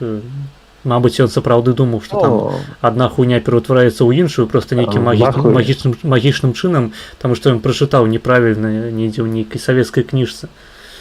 Па-мойму, у яго яшчэ быў тэйк, што праз никотин там, карацей, нейрадэгенератыўныя хваробы, яны лепей бачныя, таму што там нейкі, блядь, гэты пігмент адкладаецца ў скуры, і гэта заўважна адразу. Ну, я не памятаю, як бы, тыпу, канкрэтна, у чым складаўся тэйк, і, адпаведна, я не магу узгадаць канкрэтных раз'ёбаў яго. Ось, але гэта такія дылетантскія разважанні Неўзорова, просто мне з маладосці узгадалася. Так, сапраўды... У абарону Неўзорова ад маргінеза я папрошу заўважыць спадарства такі момант, што вось тое, што піздзіць маргінез, гэта ён вучыцца, блядь, на нейрабіёлага. А Неўзоров гэта чалавек, які, блядь, навучыў лашадзей чытаць на лацініцы. Ну, по-мойму, гэта вышэйшае дасягненне за мае. Я не навучыў ніводнага коня. Я ж аб тым, блядь, і кажу. Вось, менавіта, так. Там дакёбацца вось гэтымі, блядь, дробязямі, што ён там вітаміны, блядь, пераблытаў. Ты колькі канёў нахуй, ну ты сам-то лацінскую мову пераблытаў таблеткі, так. Дзед выпіў не тыя таблеткі. Да. Вось. Кожную пятницу одно и то же. Але насамрэч з алкаголем там таксама копіум наконт таго, што ён ну там тыпу, што бакал віна там некалькі дзесяткаў грамаў вечарам, што гэта павялічвае працягласць жыцця. Гэта таксама як бы досыць сумнеўныя тэйкі, таму што Там просто там вы самі гэтыя даследаванні, там трэба разумець, што як яны, блядь, высвятляліся і якія фактары, тыпа вось, ну просто для гаспадарства патлумачу, аб чым можа ісці гаворка, бяруць папуляцыю людзей, якія жывуць там, ну тыпа на Сіцыліі, да, умоўна на Сіцыліі. У іх там фактар таго, і яны вось дасягаюць вось сярэдні ўзровень жыцця, сярэдняя працягласць жыцця, і што я дару, і які момант у іх ёсць. Ну вось яны спажываюць алкаголь і не нажираюцца, а вось один келіх за вячэрай. Окей, все, гэта фактор. А тое, што яны жывуць, блядь, пасярод мора, яны харчуюцца карыснай сярэднеморскай дыетай там і так далее, гэта ўсё хуйня, блядь. Гэта насамрэч адпавядае тут алкаголь. Таму, тыпа, ну, алкаголі там ёсць нейкія, типа, что там націск, ён можа карысна ўпапаць, што там я забыў, што яшчэ, карацей кажучы, крыху карыснага ў яго ёсць у алкаголя. Там вось гэтым размова, папірос карыснага няма нічога. Ты просто, блядь, траціш, губляеш сваё здароўе на гэта. Ты заробіш сабе рак лёгкіх і будзеш, блядь, паміраць жудаснай смерцю. Я гэта кажу як чалавек, які хоча, блядь, ну не хоча сябе рак лёгкіх, но я пиздец, я хочу курыць. Я разумею, я сам гэта все вышукаў, сам гэтым цікавіўся, гэта ну сапраўды так. І мне ад гэтага вельмі агідна, таму што ў мяне няма, так казаць, ну незалежнасці, тыпа, мяне няма тягі, жадання спажываць не алкаголь, не наркотыкі, а вось папіроски, да. Я хацеў пра іншае сказаць наконт алкаголю, што там звычайна кажуць аб тым, што падвышаецца, як бы працягваецца жыццё, што калі спажываць умераныя колькасці алкаголю, то ты будзеш жыць проста даўжэй. Але ў такіх даследаваннях не ўдакладняецца, што даўжэйшае жыццё не заўсёды азначае якаснейшае жыццё. То, што ты будзеш даўжэй жыць з праблемамі з сэрцам і з печанню, не робіць алкаголь нейкай ахуйцельнай рэччу, якую варта спажываць нават ва ўмераных колькасцях. То бок у алкаголя ёсць іншае, я б на іншае звярнуў увагу наконт алкаголю. Алкаголь ён дапамагае проста кантакты з людзьмі наладжваць. То бок, калі ты выпіваеш з людзьмі разам, то ты уваходзіш у пэўныя колы, там можаш знайсці новыя кантакты, вось тыя самыя сувязі наладзіць, якія без ужывання алкаголю ты проста не набыў. З іншага боку, там культура спажывання алкаголю, калі ў сям'і яна ёсць у бацькоў, то іхнія дзеці з меншай верагоднасцю будуць алкашамі, таму што яны з самага маленства назіраюць за тым, як іхнія бацькі умерана спажываюць алкаголь. Ну, вось такія дзве рэчы, якія мне ў галаву прыйшлі. Ну, назіраюць, ну, як мы ведаем, выхаванне не ўпавае, да, паводзіна ўпаваюць гены, гэта проста гены бацькоў робяць так, што яны не маюць схільнасці нажырацца, а гены бацькоў ёсць у іхніх дзяцей. Ну, гены, так, ну просто зноў ж такі тут трэба разумець адрозненне паміж генамі адной асобы, аднаго арганізму і генамі, як бы, ну, папуляцыі. Таму што калі мы кажам пра генетычны дэтэрмінізм, мы не сцвярджаем, што паводзіны асобы вызначаюцца толькі ейным геномам, таму што мы не дуракі, мы ведаем, што існуе асяроддзе, якое складаецца проста з людзей у асноўным. І тое, якое у цябе будзе асяроддзе, таксама на сябе ўплывае, на твае гены. Ну, то бок, тваімі генамі зададзена проста пэўны такі рэндж, як гэта называецца, поле... Я разумею. Ну, я разумею, што ты разумееш, а не ўпэўнены, што гледачы разумеюць. Не шэраг, блядь, як гэта называць? Як рэнж перакласці на беларускую? Прамежак? Хуй ведае. Карацей, пэўны рэнж, ну, вось, на які, ў прынцыпе, твой арганізм здольны. І ты можаш, апынуўшыся ў адпаведным асяроддзі, апынуцца вось на вышыні гэтага рэнж, альбо ў самым нізе. Вось, і з алкаголем, у прынцыпе, гэта так працуе. Вядома, што ёсць людзі, якія, ў прынцыпе, не схільныя да таго, каб ужываць алкаголь, у незалежнасці ад таго, якім асяроддзі яны апынуліся. Вось. Але па-рознаму бывае. Культура. Ну, культура алкаголю спажыцця гэта такое, як бы... Разумееце, гэта як спрэчка аб тым, тыпу, што вось ёсць, скажам, гены такія, якія могуць цябе зрабіць адначасова добрым ваяром альбо добрым гангстарам-забойцам. Гэта, ў прынцыпе, могуць быць адны і тыя ж самыя гены. То бок, там, не знаю, не ведаю, фізычная сіла. Вось, мне пішуць, дарэчы, дыапазон. Так, дыапазон, это, ў прынцыпе, так можа перакладацца. Дзякуй. Гэта можа быць фізычная сіла, там, абніжаная эмпатыя. Вось, скажем, ну, у чалавека якія-небудзь псіхапатычныя ёсць схільнасці. Ён не адчувае эмпатыі да іншых людзей. Вось. Якая-небудзь хуткасць рэакцыі вышэйшая, ну там IQ таксама можа быць вышэй сярэдняга. Гэта ўсё характарыстыкі, якія ў прынцыпе могуць зрабіць чалавека як добрым ваяром, альбо там паліцэйскім, пажарнікам, альбо наадварот. Зрабіць яго, блядь, добрым забойцай у горшым сэнсе гэтага слова. Скажем, бандытам, гангстарам, серыйным там забойцай, нешта такога кшталту. І задача грамадства, яна акурат складаецца ў тым, каб такіх людзей проста накіраваць у правільнае русло. Тое ж самае з алкаголем. Там пэўныя гены яны могуць забяспечыць тое, што ты будзеш выкарыстоўваць сваю прагу да алкаголю як інструмент камунікацыі з людзьмі, а у іншай сітуацыі ты будзеш проста алкашом. Вось і ўсё.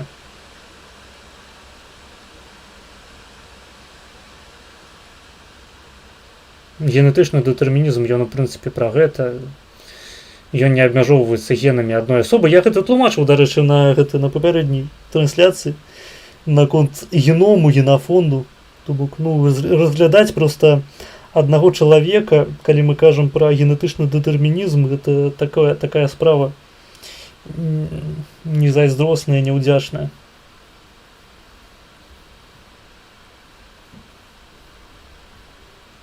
Так, давайте поглядим, что тут у чате. Жоўты кут ёсць у соцсетцы X? Не. Шкада. А нахуя? Ну там А весело. что, у тебе там ёсць нешта? Не ёсць, так. Да не.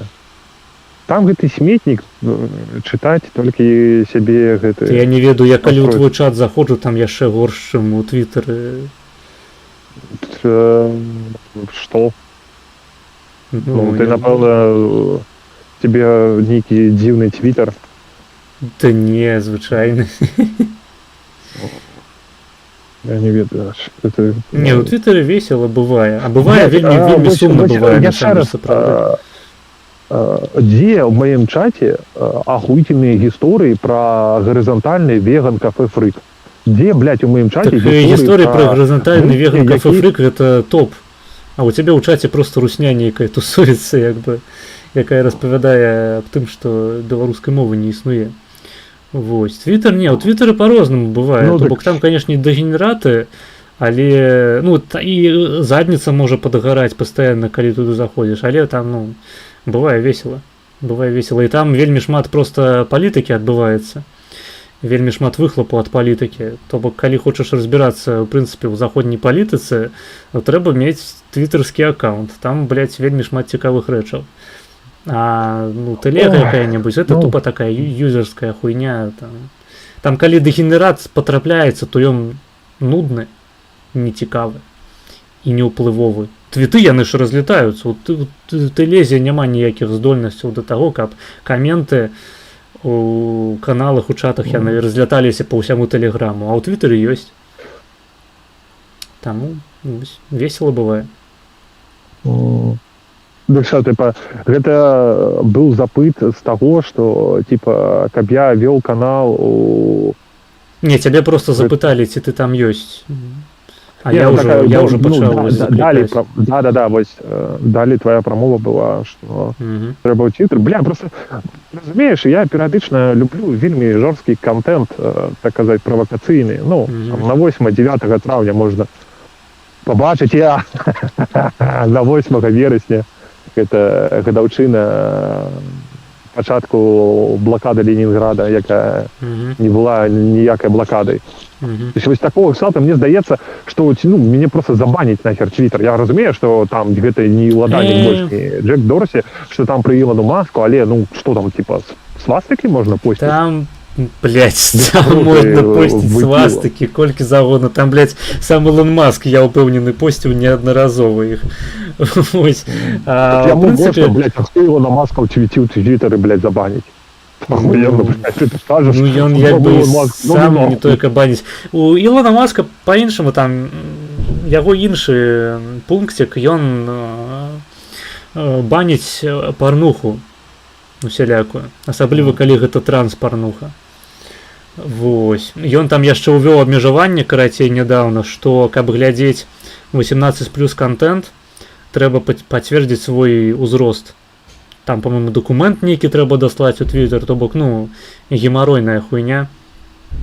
То бок, нават калі людзі па рофлу, там, ведаеш, такія ёсць, нават у тэлезе рофлы, тыпу, ты дасылаеш там, не ведаю, маркоўку, і блюрыш, тыпу, там нешта 18+ контент.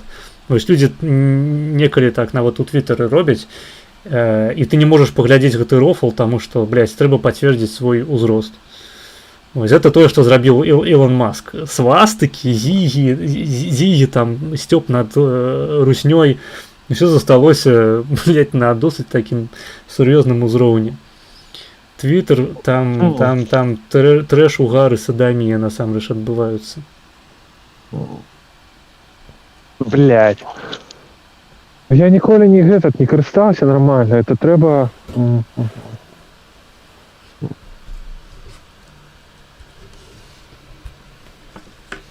Я просто нават не уяўляю, то есть, я уяўляю сябе, як фарміць аўдыторыю, так казаць, у Тэлеграме, як гэта ў Твіттері, блядь, рабіць.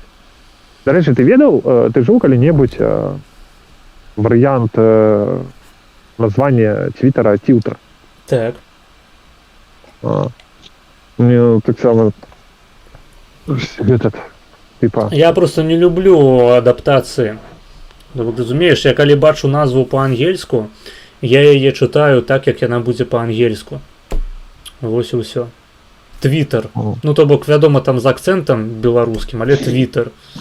Тилтер гэта ўжо нешта такое, тыпу, давайте створым слова, каб яно было не падобнае на расійскую мову спецыяльна.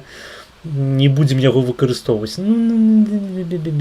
Я прыхільнік называць Твіттер, я асабліва не бамблю, калі людзі называюць гэта Тилтер, ці яшчэ як-небудзь. Мне паебаць, просто я прывык называць гэта Твіттер, і праз нейкія забабоны тамашняй аўдыторыі не збіраюся пераходзіць на новае слово. Таму што гэта тупа новае слово, якое стварылася само па сабе. Я ў гэтым пляне займаю больш такую пазіцыю пасярэдзіне. Толькі што мне слова Тилтер, оно мне выклікае такую смешку добрую. А я больш такі, ёсць правапіс таго, ёсць беларускі акцэнт. І ёсць беларускае вымаўленне.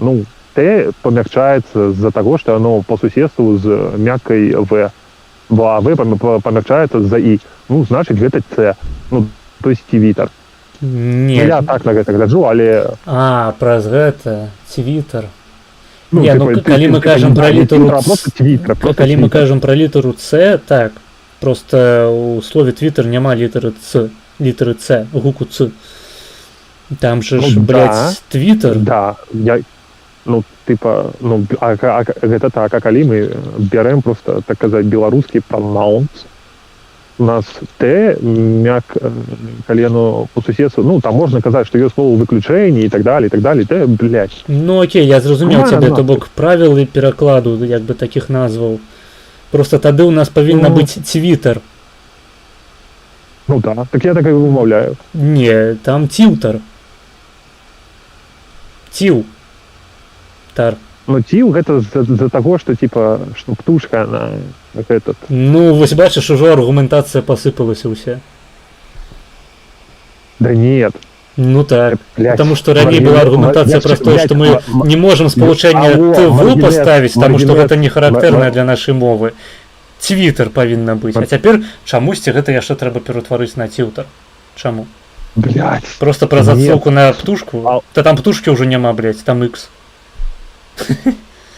Дык і твиттера няма, блядь, і я Ну. табе яшчэ раз нахуй, алло, Маргінес, Так. я кажу, што мне падабаецца варыянт твиттер. Ну, я не супраць, не Не, так. я так само не супраць яго. супраць, блядь, табе падабаецца, мне похуй.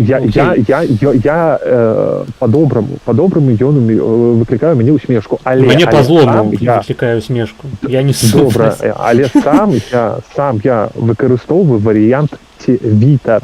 І тлумачу я гэты варыянт з таго, што ёсць беларускі пранонс, што ў беларускай мове Т мяккае яно ператвараецца ў Ц.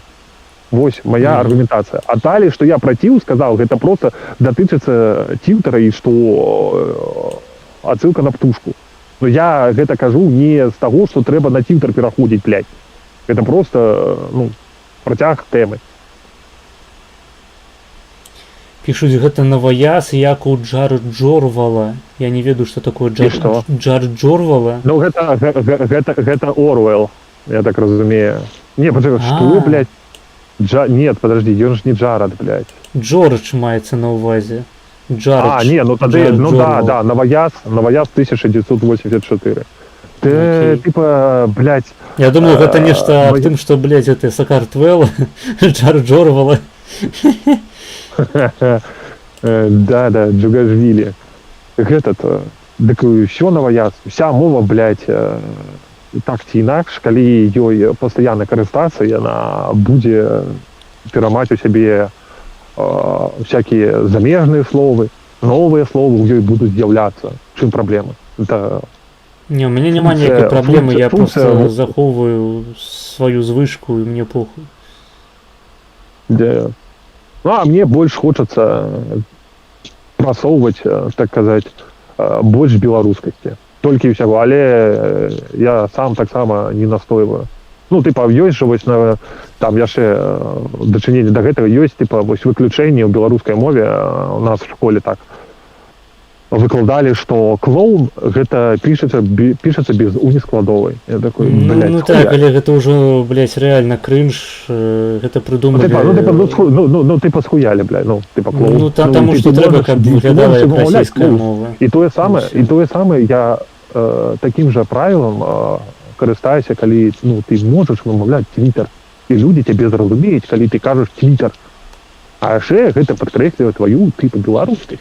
Потому что мягкое Т, это Ц и так далее, и так далее. Ну просто у выпадку з унескладовай там праблема ў тым, што калі ты пішаш, ты ўжо прызвычаіўся пісаць пасля кожнай галоснай літары.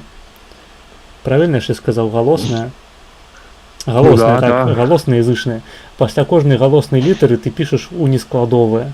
А тут для цябе ствараюць нейкія крынжовыя выключэнні, ты чамусьці павінен памятаць, якія словы былі запазычаныя, якія не, каб паставіць там, блядь, правільную літару У, звычайную ці унескладовую.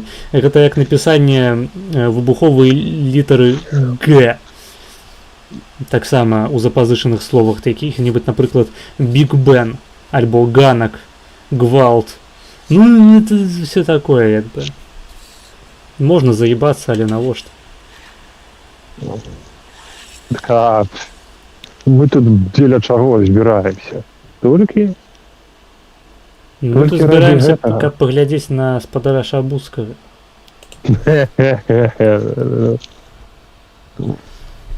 Ну, вось так, вось бачыш. Шабуцкі не варухаецца, але працягвае размаўляць і чамусьці. Так, у нас у гостях, я нема нагадую, такого? Максим Шабуцкий, автор «Архипелаг Праслях» і «Пляну Багатыён».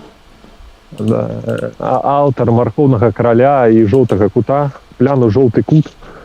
Так, Гэта няма такога, што дзеля утрымання аўдыторыі, дзеля актыву ты павінен часцей звяртаць увагу, што там у чаце пішуць.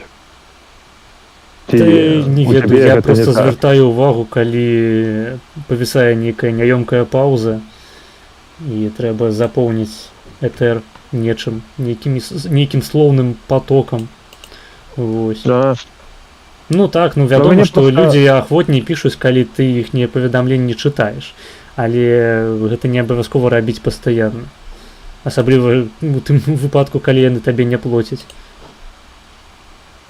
Мне просто, што я ж кажу, з інтэрнэтам перадаленні, таму я не ведаю, як гэта на стрыме чуваць, но я, напрыклад, чую, што ты мяне чуеш з затрымкай.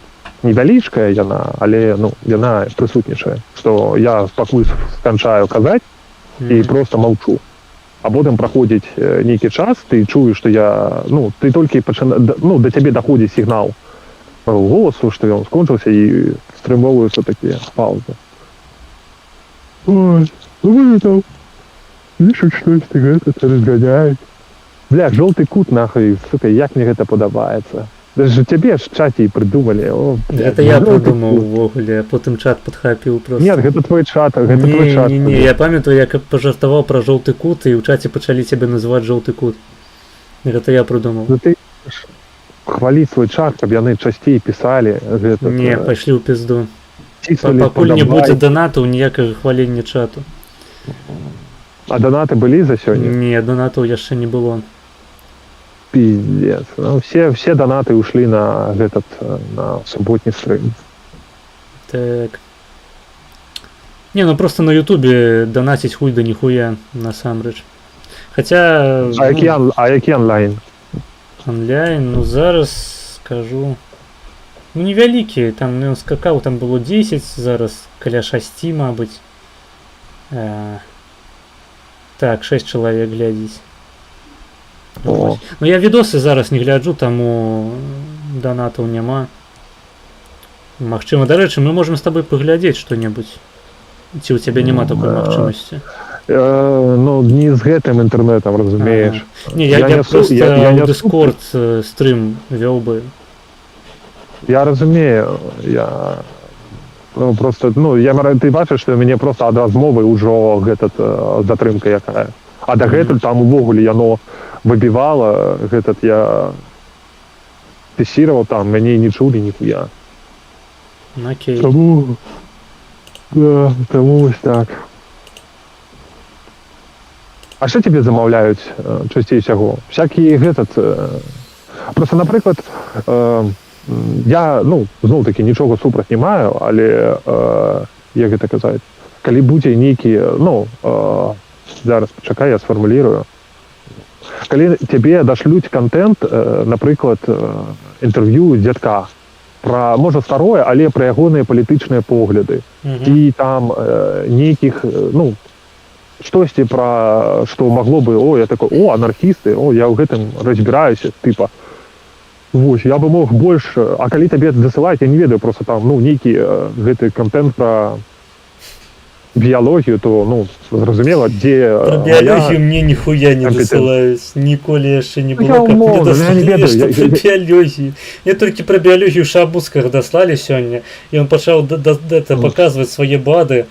Я пачаў яго хуесосіць праз гэта, таму што ён кукіш, блядь, соевы, які паверыў у тое, што вітаміны палепшаць ягоныя разумовыя здольнасці.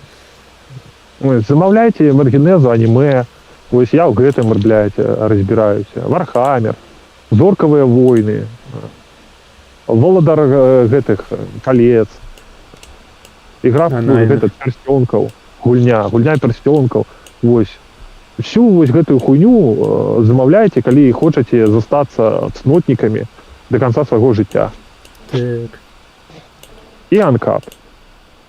Мне трэба, дарэчы, стварыць якую-небудзь ролю такую, тыпу жоўты кут, Вось на дыскордзе. Альбо канфу, ведаеш, канфу для самых... Вось у мяне ёсць роля педарок на маім серваку, і мне трэба для педаркоў стварыць жоўтую канфу якую-небудзь такую. Жоўты кус.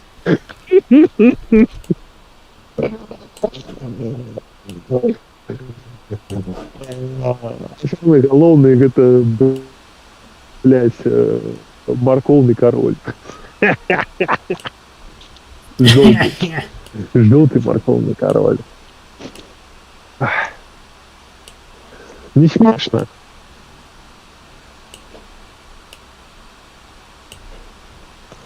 Ты анархист или либертарианец? Это пытание с чату? Не, это отсылка на ТСК. Пишут желтый жмут. Желтый жмут? Типа жмудин? Ну, типу так. Бля, жмудины. Не, я народился Тут. з беларусом. Якісь мяне жмут. І мяне жмут, блядь. Жмут. А, слухай, Так. про мемы на 8 верасня, дзе я павіншаваў сваю аўдыторыю, так казаць, ну не толькі сваю, бо я гэтую хуйню перапосціў яшчэ ў лівацкія всякія чаты, дзе мяне яшчэ не пабанілі. С пачаткам блокады Ленинграда. Один, блядь... Герой, якога мы не просили, але якога мы патрабавалі. Да, охуенно. Один гэтых вар'ятаў так ляснуўся ад злосці, ён пачаў, блядь, страчыць хуйню, што я твой канал дашлю, блядь, ва ўсе беларускія структуры, нахуй. Да, блядь, нельга такое постить, блядь, или пиздец. Добра, што не ў польскія, ведаеш. У Польшцы забароненыя некаторыя рэчы ўсё ж такі. Я, ну вось, разумееш, добра быць ананімным. Таму што, ну, тыпа, дашлюць, напрыклад, яны яго ў Беларусь. Ну, беларускія структуры, ці ў польскі. А як яны, блядь, звяжуць, дзе я, дзе мой аккаунт, дзе моя дзейнасць? І як гэта датычыцца меня як асобы ИРЛ? Ніяк. Ну, калі, канешне, там вельмі падзаебацца, то зразумела, што задоксіць... Все задоксіць можна і так далее, але, ну, хто гэта будзе рабіць? Я спадзяюся, што я вельмі маленькі і незаўважны, каб мне такое чыніць. Так, я таксама ананімны. Ну, вось. На стріме гэта, дарэчы, я просто вітубер. У мяне анімацыя стаіць, якая счытвае мае рысы твару. Я аўтаматычна ствараю вось такога кукіча у клетчатай кашулі, які перад вами зараз выступае. У гэтай Ягеллонскі універсітэт, такога кукіча, як зараз на вебцы вы ніколі не знайдзеце, блядь. Так. Хутчэй сяго будзе просто такі лысы, блядь, з БШБ сягам. Ну я Шабуцкі, дарэчы, так. Нет, Шабуцкі гэта я. А, блядь, ладно. Я сахашчык тады.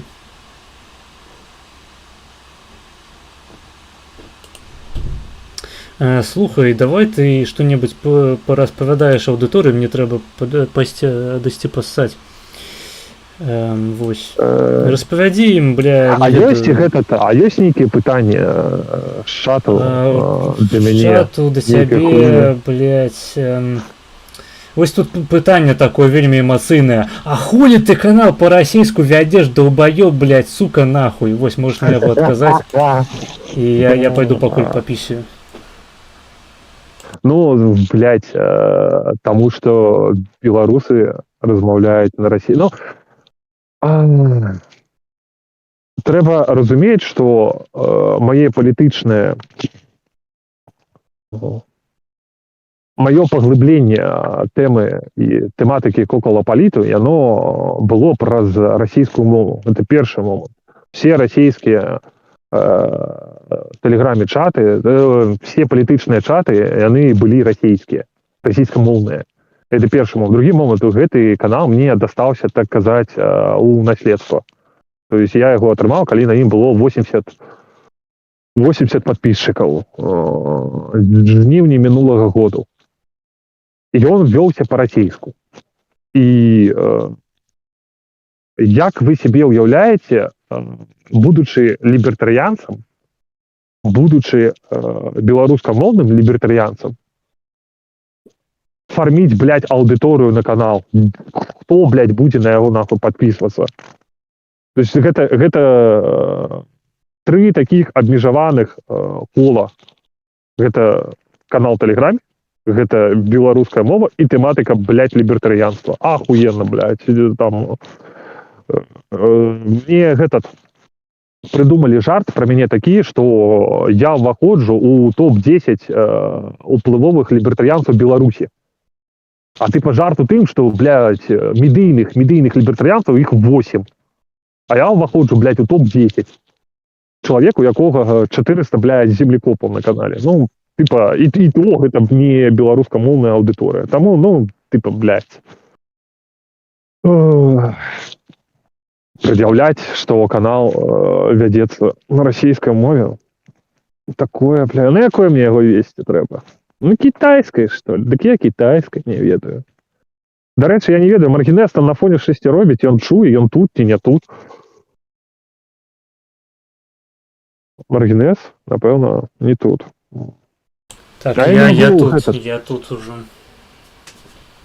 Ну ладно. А что Добра, ты что хотел? ты тут. Не, просто... Не, ничего. Текс. Да, этот... А что это за хуйня, что тебе некие жебраки атрымоўваюцца глядзяць на ютубе? Ці можа все богатые просто... Тебе на ютубе стрымы по буднях, а по субботах на твичи? Ну так. Тады, може, просто багатыя людзі, яны прыходзяць по суботах, ну, людзі з грошыма, а па буднях яны не прыходзяць, ну, зразумела, яны працуюць, блядь, з-за таго у іх і грошы. Магчыма. Ютуб гэта такая... Магчыма. Да, Ютуб такая пляцоўка. Просто я не тое, как шмат зарабляю со своих стримов, таму мне похуй. Мне галоўнае просто пасядзець, контент які-небудзь стварыць, попиздеть. І ўсё. Да. Культура конфаў, я вось за гэта ратую. Каб у Беларусі з'явілася культура конфаў, культура стрымов. Ну, сядзець вось у конфах, так пиздеть.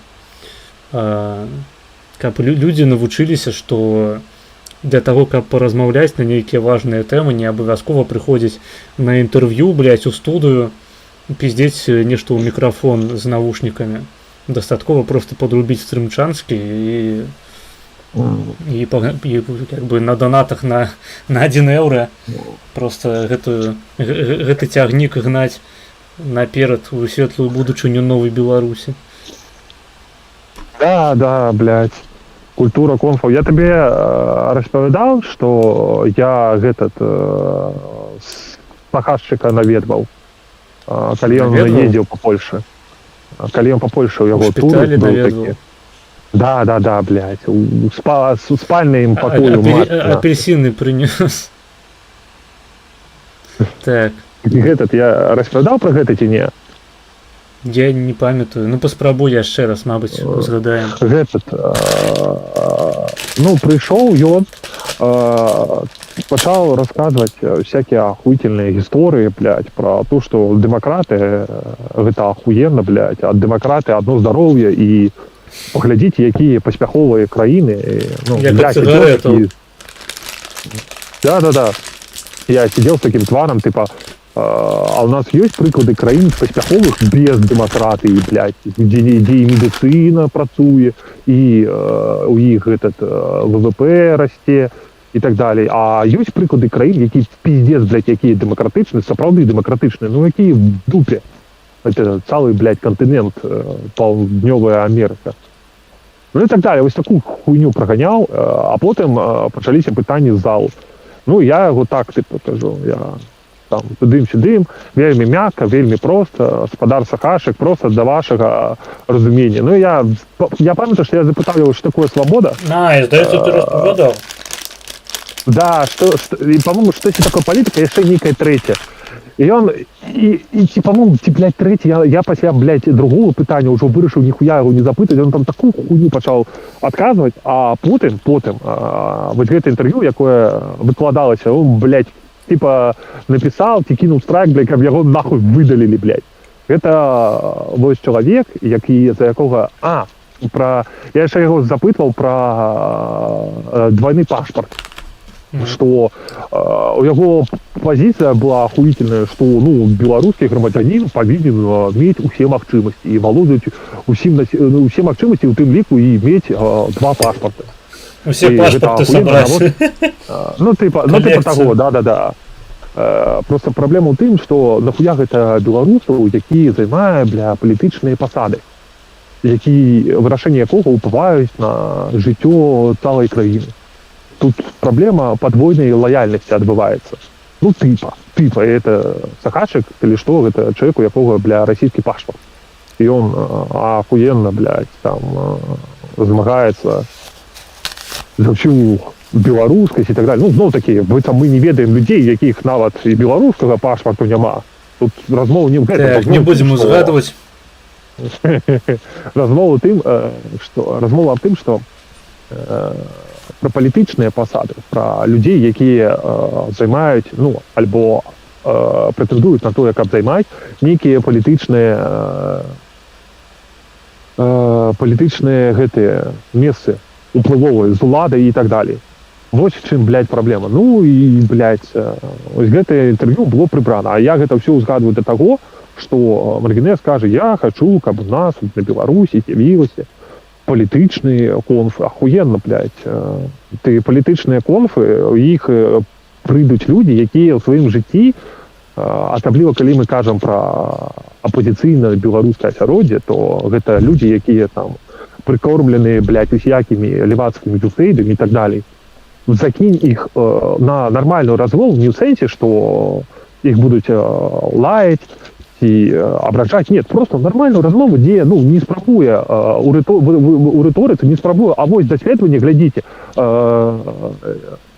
гомосексуалізм гэта не хвароба. Вось глядзіце, амерыканская асацыяцыя псіхолагаў ўсё прызнала. Вось даследаванне, вось глядзіце. Не спрабуе такія тэмы. І яны да гэтага не гатовыя. Потому что на інтэрв'ю, калі на інтэрв'ю, на всякія памовы, яны... Так. Слухай, я ж не гэтых людзей спрабую перацягнуць на свае конфы. Я просто ўпэўнены ў тым, што ёсць пэўная частка аўдыторыі, якая гардзіць вось гэтымі ўсімі інтэрв'юшкамі, юсейдамі у такім казуальным фармаце, абавязкова са студыямі, з гэтымі, як яны называюцца, не айпадамі, а аймакамі. Ось, як на гэтым абычным утры, блядь. Абавязкова трэба мікрафоны, блядь, ебанутыя, купіць студыю цэлую гуказапісу, каб просто здымаць інтэрв'ю ці агляд якіх-небудзь навінаў. Не, я просто лічу, што ёсць шэраг людзей, досыць вялікі, просто я да яго пакуль што не дагрукаўся, які гатовы глядзець такі контент на каленцы. Вось як у Шабуцкага. Глядзі, Шабуцкі, ён, канешне, расейскамоўны, гэта таксама больш яму дадало увагі аўдыторыі, але я ўпэўнены, што сярод беларускага сегменту беларускамоўнага існуе патрэба, існуе попыт вось на такога роду контент на каленцы. Пры тым, што з інтэлектуальнага пункту гледжання ён нашмат вышэйшы. Тышкевіч, нет, пачакай. Ты, блядь, як яго прозвішча? Тышкевіч? Ён сядзіць у такой драўлянай хаце. Я не ведаю, ладно, давно я яго не глядзеў, у окулярах такі дзядзька. Зараз загуб, пачакай. Калі ты про Тышкевіча, то што ты пра яго хацеў сказаць? Што ёсць вось контент палітычны, беларускамоўны, зроблены на каленцы. Так, але ён сола зроблены, разумееш? Гэта не фармат размовы. Да, у нас жа, типа... У нас же это конфы. Так.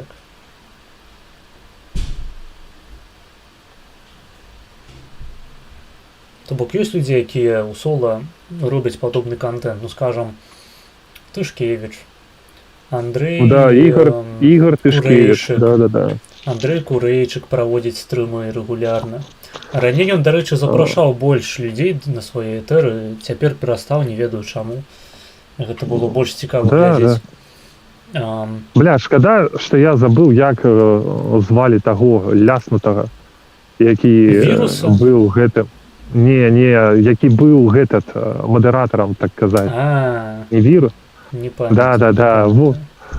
Да, вось бачыш, блядь, запрашаеш, блядь, людзей нахуй ладзіць конфы, а яны што, прыходзяць. Гэта акурат з неразумення фармату конфу выбярэцца, разумееш?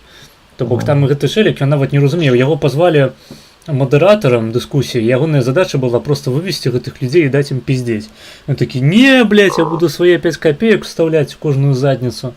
Ну, выніку яго згарэла задніца, і ён пабег па сваіх справах. Смешна, канешне, але, бля, ну маглі б атрымацца дэбаты, а ў выніку хуйня нейкая. Вось калі б да мяне прыйшлі гэтыя людзі, ну вось беларусяна і вірус, я правёў найлепшыя дэбаты ў прынцыпе. Да, вы гэта абмяркоўвалі, я з гэтым згодны. Да, гэта там бы контенту было бы.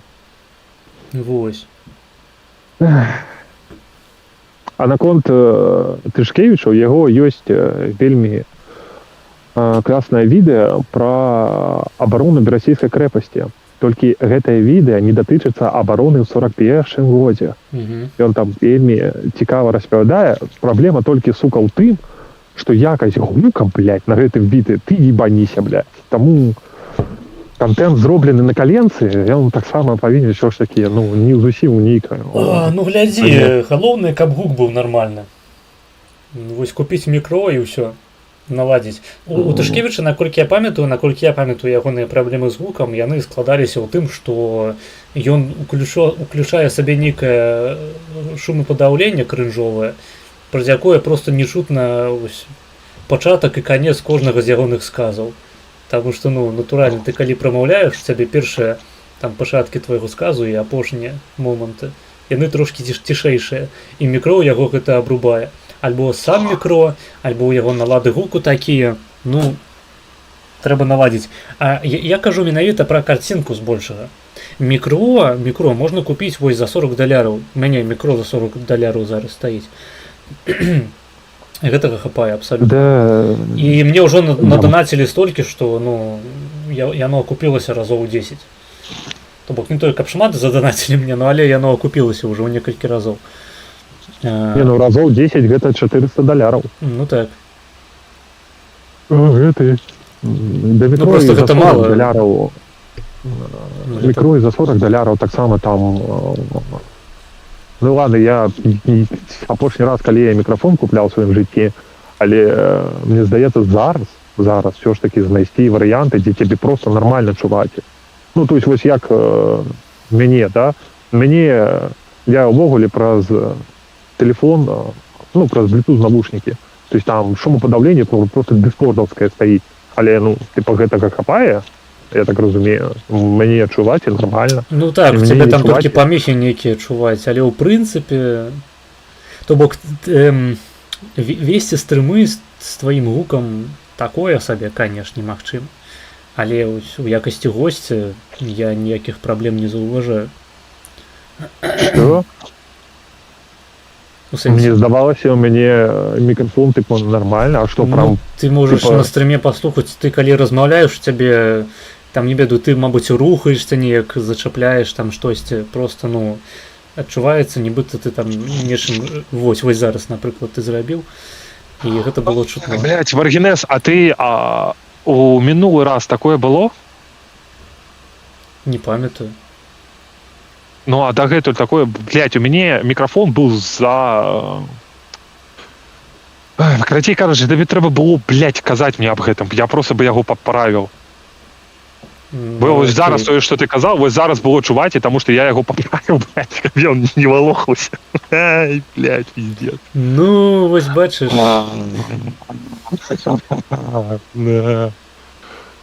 Да.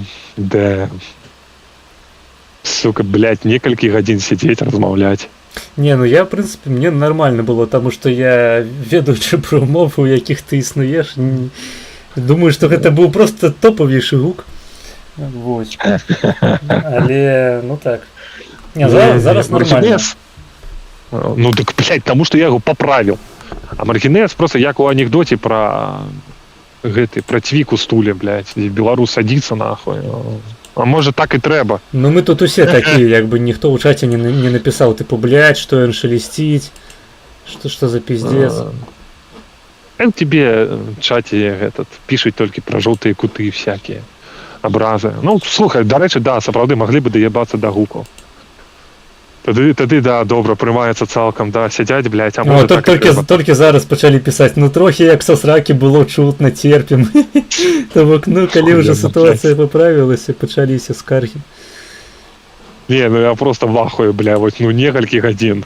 Ну, причым, я бы зразумел, калі бы я першы раз был у Маргінезу, ён ввогуле, ну, не ведае, якія, так казаць, сетапы чоловіка, ну, блядь, ну, да гэта же не было такого. Не, похуй, бля. Так і трэба.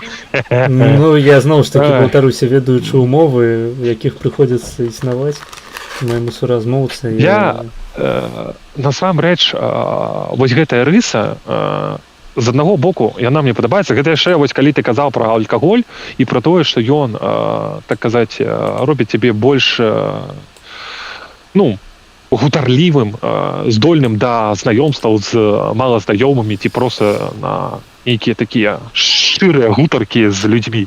І мне падабаецца такая сціпласць, ну, якая прысутнічае, вось, ну, калі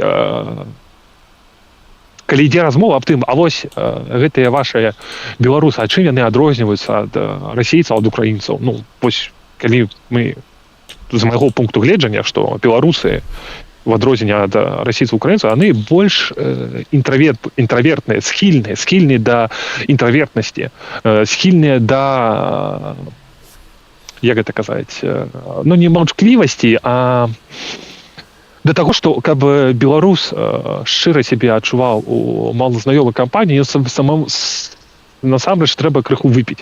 Тыпа у расейцаў, у украінцаў з гэтым прасцей. То есть у іх таксама ёсць праблема, але у іх з гэтым прасцей. Ну так, я разважаў, дарэчы, на гэты конт на папярэднім стрыме, калі мяне запыталі пра розніцу ў менталітэтах. Гэта праўда. Мы нават калі хейцім іншых людзей, то мы робім гэта схавана. І таму усе навокал думаюць, што мы ветлівыя людзі, заўсёды дапаможам у труднай сітуацыі. Так, блядь, подождите, так мы сапраўды... Не. Так это і ёсць ветлівасць. Ветлівасць — гэта калі чалавек табе чымсьці не падабаецца, але ён не зрабіў табе нейкай, ну, типа там зусім, ну, на галаву типа не серыць, просто табе вось не падабаецца, але ты з таго, што ты ветлівы, ты не лезеш адразу, блядь, біцца з ім. То есть, ну, гэта у цалым рыса, блядь, цывілізаванага белага чалавека. І да, у беларусаў гэтая рыса, она прысутнічае больш, чым у некаторых наших суседзяў. Мне просто падаецца, што у нас гэта не рыса цывілізаванасці, а просто запужанасць. Мы просто боимся лишний раз чагосьці пиздануть, потому что привыкшие до того, что нас саджают за любую хуйню.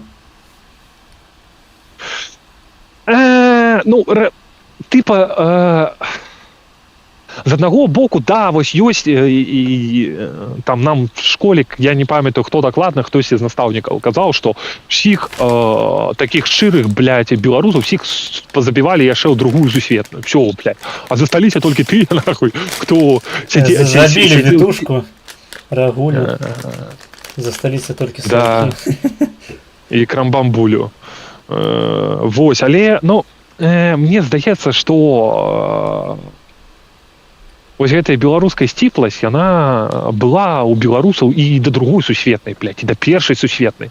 Мы, ну, просто мы вось такі этнос сапраўды сціплых людзей, якія, ну, не лезуць, блядь, адразу ў залупу на роўным месцы.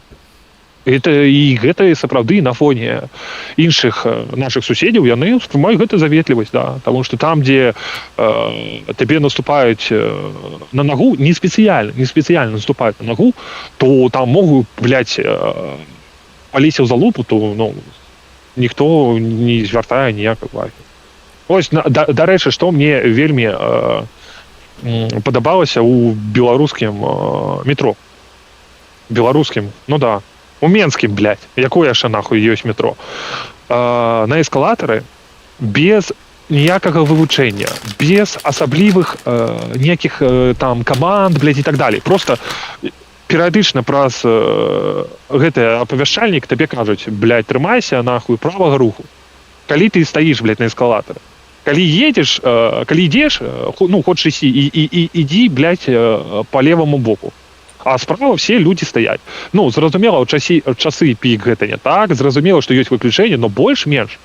Ладно, я хуй ведаю, бля, я быў апошні раз, калі на Беларусі, ну, калі я быў, калі ездзіў по метро, то самі людзі гэтаму ў школе, блядь, не вучылі. Ну, просто ты едзеш, блядь, по...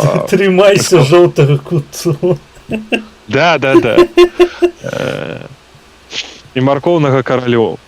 Людзі стаяць з правага боку. А калі ты хочаш ісці по эскалатару, то у цябе адразу цэлы, блядь, вольны праход. Ідзі па самае па самае не магу.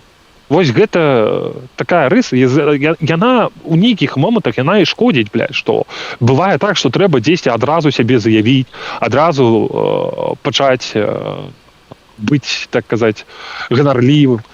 Але унутранае маё становішча кажа мне, што, ну, типа, блядь, яно сапраўды так трэба, але мне так прыемна жыць сярод такіх жа людзей, якія, вось, ну, типа, не лезуць на роўным месцы ў залупу, якія, ну, такія сціплыя, блядь, схільныя да паслухмянасці. Ну, сапраўды, блядь, белыя людзі.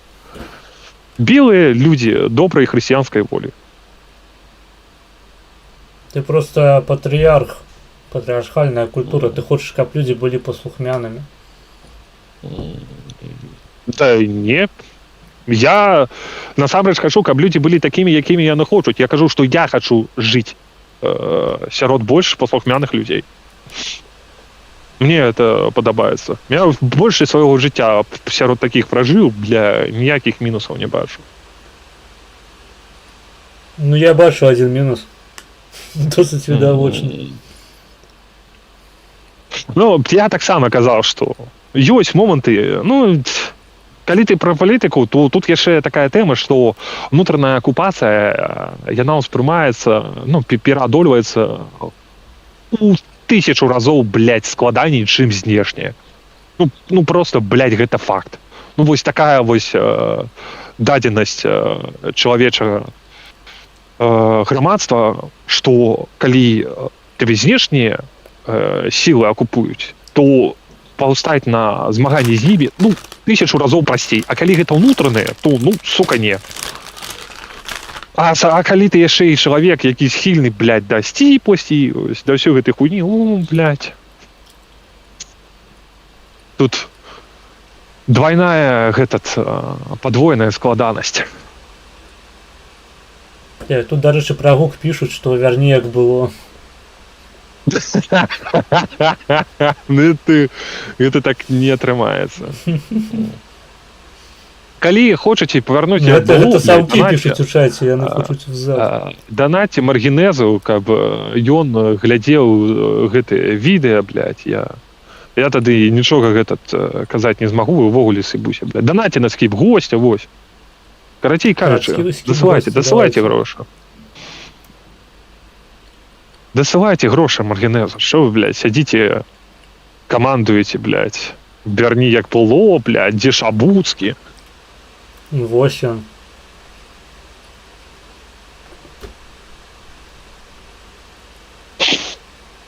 Так. Што яшчэ там пішуць? Ці ўжо не пішуць? Нічога асабліва не пішуць, пішуць. Да таму што ты не чытаеш, блядь. Дык чытаеш всякую хуйню, она можа быць смешнай. Вон, пра жоўты куджы пажартавалі, смешна было. Пытаюсь, лібертарыянцы абмежаваныя, я правільна зразумеў госця. Што? Лібертаріанці абмежаваныя, я правильно зразумеў госця?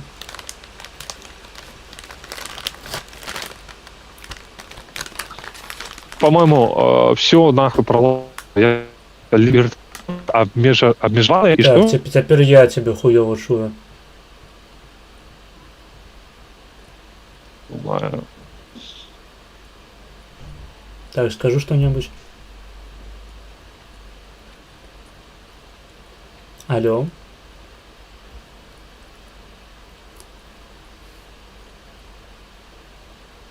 Алло. Не, я не чую нихуя.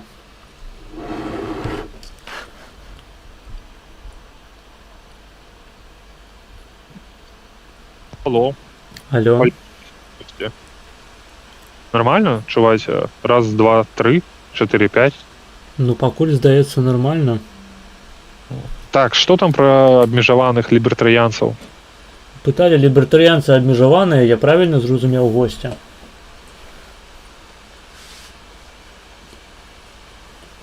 Обмежеванные у чым? Невядома. Тиким.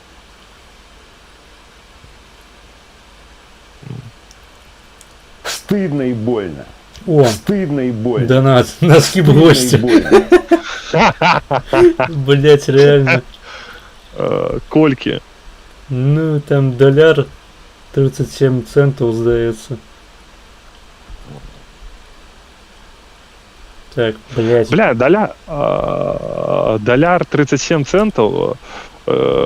Спадарства. Вы зразумеете, что в моем чате я человека забанил за 50 USDT. А тут, блядь, доляр 37 нахуй. Так, причем на Мне скип здаецца, гостя. Да. Мне Маловато. здаецца, тут трэба... Да. Дамалюйте нолик до гэтага донату. Так. Я, дарэчы, зачитаю. Савок заданаціў 1 доляр 37 центаў на скип гостя. Дзякую за донат. Ну, гэта малавата на скип гостя, шчыра кажучы. Асабліва ад чалавека з нікам Савок. Так, асабліва ж улічваючы, што ў нас у гасцёх нарэшце з'явіўся Максім Шабуцкі. Пиздец, все вам не так. Что вам не подобается? З мянушкай морковный король. Так, морковный.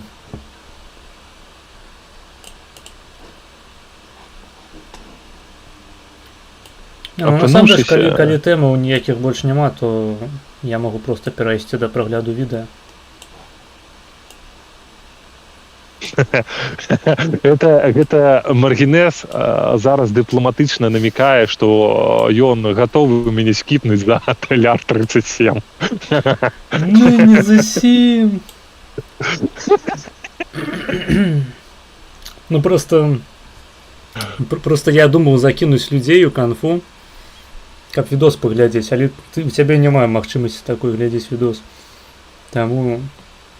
Ну ты чуў, да, калі гэты відос, блядь, Стыдно и больно. моё... Стыдно и больно. Так, задонатили в Стыдно и чашей. больно. Савок задонатил 1 доляр. И пише... Зараз, секунду. И пише на вертанне гуку. Давай. О, секунду, я ще донат прийшов. Агентура, гэта людзі, якія скампраметавалі себе, гэта Маргінез, якія зайшлі ў тупик. Секунду. Так, алоэ, задонатил 5 доляров с покрытием комиссии. Пиша, у банк пазняка, калі ласка, госць утульны. Вось, бачыце, госць усім падабаецца, то бок, ну, 5 доляров гэта больш, чым 1,37, і госць застаецца. Не, там просто написано, что гость утульный. Там не написано, что гостя трэба пакінуць. Не, госць утульны аўтаматычна азначае, што яго трэба пакінуць. Каму не падабаецца, донатьте, блядь, больш. Я вось хотел подвесить под гэта, что для сумасшэння, калі ласка, дашліце яшчэ донат. Так. Калі хочаце пачуць суму скіпа госця, задонатьте 10 доляраў. Вось. Я тады агучу суму. Трэба гуляць па-крупнаму. Мне закинули, дарэчы, Калі 5 хочаце. доляраў. Мне Я хотел закинули сказать, 5 калі доляраў, хочаце. блядь. Ладно, кажу. Выбачаю з гэтай затрымкай ебучай. Я хацеў указаць, што калі хочаце працягу госцю, калі ласка, дашліце, бля, яшчэ гэта 5 доляраў. Працягу чаго? Госця, ну каб гость прысутнічаў на Не, стрыме. наадварот, трэба. Ты не зразумеў. Хаця не, вось алоэ-лоэ, карацей, глядзі, алоэ-лоэ, вось той, што занасіў 5 доляраў. Я, бля, буду зараз яго кікаць, таму што я хочу відэа глядзець. Калі хочаш працяг рэальна, то давай яшчэ. Давай, карацей, кожны даляр працягвае нашу размову на 10 хвілінаў. Яшчэ раз, я не зразумеў, ён заданаціў яшчэ 5 доляраў і напісаў, што хоча глядзець відэа. Не, ён закінуў банк Пазняка. Гэта у нас тыпу як фонд, то бок калі у банку Пазняка ляжыць 5 доляраў, то любы іншы чэлік, які захоча глядзець відэа з Пазняком, можа заданаціць мінімальную суму, закінуць відос, і будзе на гэты відос дакінутая проста сума з банку Пазняка. О, я ведаю аднаго донатнага філосафа, у якога падобная схема. Ну так, я спіздзіў маргінала гэтую фішку. Ну, не спіздзіў, а скапірваў, і нічога ў яго не піздзіў. Ну я просто, прынамсі гэта, трэба азначыць сваю прыхільнасць Зянону Станіславовичу. Трэба база. Я не ведаю просто, што б такога, блядь, набросіць, каб твой чат больш такі гэтат.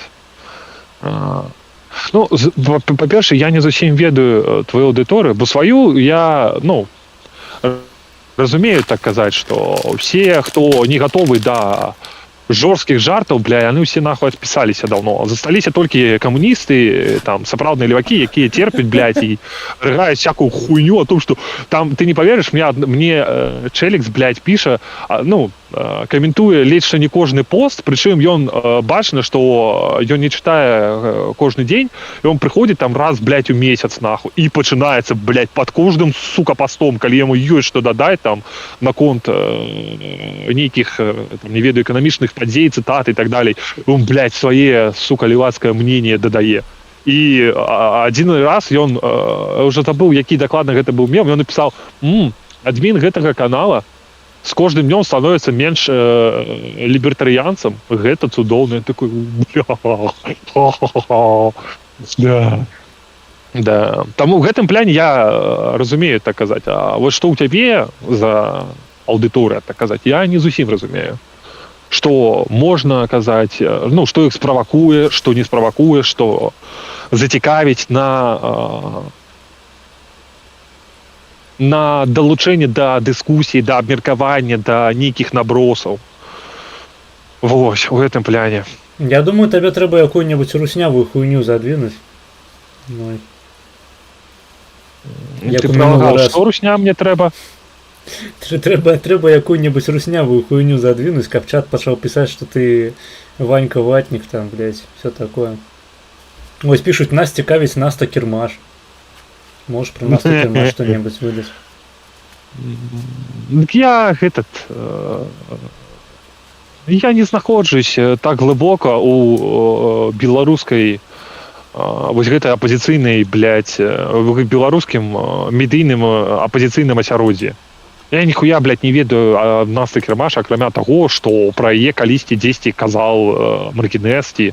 Ну, вось гэтае відэа ў беларусіяны, дзе ён бамбіць на нейкую АБВГД актывістку. Гэта Кірмаш таксама, ці гэта нейкая іншая? Бо я не глядзеў гэтае відэа, толькі бачу анонс. Я закінуў, типа, на перагляд на потым. Таму, што я магу казаць, акрамя таго, што все вось гэтыя АБВГД людзі, яны не здольныя ў нармальную, шчырую дыскусію. Калі вось запусціць мяне, блядь, з маёй адукацыяй, з маёй адсутнасцю адукацыі, з маімі медыйнымі уплывамі, ну просто вось чалавек, які будзе сядзець, і я буду яму задаваць пытанні. Ён будзе казаць пра свае яскрысныя погляды. Все, блядь, все, ён посыпецца, ён скончыцца. Вось сёння заспаўніўся, блядь, чэлік. Ну, чаце, яго, по-моему, нік ліберал, нейкая такая херня. І вось ён пачаў распавядаць, што жанчына гэта, што гендер, ён гэта сацыяльны канструкт, і калі ты сябе адразаеш свае чэлісы, то ты ператвараешься ў жанчыну. Ну, самае простае, самае банальна-анальнае. Запытваеш. Добра, все гэта так. Ахуенна. Што такое жанчына ў такім сэнсе? Калі мы адмаўляемся ад біялагічнай класіфікацыі, што такое жанчына? Ну, ён не прям па метадычцы сказаў, што жанчына гэта той, хто лічыць сябе жанчынай, но штосьці блізкае да гэтага. Ну все, блядь, вось, все, і меркаваць, што усе вось гэтыя жанчыны з расфарбаваным валасым, што яны здольныя адказваць нешта больш грунтаванае за гэта, ну, это бессэнсоўна, блядь. І яны, напэўна, гэта разумеюць. І не проста так падонкі, скаты, левакі забілі, блядь, Чарлі Кірка. Бо што ён рабіў? Ён выходзіў з адкрытым мікрафонам, ездзіў па універсітэтам Злучаных Штатаў, дзе, як мы ведаем, знаходіцца вельмі лявацкая прамытая моладзь. І проста кажа: добра, все, твае прэтэнзіі да мяне, твае погляды, гэта ўсё ахуенна. Стань проста перада мной і патлумач. Калі ласка, ніхто цябе не будзе перабіваць, тебе адкажуць на все твои пытанні і так далее. Калі ласка. І што ён за гэта, блядь, атрымаў? Кулю. Ну, гэтых... І нашыя левакі, я ўпэўнены, што, ну, можа, яны самі сябе не аддаюць, як гэта казаць, адлік таго, што яны не здольныя у ніякую рыторыку, ніякую размову, у аргументацыю сваіх поглядаў. І калі яны задумаюцца, то ўсё вельмі скончыцца. А Наста Базар здольная, типа? Так, ну я лічу, што яна перамагла ў дэбатах з гэтым, блядь. Я глядзеў іх, там перамога была толькі з-за таго, што просто, ну, сярод яе быў такі чэлікс, які, ну, тое самае, што вось я зараз сказаў пра нездольнасць у рыторыку, толькі збоку, блядь, ну, без расфарбаваных волос. Ну, шапое рабое. Толькі ўсяго. А калі, ну, вось, ну, калі нават не цябе, а ўсяго там мяне вось супраць яе пасадзіць. Всё, ну, всё. Гэта такі тонкі намёк на тое, што нам трэба зладзіць дэбаты правы угол кірмаш. Не, я в сэнсе... Тут, дарэчы, магчыма, намалёўваюцца дэбаты з беларусіянай. Вось я спадзяюся на гэта. Беларусіяна з кім? З кірмаш. Ну, слухай, гэта... Я мяркую, што яна адмовілася ад цябе, бо ты вельмі незаўважны. Ну, калі яна на беларусіяну, бля, пагадзілася. Ну, зноў такі, просто я, кажучы пра сябе, я маю на увазе, што я яшчэ... Гэта такія інсайды ўнутраныя, я не ведаю, як там адбудзецца. Ну да, я разумею.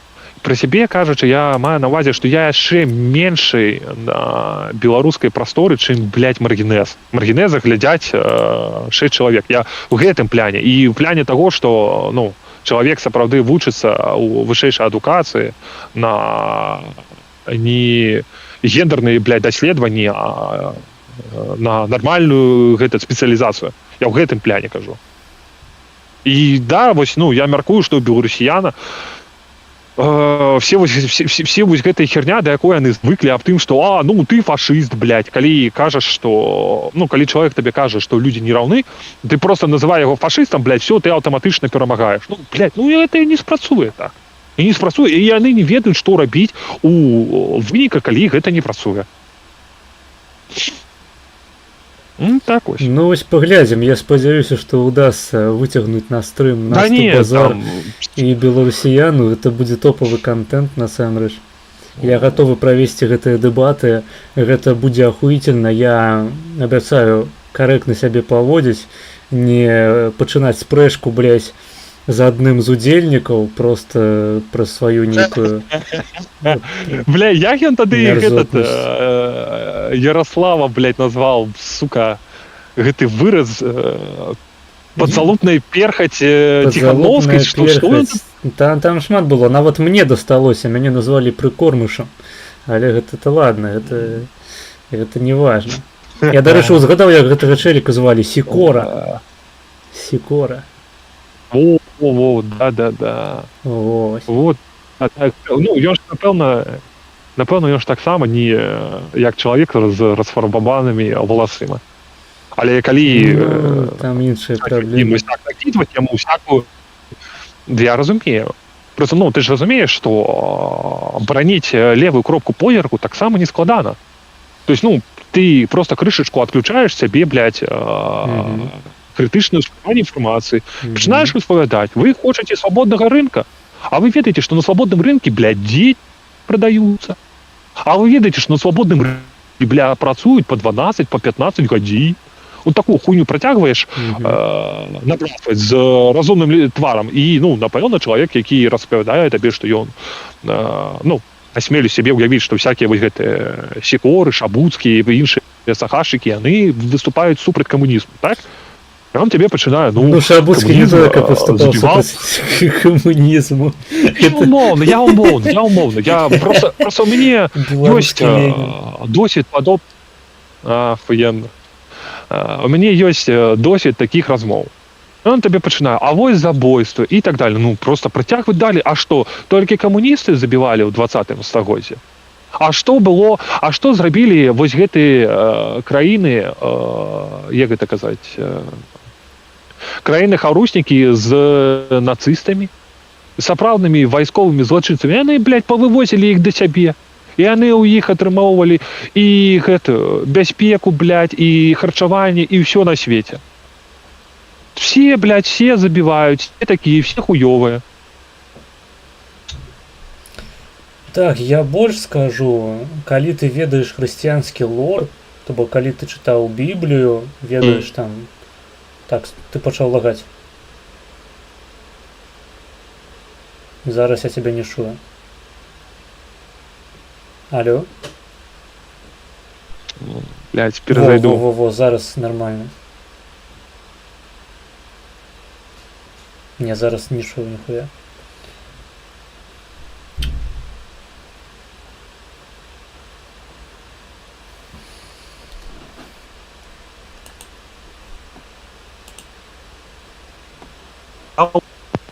Алло? Вось зараз нормально. Ну, больш-менш так.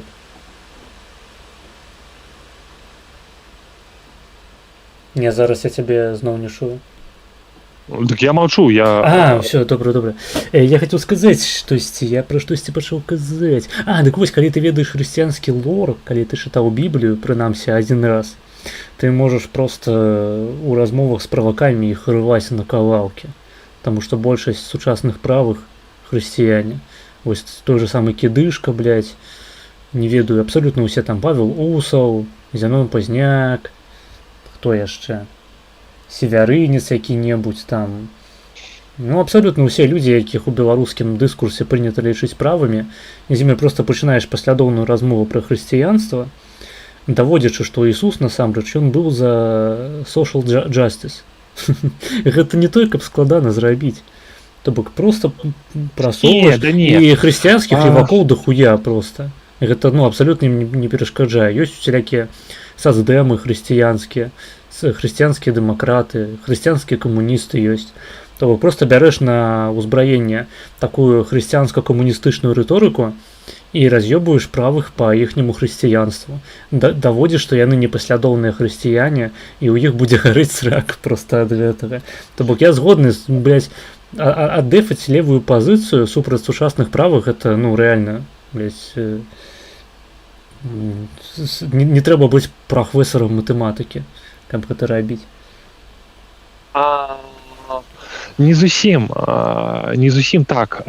Просто я меў на ўвазе, калі чалавек не падрыхтаваны да размовы з леваком, а левак не падрыхтаваны да таго, што вось гэтую яго хуйню пачынаюць не ўспрымаць, блядь, так, як успрымаюць сярэдні чалавек, які, ну, не задаецца палітычнымі, так казаць, пытаннямі. Не, ты Я аккурат про гэта казаў. намагаўся давесці, што аддэфаць левыя пазіцыі не тое, каб складана. Ну, тому што, ну, аддэфаць іх перад сярэднім чалавекам, так казаць. Просто, ну, мы з табой не сярэднія людзі, мы з табой ўсё ж такі, ну, як гэта казаць, глыбей пагружаныя ў палітычны дыскурс. Насамрэч, ну вось кідышка гэта сярэдні чалавек ці не? Вось который з Настай Базар, который дэбутаваў. Да я забыл. Я памятаю, што ты там добра падмеціў, як ён гэта абасраўся, і нейкі яшчэ момант я сам у сябе ў галаве зазначыў перад гэтым, но мне ўсё выветрылася з галавы. Што ён там казаў? Бо мне не спадабалася не гэта, там яшчэ гэтат. Ладно. Карацей кажучы, не гэтат, не ўтрымаю ў галаве. Не обязательно узбек, так. Ну так, ну то бок я в прынцыпе згодны, што з непадрыхтаваным праваком можна спрачацца з левых пазіцыяў, будучы пры гэтым праваком просто для рофлу. Сыходзячы просто са спартыўнага інтарэсу можна разносіць сучасных правых просто ўшчэнт. З левацкіх пазіцыяў. Я так і рабіў.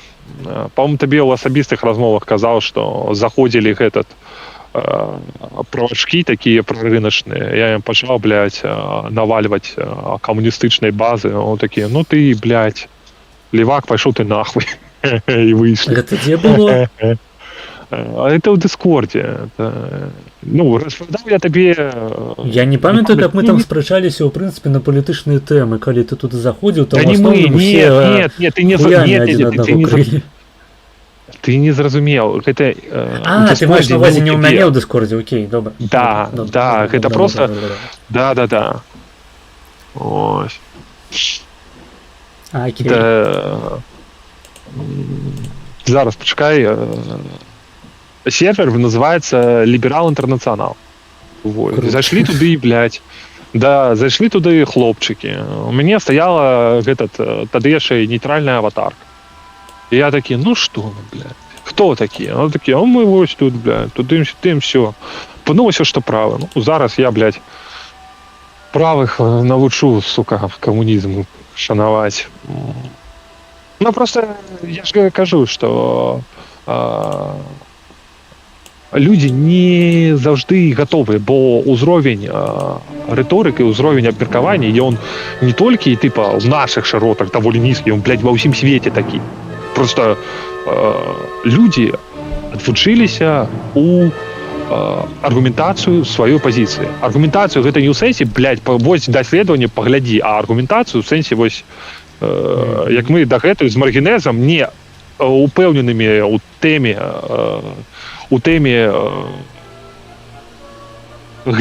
якасці глебы Беларусі і Польшы, мы просто праз косвенныя прыклады, косвенныя гэтыя прызнакі спрабавалі давесці, што дзе сельская гаспадарка больш дае ураджаю. Вось ты, па прыклад, блядь, аргументацыі. Не, блядь, хуйня, не хочу. Хочу серыць, блядь, сябе ў штаны і тапіць за адно і тое, што камунізм гэта хуёва, блядь, бо людзей забівалі, альбо наадварот, блядь. Дарэчы, я недавно пабачыў відос з бабкай у нейкім расійскім месце, вярнулі помнік Леніну, і яна падышла, пачала крыжавацца, сказала, нарэшце, там, мы думалі, што яшчэ там цэлую зіму не вярнуць. Кажа, слава Богу, там яе пытаюць, дык, блядь, а чаму слава Богу, ён жа царкву знішчыў усё. Она такая, ну ничего страшного, а в душе он верил.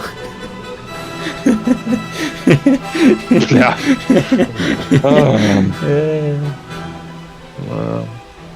Гэта яскравы прыклад таго, чаму нам патрэбна свабода слова. Нам, як чалавечай цывілізацыі. бо толькі у прысутнасці цэнзуры, цэнзуруючых інстытутаў у нас всякие шизовые кропки по зерку не спыняются, так сказать, быть разъябанными яшчэ на подлете.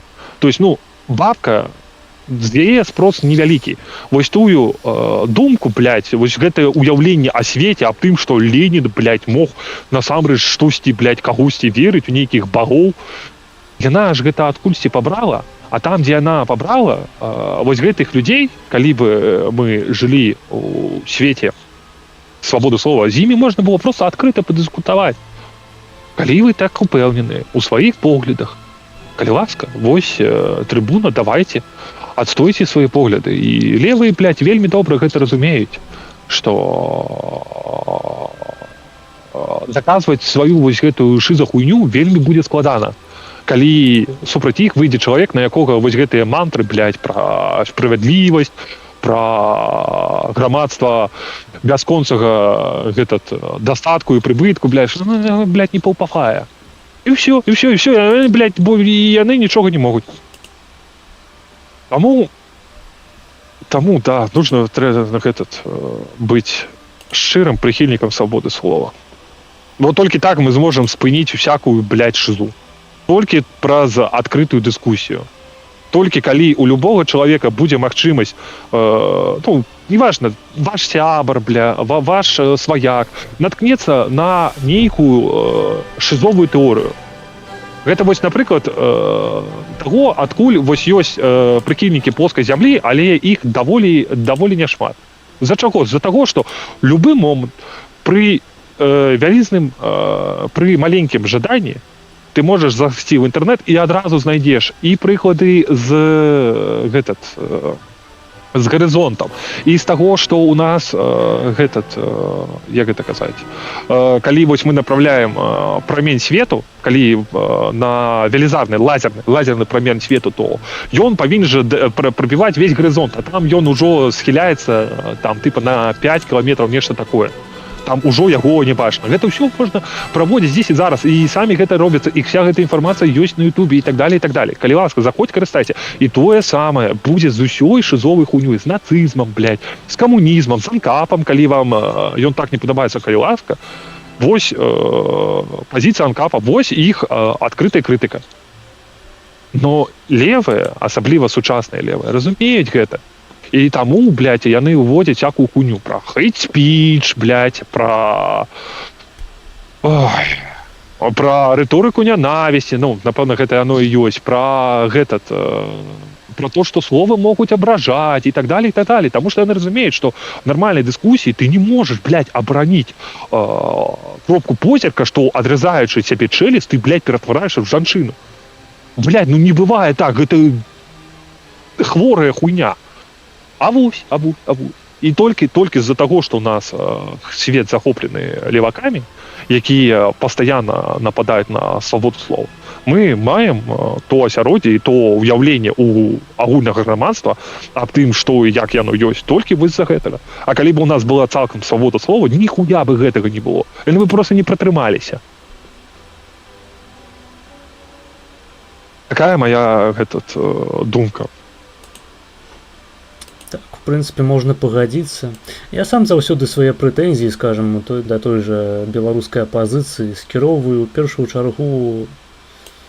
Хаця по-рознаму гэта бывае. Часамі я пачынаю рофліць, казаць, што, бля, людзі зарабляюць грошы, ніякіх прэтэнзій. Не будьце наёбанымі. Як бы, ну, зноў ж такі, і ў першую чаргу гэта, вядома, крытыка не ў бок якой-небудзь бабкі-сракі, якая проста тэлек глядзіць. Але ўсё ж такі, ну, калі ты, прынамсі, малады чалавек, ну, бабка, гэта ладно, яшчэ бабка. Есть же дохуя маладых расейцаў, праваслаўных камуністаў. Просто да пізды іх. І тут ужо ўзнікае пытанне, тыпу, ну, у цябе ж інтэрнэт ёсць. Нават калі ты не той, каб інтэлектуал, но ў інтэрнэце, то ты можаш знайсці інфу. Гэта такое ж самае чмізумie, дзе на пачатак 22-го году была была такая колькасць людзей, якая, блядь, усіралася аб тым, што другая колькасць людзей павінна ўсё разумець, бо ў іх ёсць досвед, бо ў іх ёсць доступ да інтэрнэту. І ў той жа момант, сука, яны тапілі за тое, каб адключыць нахуй другую колькасць людзей ад інтэрнэту. Блядь, гэта так не працуе. Трэба зразумець, гэта вось як Блэкпіл аб тым, што людзі не хочуць ні свабоды, блядь, ні дэмакратыі, ні всякай хуйні, яны хочуць проста, каб імі кампетэнтна кіравалі. Гэта з той жа вобласці пілюля аб тым, што людзі не цікавяцца палітыкай. Ім насраць, блядь, і моладзь, і хуёваць. І можа быць цікава піздзець пра тое, якія піндосы тупыя і пра запазычаныя Злучаных Штатаў.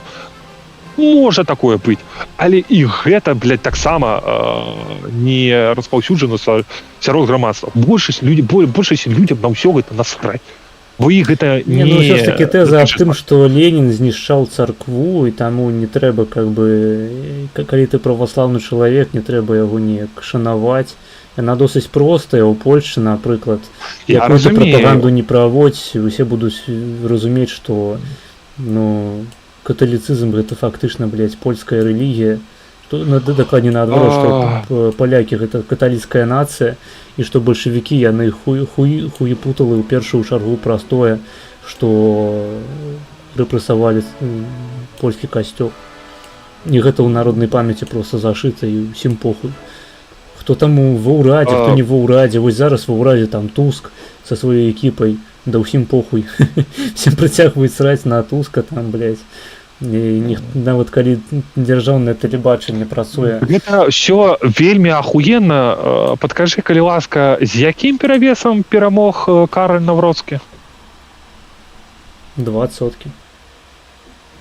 Не, так, блядь, Часкоўскі ён не на платформе Леніна выступаў, калі што. Я зразумею, але наша размова, што палякі ўсё разумеюць. Да, ахуенна, блядь, ўсё разумеюць. І колькі там не рэферэндум, нейкая іхняя, блядь, апытанка пра легалізацыі, блядь, абортаў. Ахуенная каталіцкая, блядь, нацыя. Не похуй на апытанкі.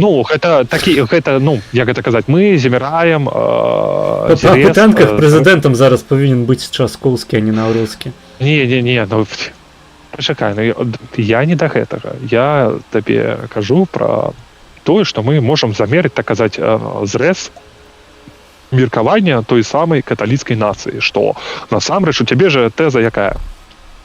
Што вось каталікі, яны ўсё памятаюць, і... Не, тэза такая, што стаўленне да Леніна менавіта, яно настолькі простае, яго на настолькі простым жывёльным узроўні можна зразумець, што можна як бы вінаваціць расейцаў у тым, што яны, блядь, не разумеюць, будучы праваслаўнымі, што Ленін хуесос. Потому што палякі... Гэта я не кажу пра нейкія складаныя тэзы, там крытыка камунізму, чаму менавіта гэты строй не ўдаўся, чаму эксперымент быў хуёвы, колькі там людзей загінула. Не, просто, такія мемы як бы простыя.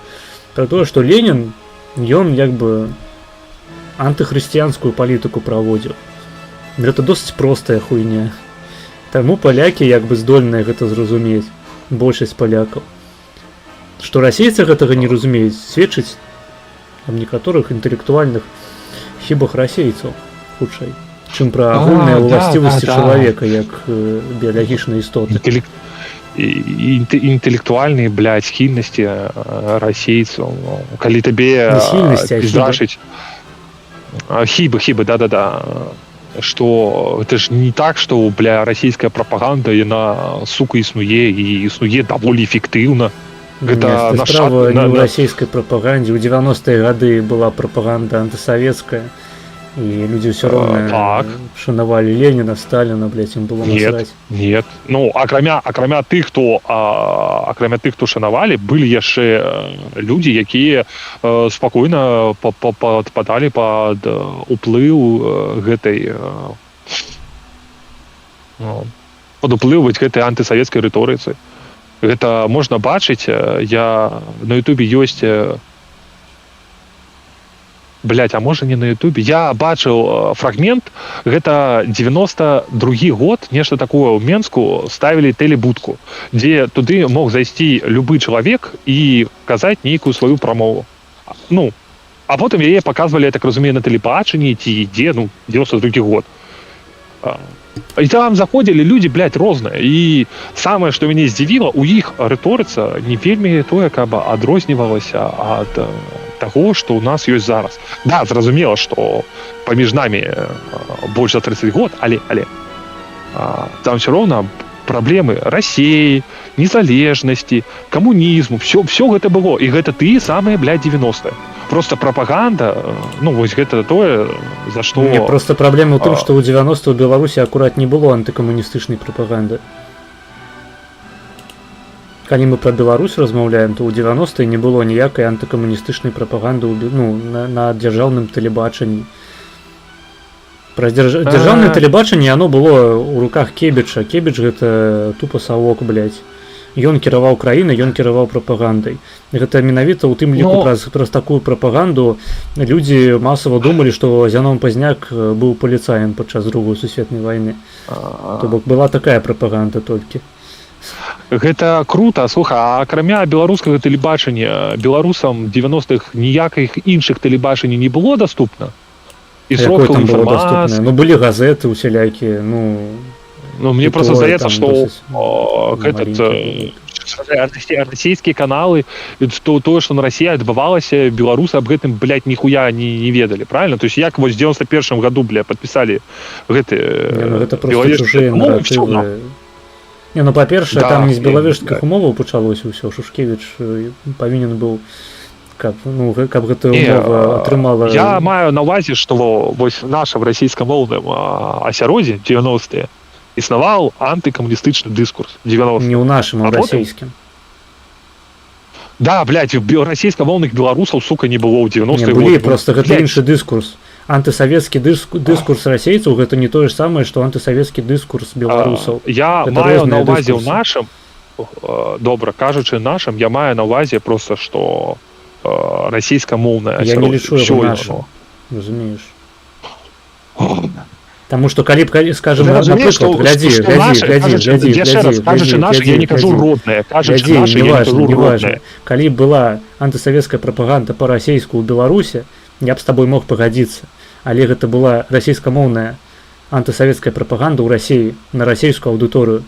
Гэта не было для беларусаў. Адпаведна, там праблемы, там ніхто не казаў пра курапаты, ніхто не казаў пра расстрэленую інтэлігенцыю, таму што ў расейцаў іншыя праблемы.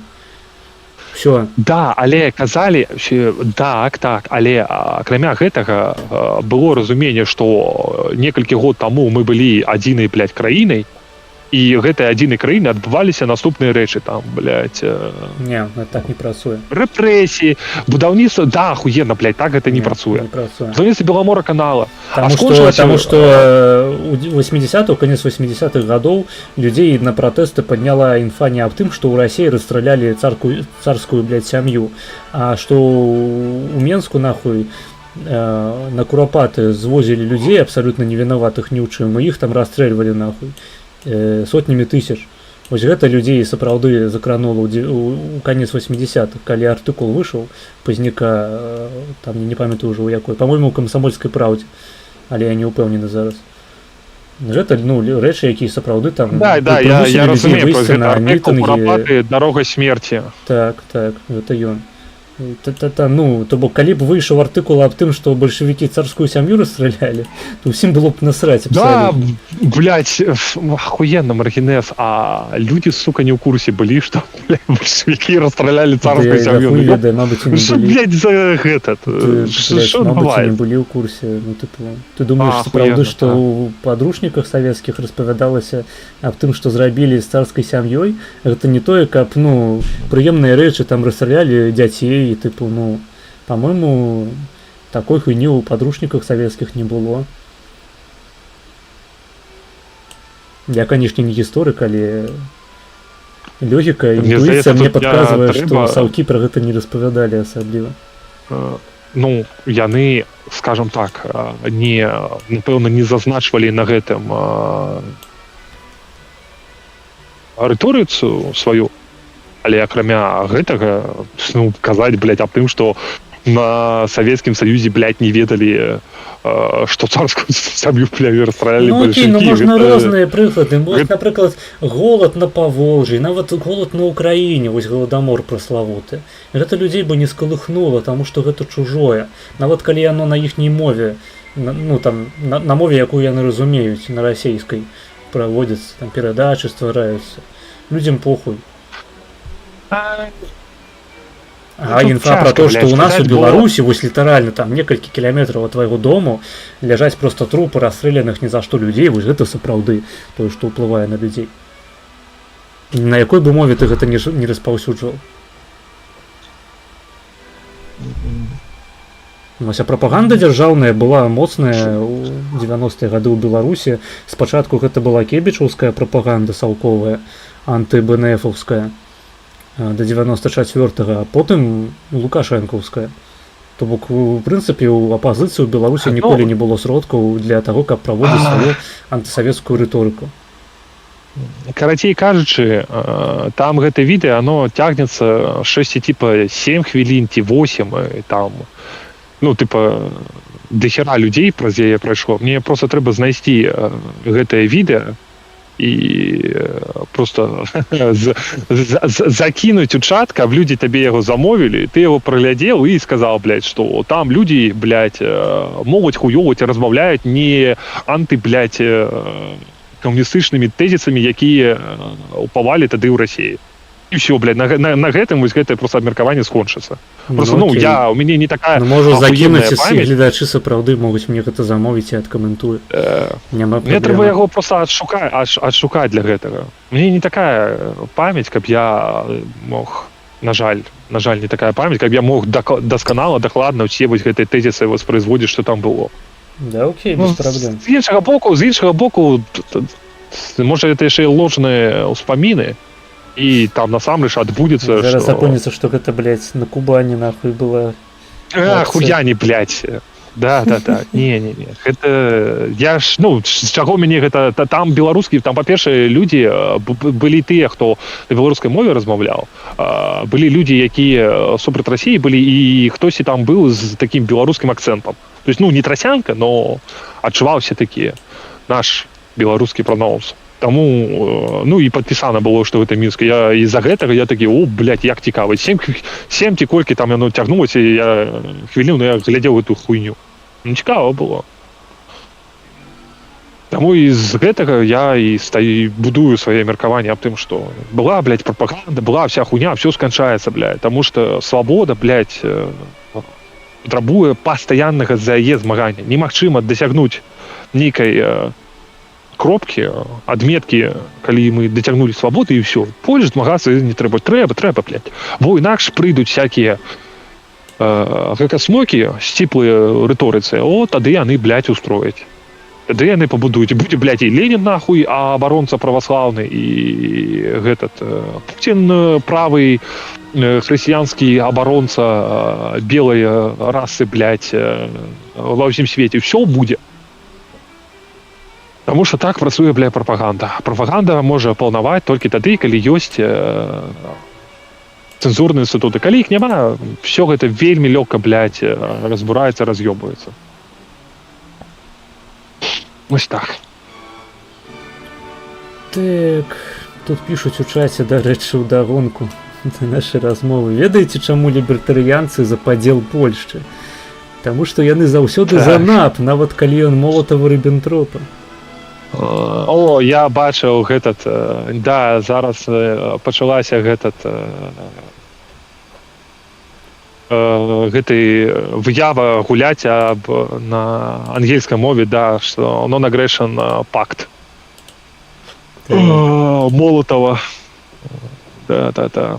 Ну, насамрэч, калі мы разумеем НАП не як прынцыпал, а як дамову, то тады выкарыстоўваюць варыянт, што это non-aggression пакт. Это тады можна палезці за лупу. Так пачакай, non-aggression пакт гэта просто дамова паміж дзяржавамі, блядь, аб не агрэсіі, блядь. Што ты мне расказваеш? Зусім, блядь, хворы. Якая табе пакт? Гэта мы все ведаем. Что там? Это не важно, что там. Ну я на сайте, давай, что там, желтый кут, и что, Там кто? пишут Давай. «заткнись».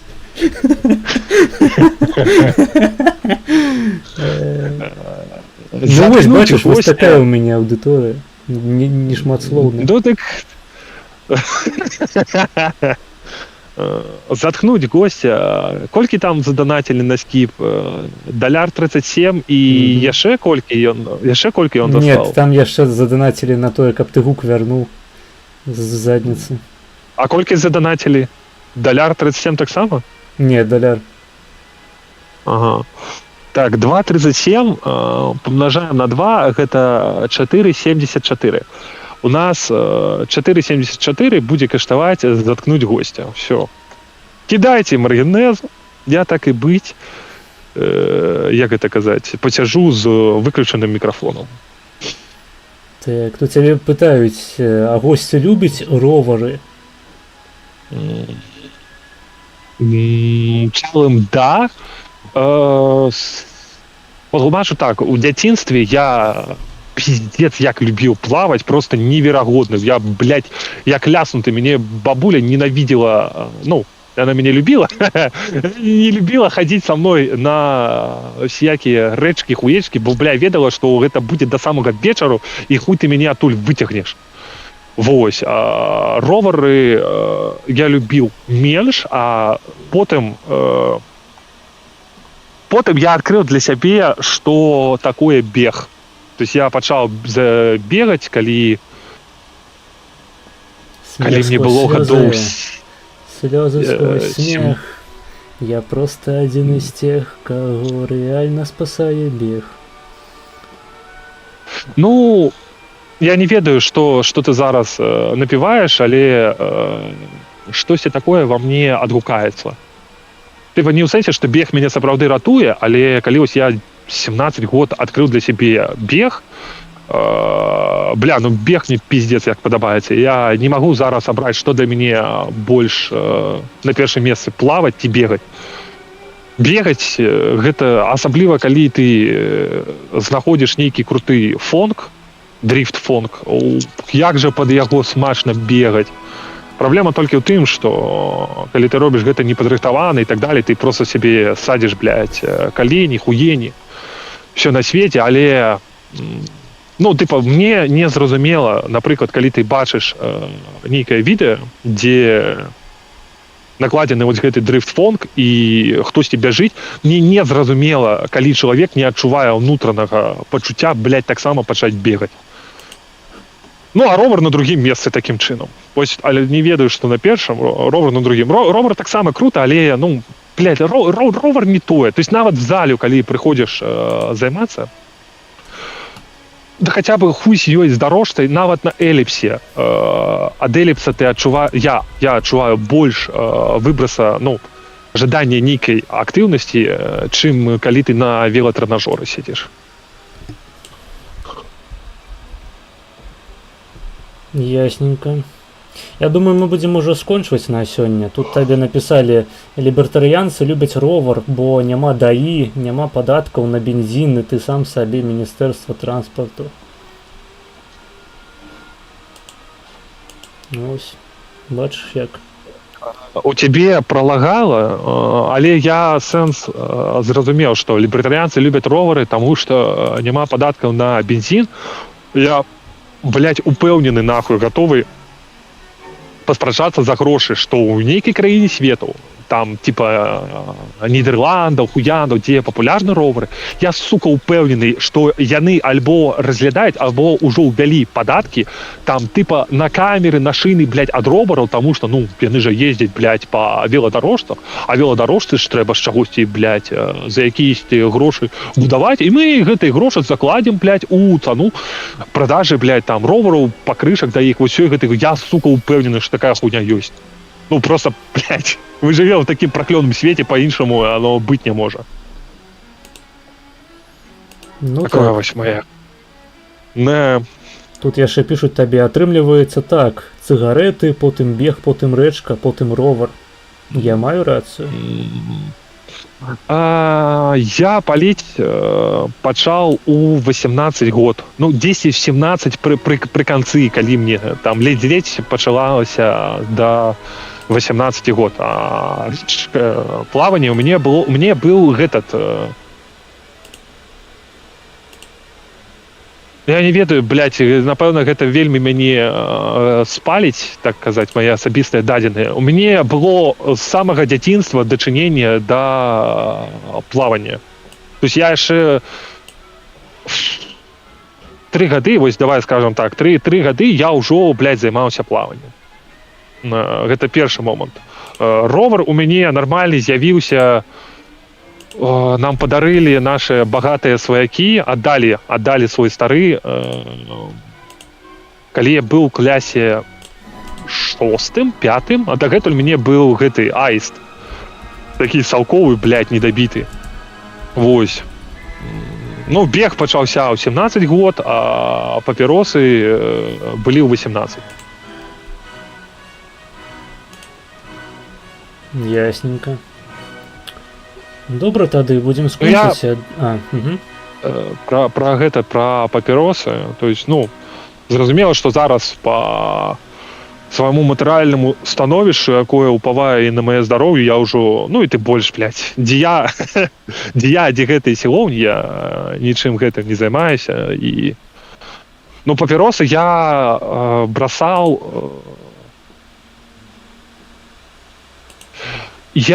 Акрамя таго, што мне вельмі хочацца курыць, і я адчуваю сябе, так казаць, натхнення, асабліва калі ладзіцца нейкая размова, то мне тады вельмі хочацца пакурыць.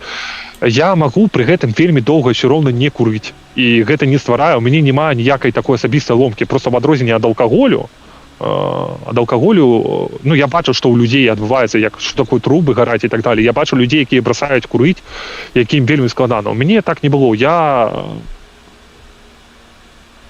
Каб бросіць курыць, мне там раілі гэтат чытаць Алана Кара, тыпа ты чытаеш гэтую кнігу, ты потихоньку, бля, пачынаеш бросаць курыць. Нейкі такой уплыў можа і ёсць, але я таксама гэтыя людзі, якія мне раілі Алана Кара, яны самі потым пачыналі курыць. Што я рабіў? Я просто, ну, зазначаў сябе моманты, калі мне хочацца курыць. На той момант гэта калі я з кімсьці размаўляў па інтэрнэце і размова была вельмі ладная, то есть там, ну, нейкая такая цікавая тэма, альбо калі я шоў ад прыпынка альбо на прыпынак да грамадскага транспарту. То есть вось ад хаты да прыпынка, ад прыпынка да хаты, у мяне прыкладна і альбо калі на прыпынку стаіш, чакаеш грамадскі транспорт, тады вось папіроску закурыць, блядь, за шчасце. І я сябе купляў просто гэтыя чупа-чупсы і займаў сябе рукі у той момант, калі у мяне спрабаваў рэфлекс таго, што зараз трэба, вось, блядь, курыць і чакаць. Я просто адкрываў сябе чупа-чупс і пакуль вось смактаў, пакуль не прыедзе аўтобус. І потым паціху, пакрыху, праз 10 месяц, напэўна, ну не, пачакай, месяц, блядь, я не мог так шмат, блядь, чупа-чупсаў купляць, ну, тыдні 2-2,5, 10 так. Я ўжо цалкам... так шмат смактаць. Ну так шмат купляць чупа-чупсаў, давай так скажам. Я ўжо падзабіў. Потым я пачынаў курыць, але я пачынаў праз... ну, типа, год 10, штосьці такого. Вот. Ну, і потым, ну, в цалым, типа, калі першы крок, вось самы складаны, гэта пазбавіцца ад псіхалагічнага ціску. Звяртаеш увагу, дзе ў цябе вось гэты трыгер адбываецца, калі тебе хочацца пацягнуць за папіросы. І замест гэтага смокчаш, блядь, чупа-чупс. Вось. А потым і чупа-чупс не смокчаш, і ўжо і паліць не трэба. Под конец можно смоктать своему бойфренду. Да, Аргінес, як заўжды. Так, я специалист просто. Мы ведаем. Ну, яшчэ з твоих масажаў простаты. Ну, одна справа масаж простаты, іншая справа смоктаты. Масаж. Ой, блядь.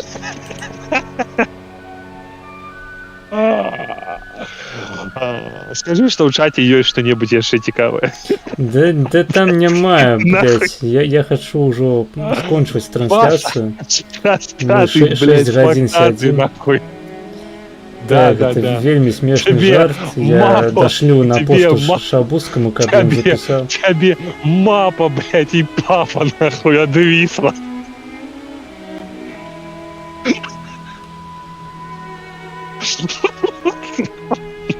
Ладно, все, не смешно, блядь, не так уж это смешно. Добра, не будем затрымліваць спадарства. Так. Дзякуй за Дякую запрашэнне. Максиму, что пришел нарешті на стрим.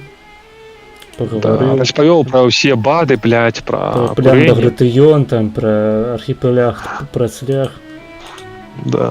План «Жовтий король», архипеляг «Жовтий кулях». Да, я разумею. Так, желтый кулак. Так, охуенно. Ну все, давайте спынять эту хуйню. Все, давай, дякую, что пришел на стрим. Дякую, что Я ще буду запросил. запрошать. Так, Да, ну, все тады. Давайте. Всем давай, до побачення. побачення.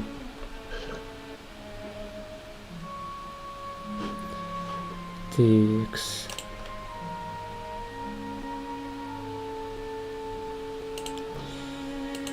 Развитались с Максимом. Давайте я вам поставлю композицию на завершение. И будем с вами развитываться. Сустренимся у суботу вечером на Твичи. Той же самый формат. Размовляем. Глядим видосики. Я зараз так гляджу просто. Прикладно 25-го буде Мозгінез, то бок лекція. 6-го буде інтерв'ю з Усовим. Мабуть, 11-го і 18-го паспрабуем запустити тыя два формати, про які я казав на початку стриму. Ну, альбо там яшчэ калі. Карацей, чакайце навінак, сачыце за анонсамі, подписывайтесь на ўсе соцсеткі, усе спасылкі ў апісанні стрыму, донатьте ваши донаты, пішыце ваши паведамленні, далучайцеся да серваку ў Дыскордзе, далучайцеся да галасавых конфаў, асабліва калі вы донатары, у вас ёсць магчымасць доступу да прыватнай канфы, дзе сяджу я, дзе сядзяць іншыя донатары, дзе сядзяць людзі, якія прыходзяць на стрымы ў тым ліку. Запрашаю вас туды. А на сёння завяршаем мы нашу сустрэчу. Дзякую усім тым, хто данаціў, дзякую усім тым, хто пісаў свае паведамленні, дзякую тым, хто глядзеў, хто ставіў падабайкі. Всё. Да новых сустрэчаў. Пакуль.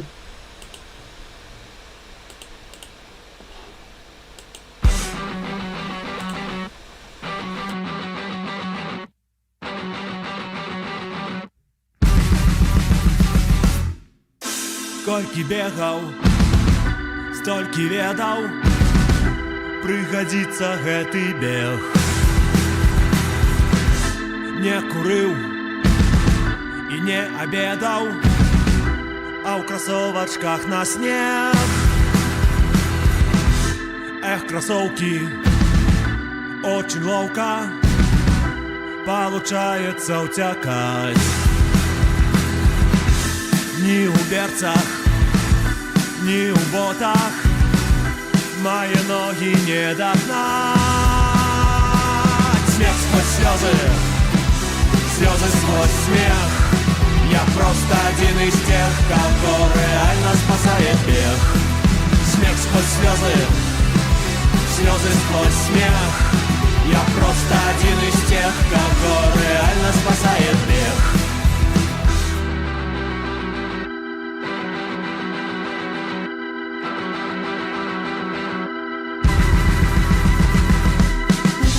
Озернулся и увидел за спиной черным черно.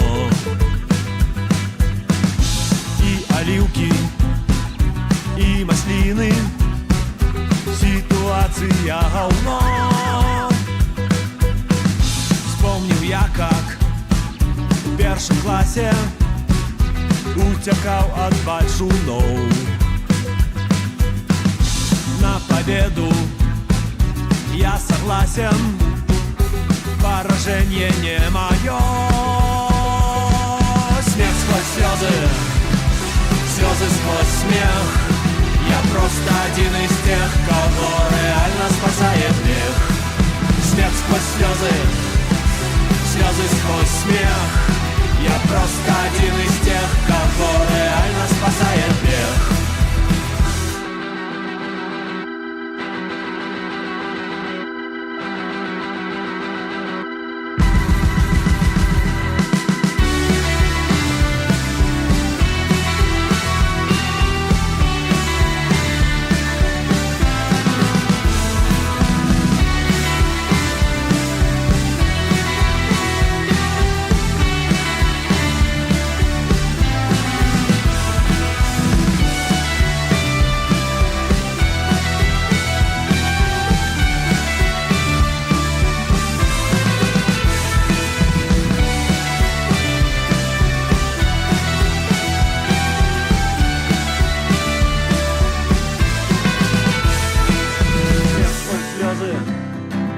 Слезы сквозь смех. Я просто один из тех, кого реально спасает мир. Смех сквозь слезы, слезы сквозь смех. Я просто один из тех, кого реально спасает мир. Смех сквозь слезы, слезы сквозь смех. Я просто один из тех,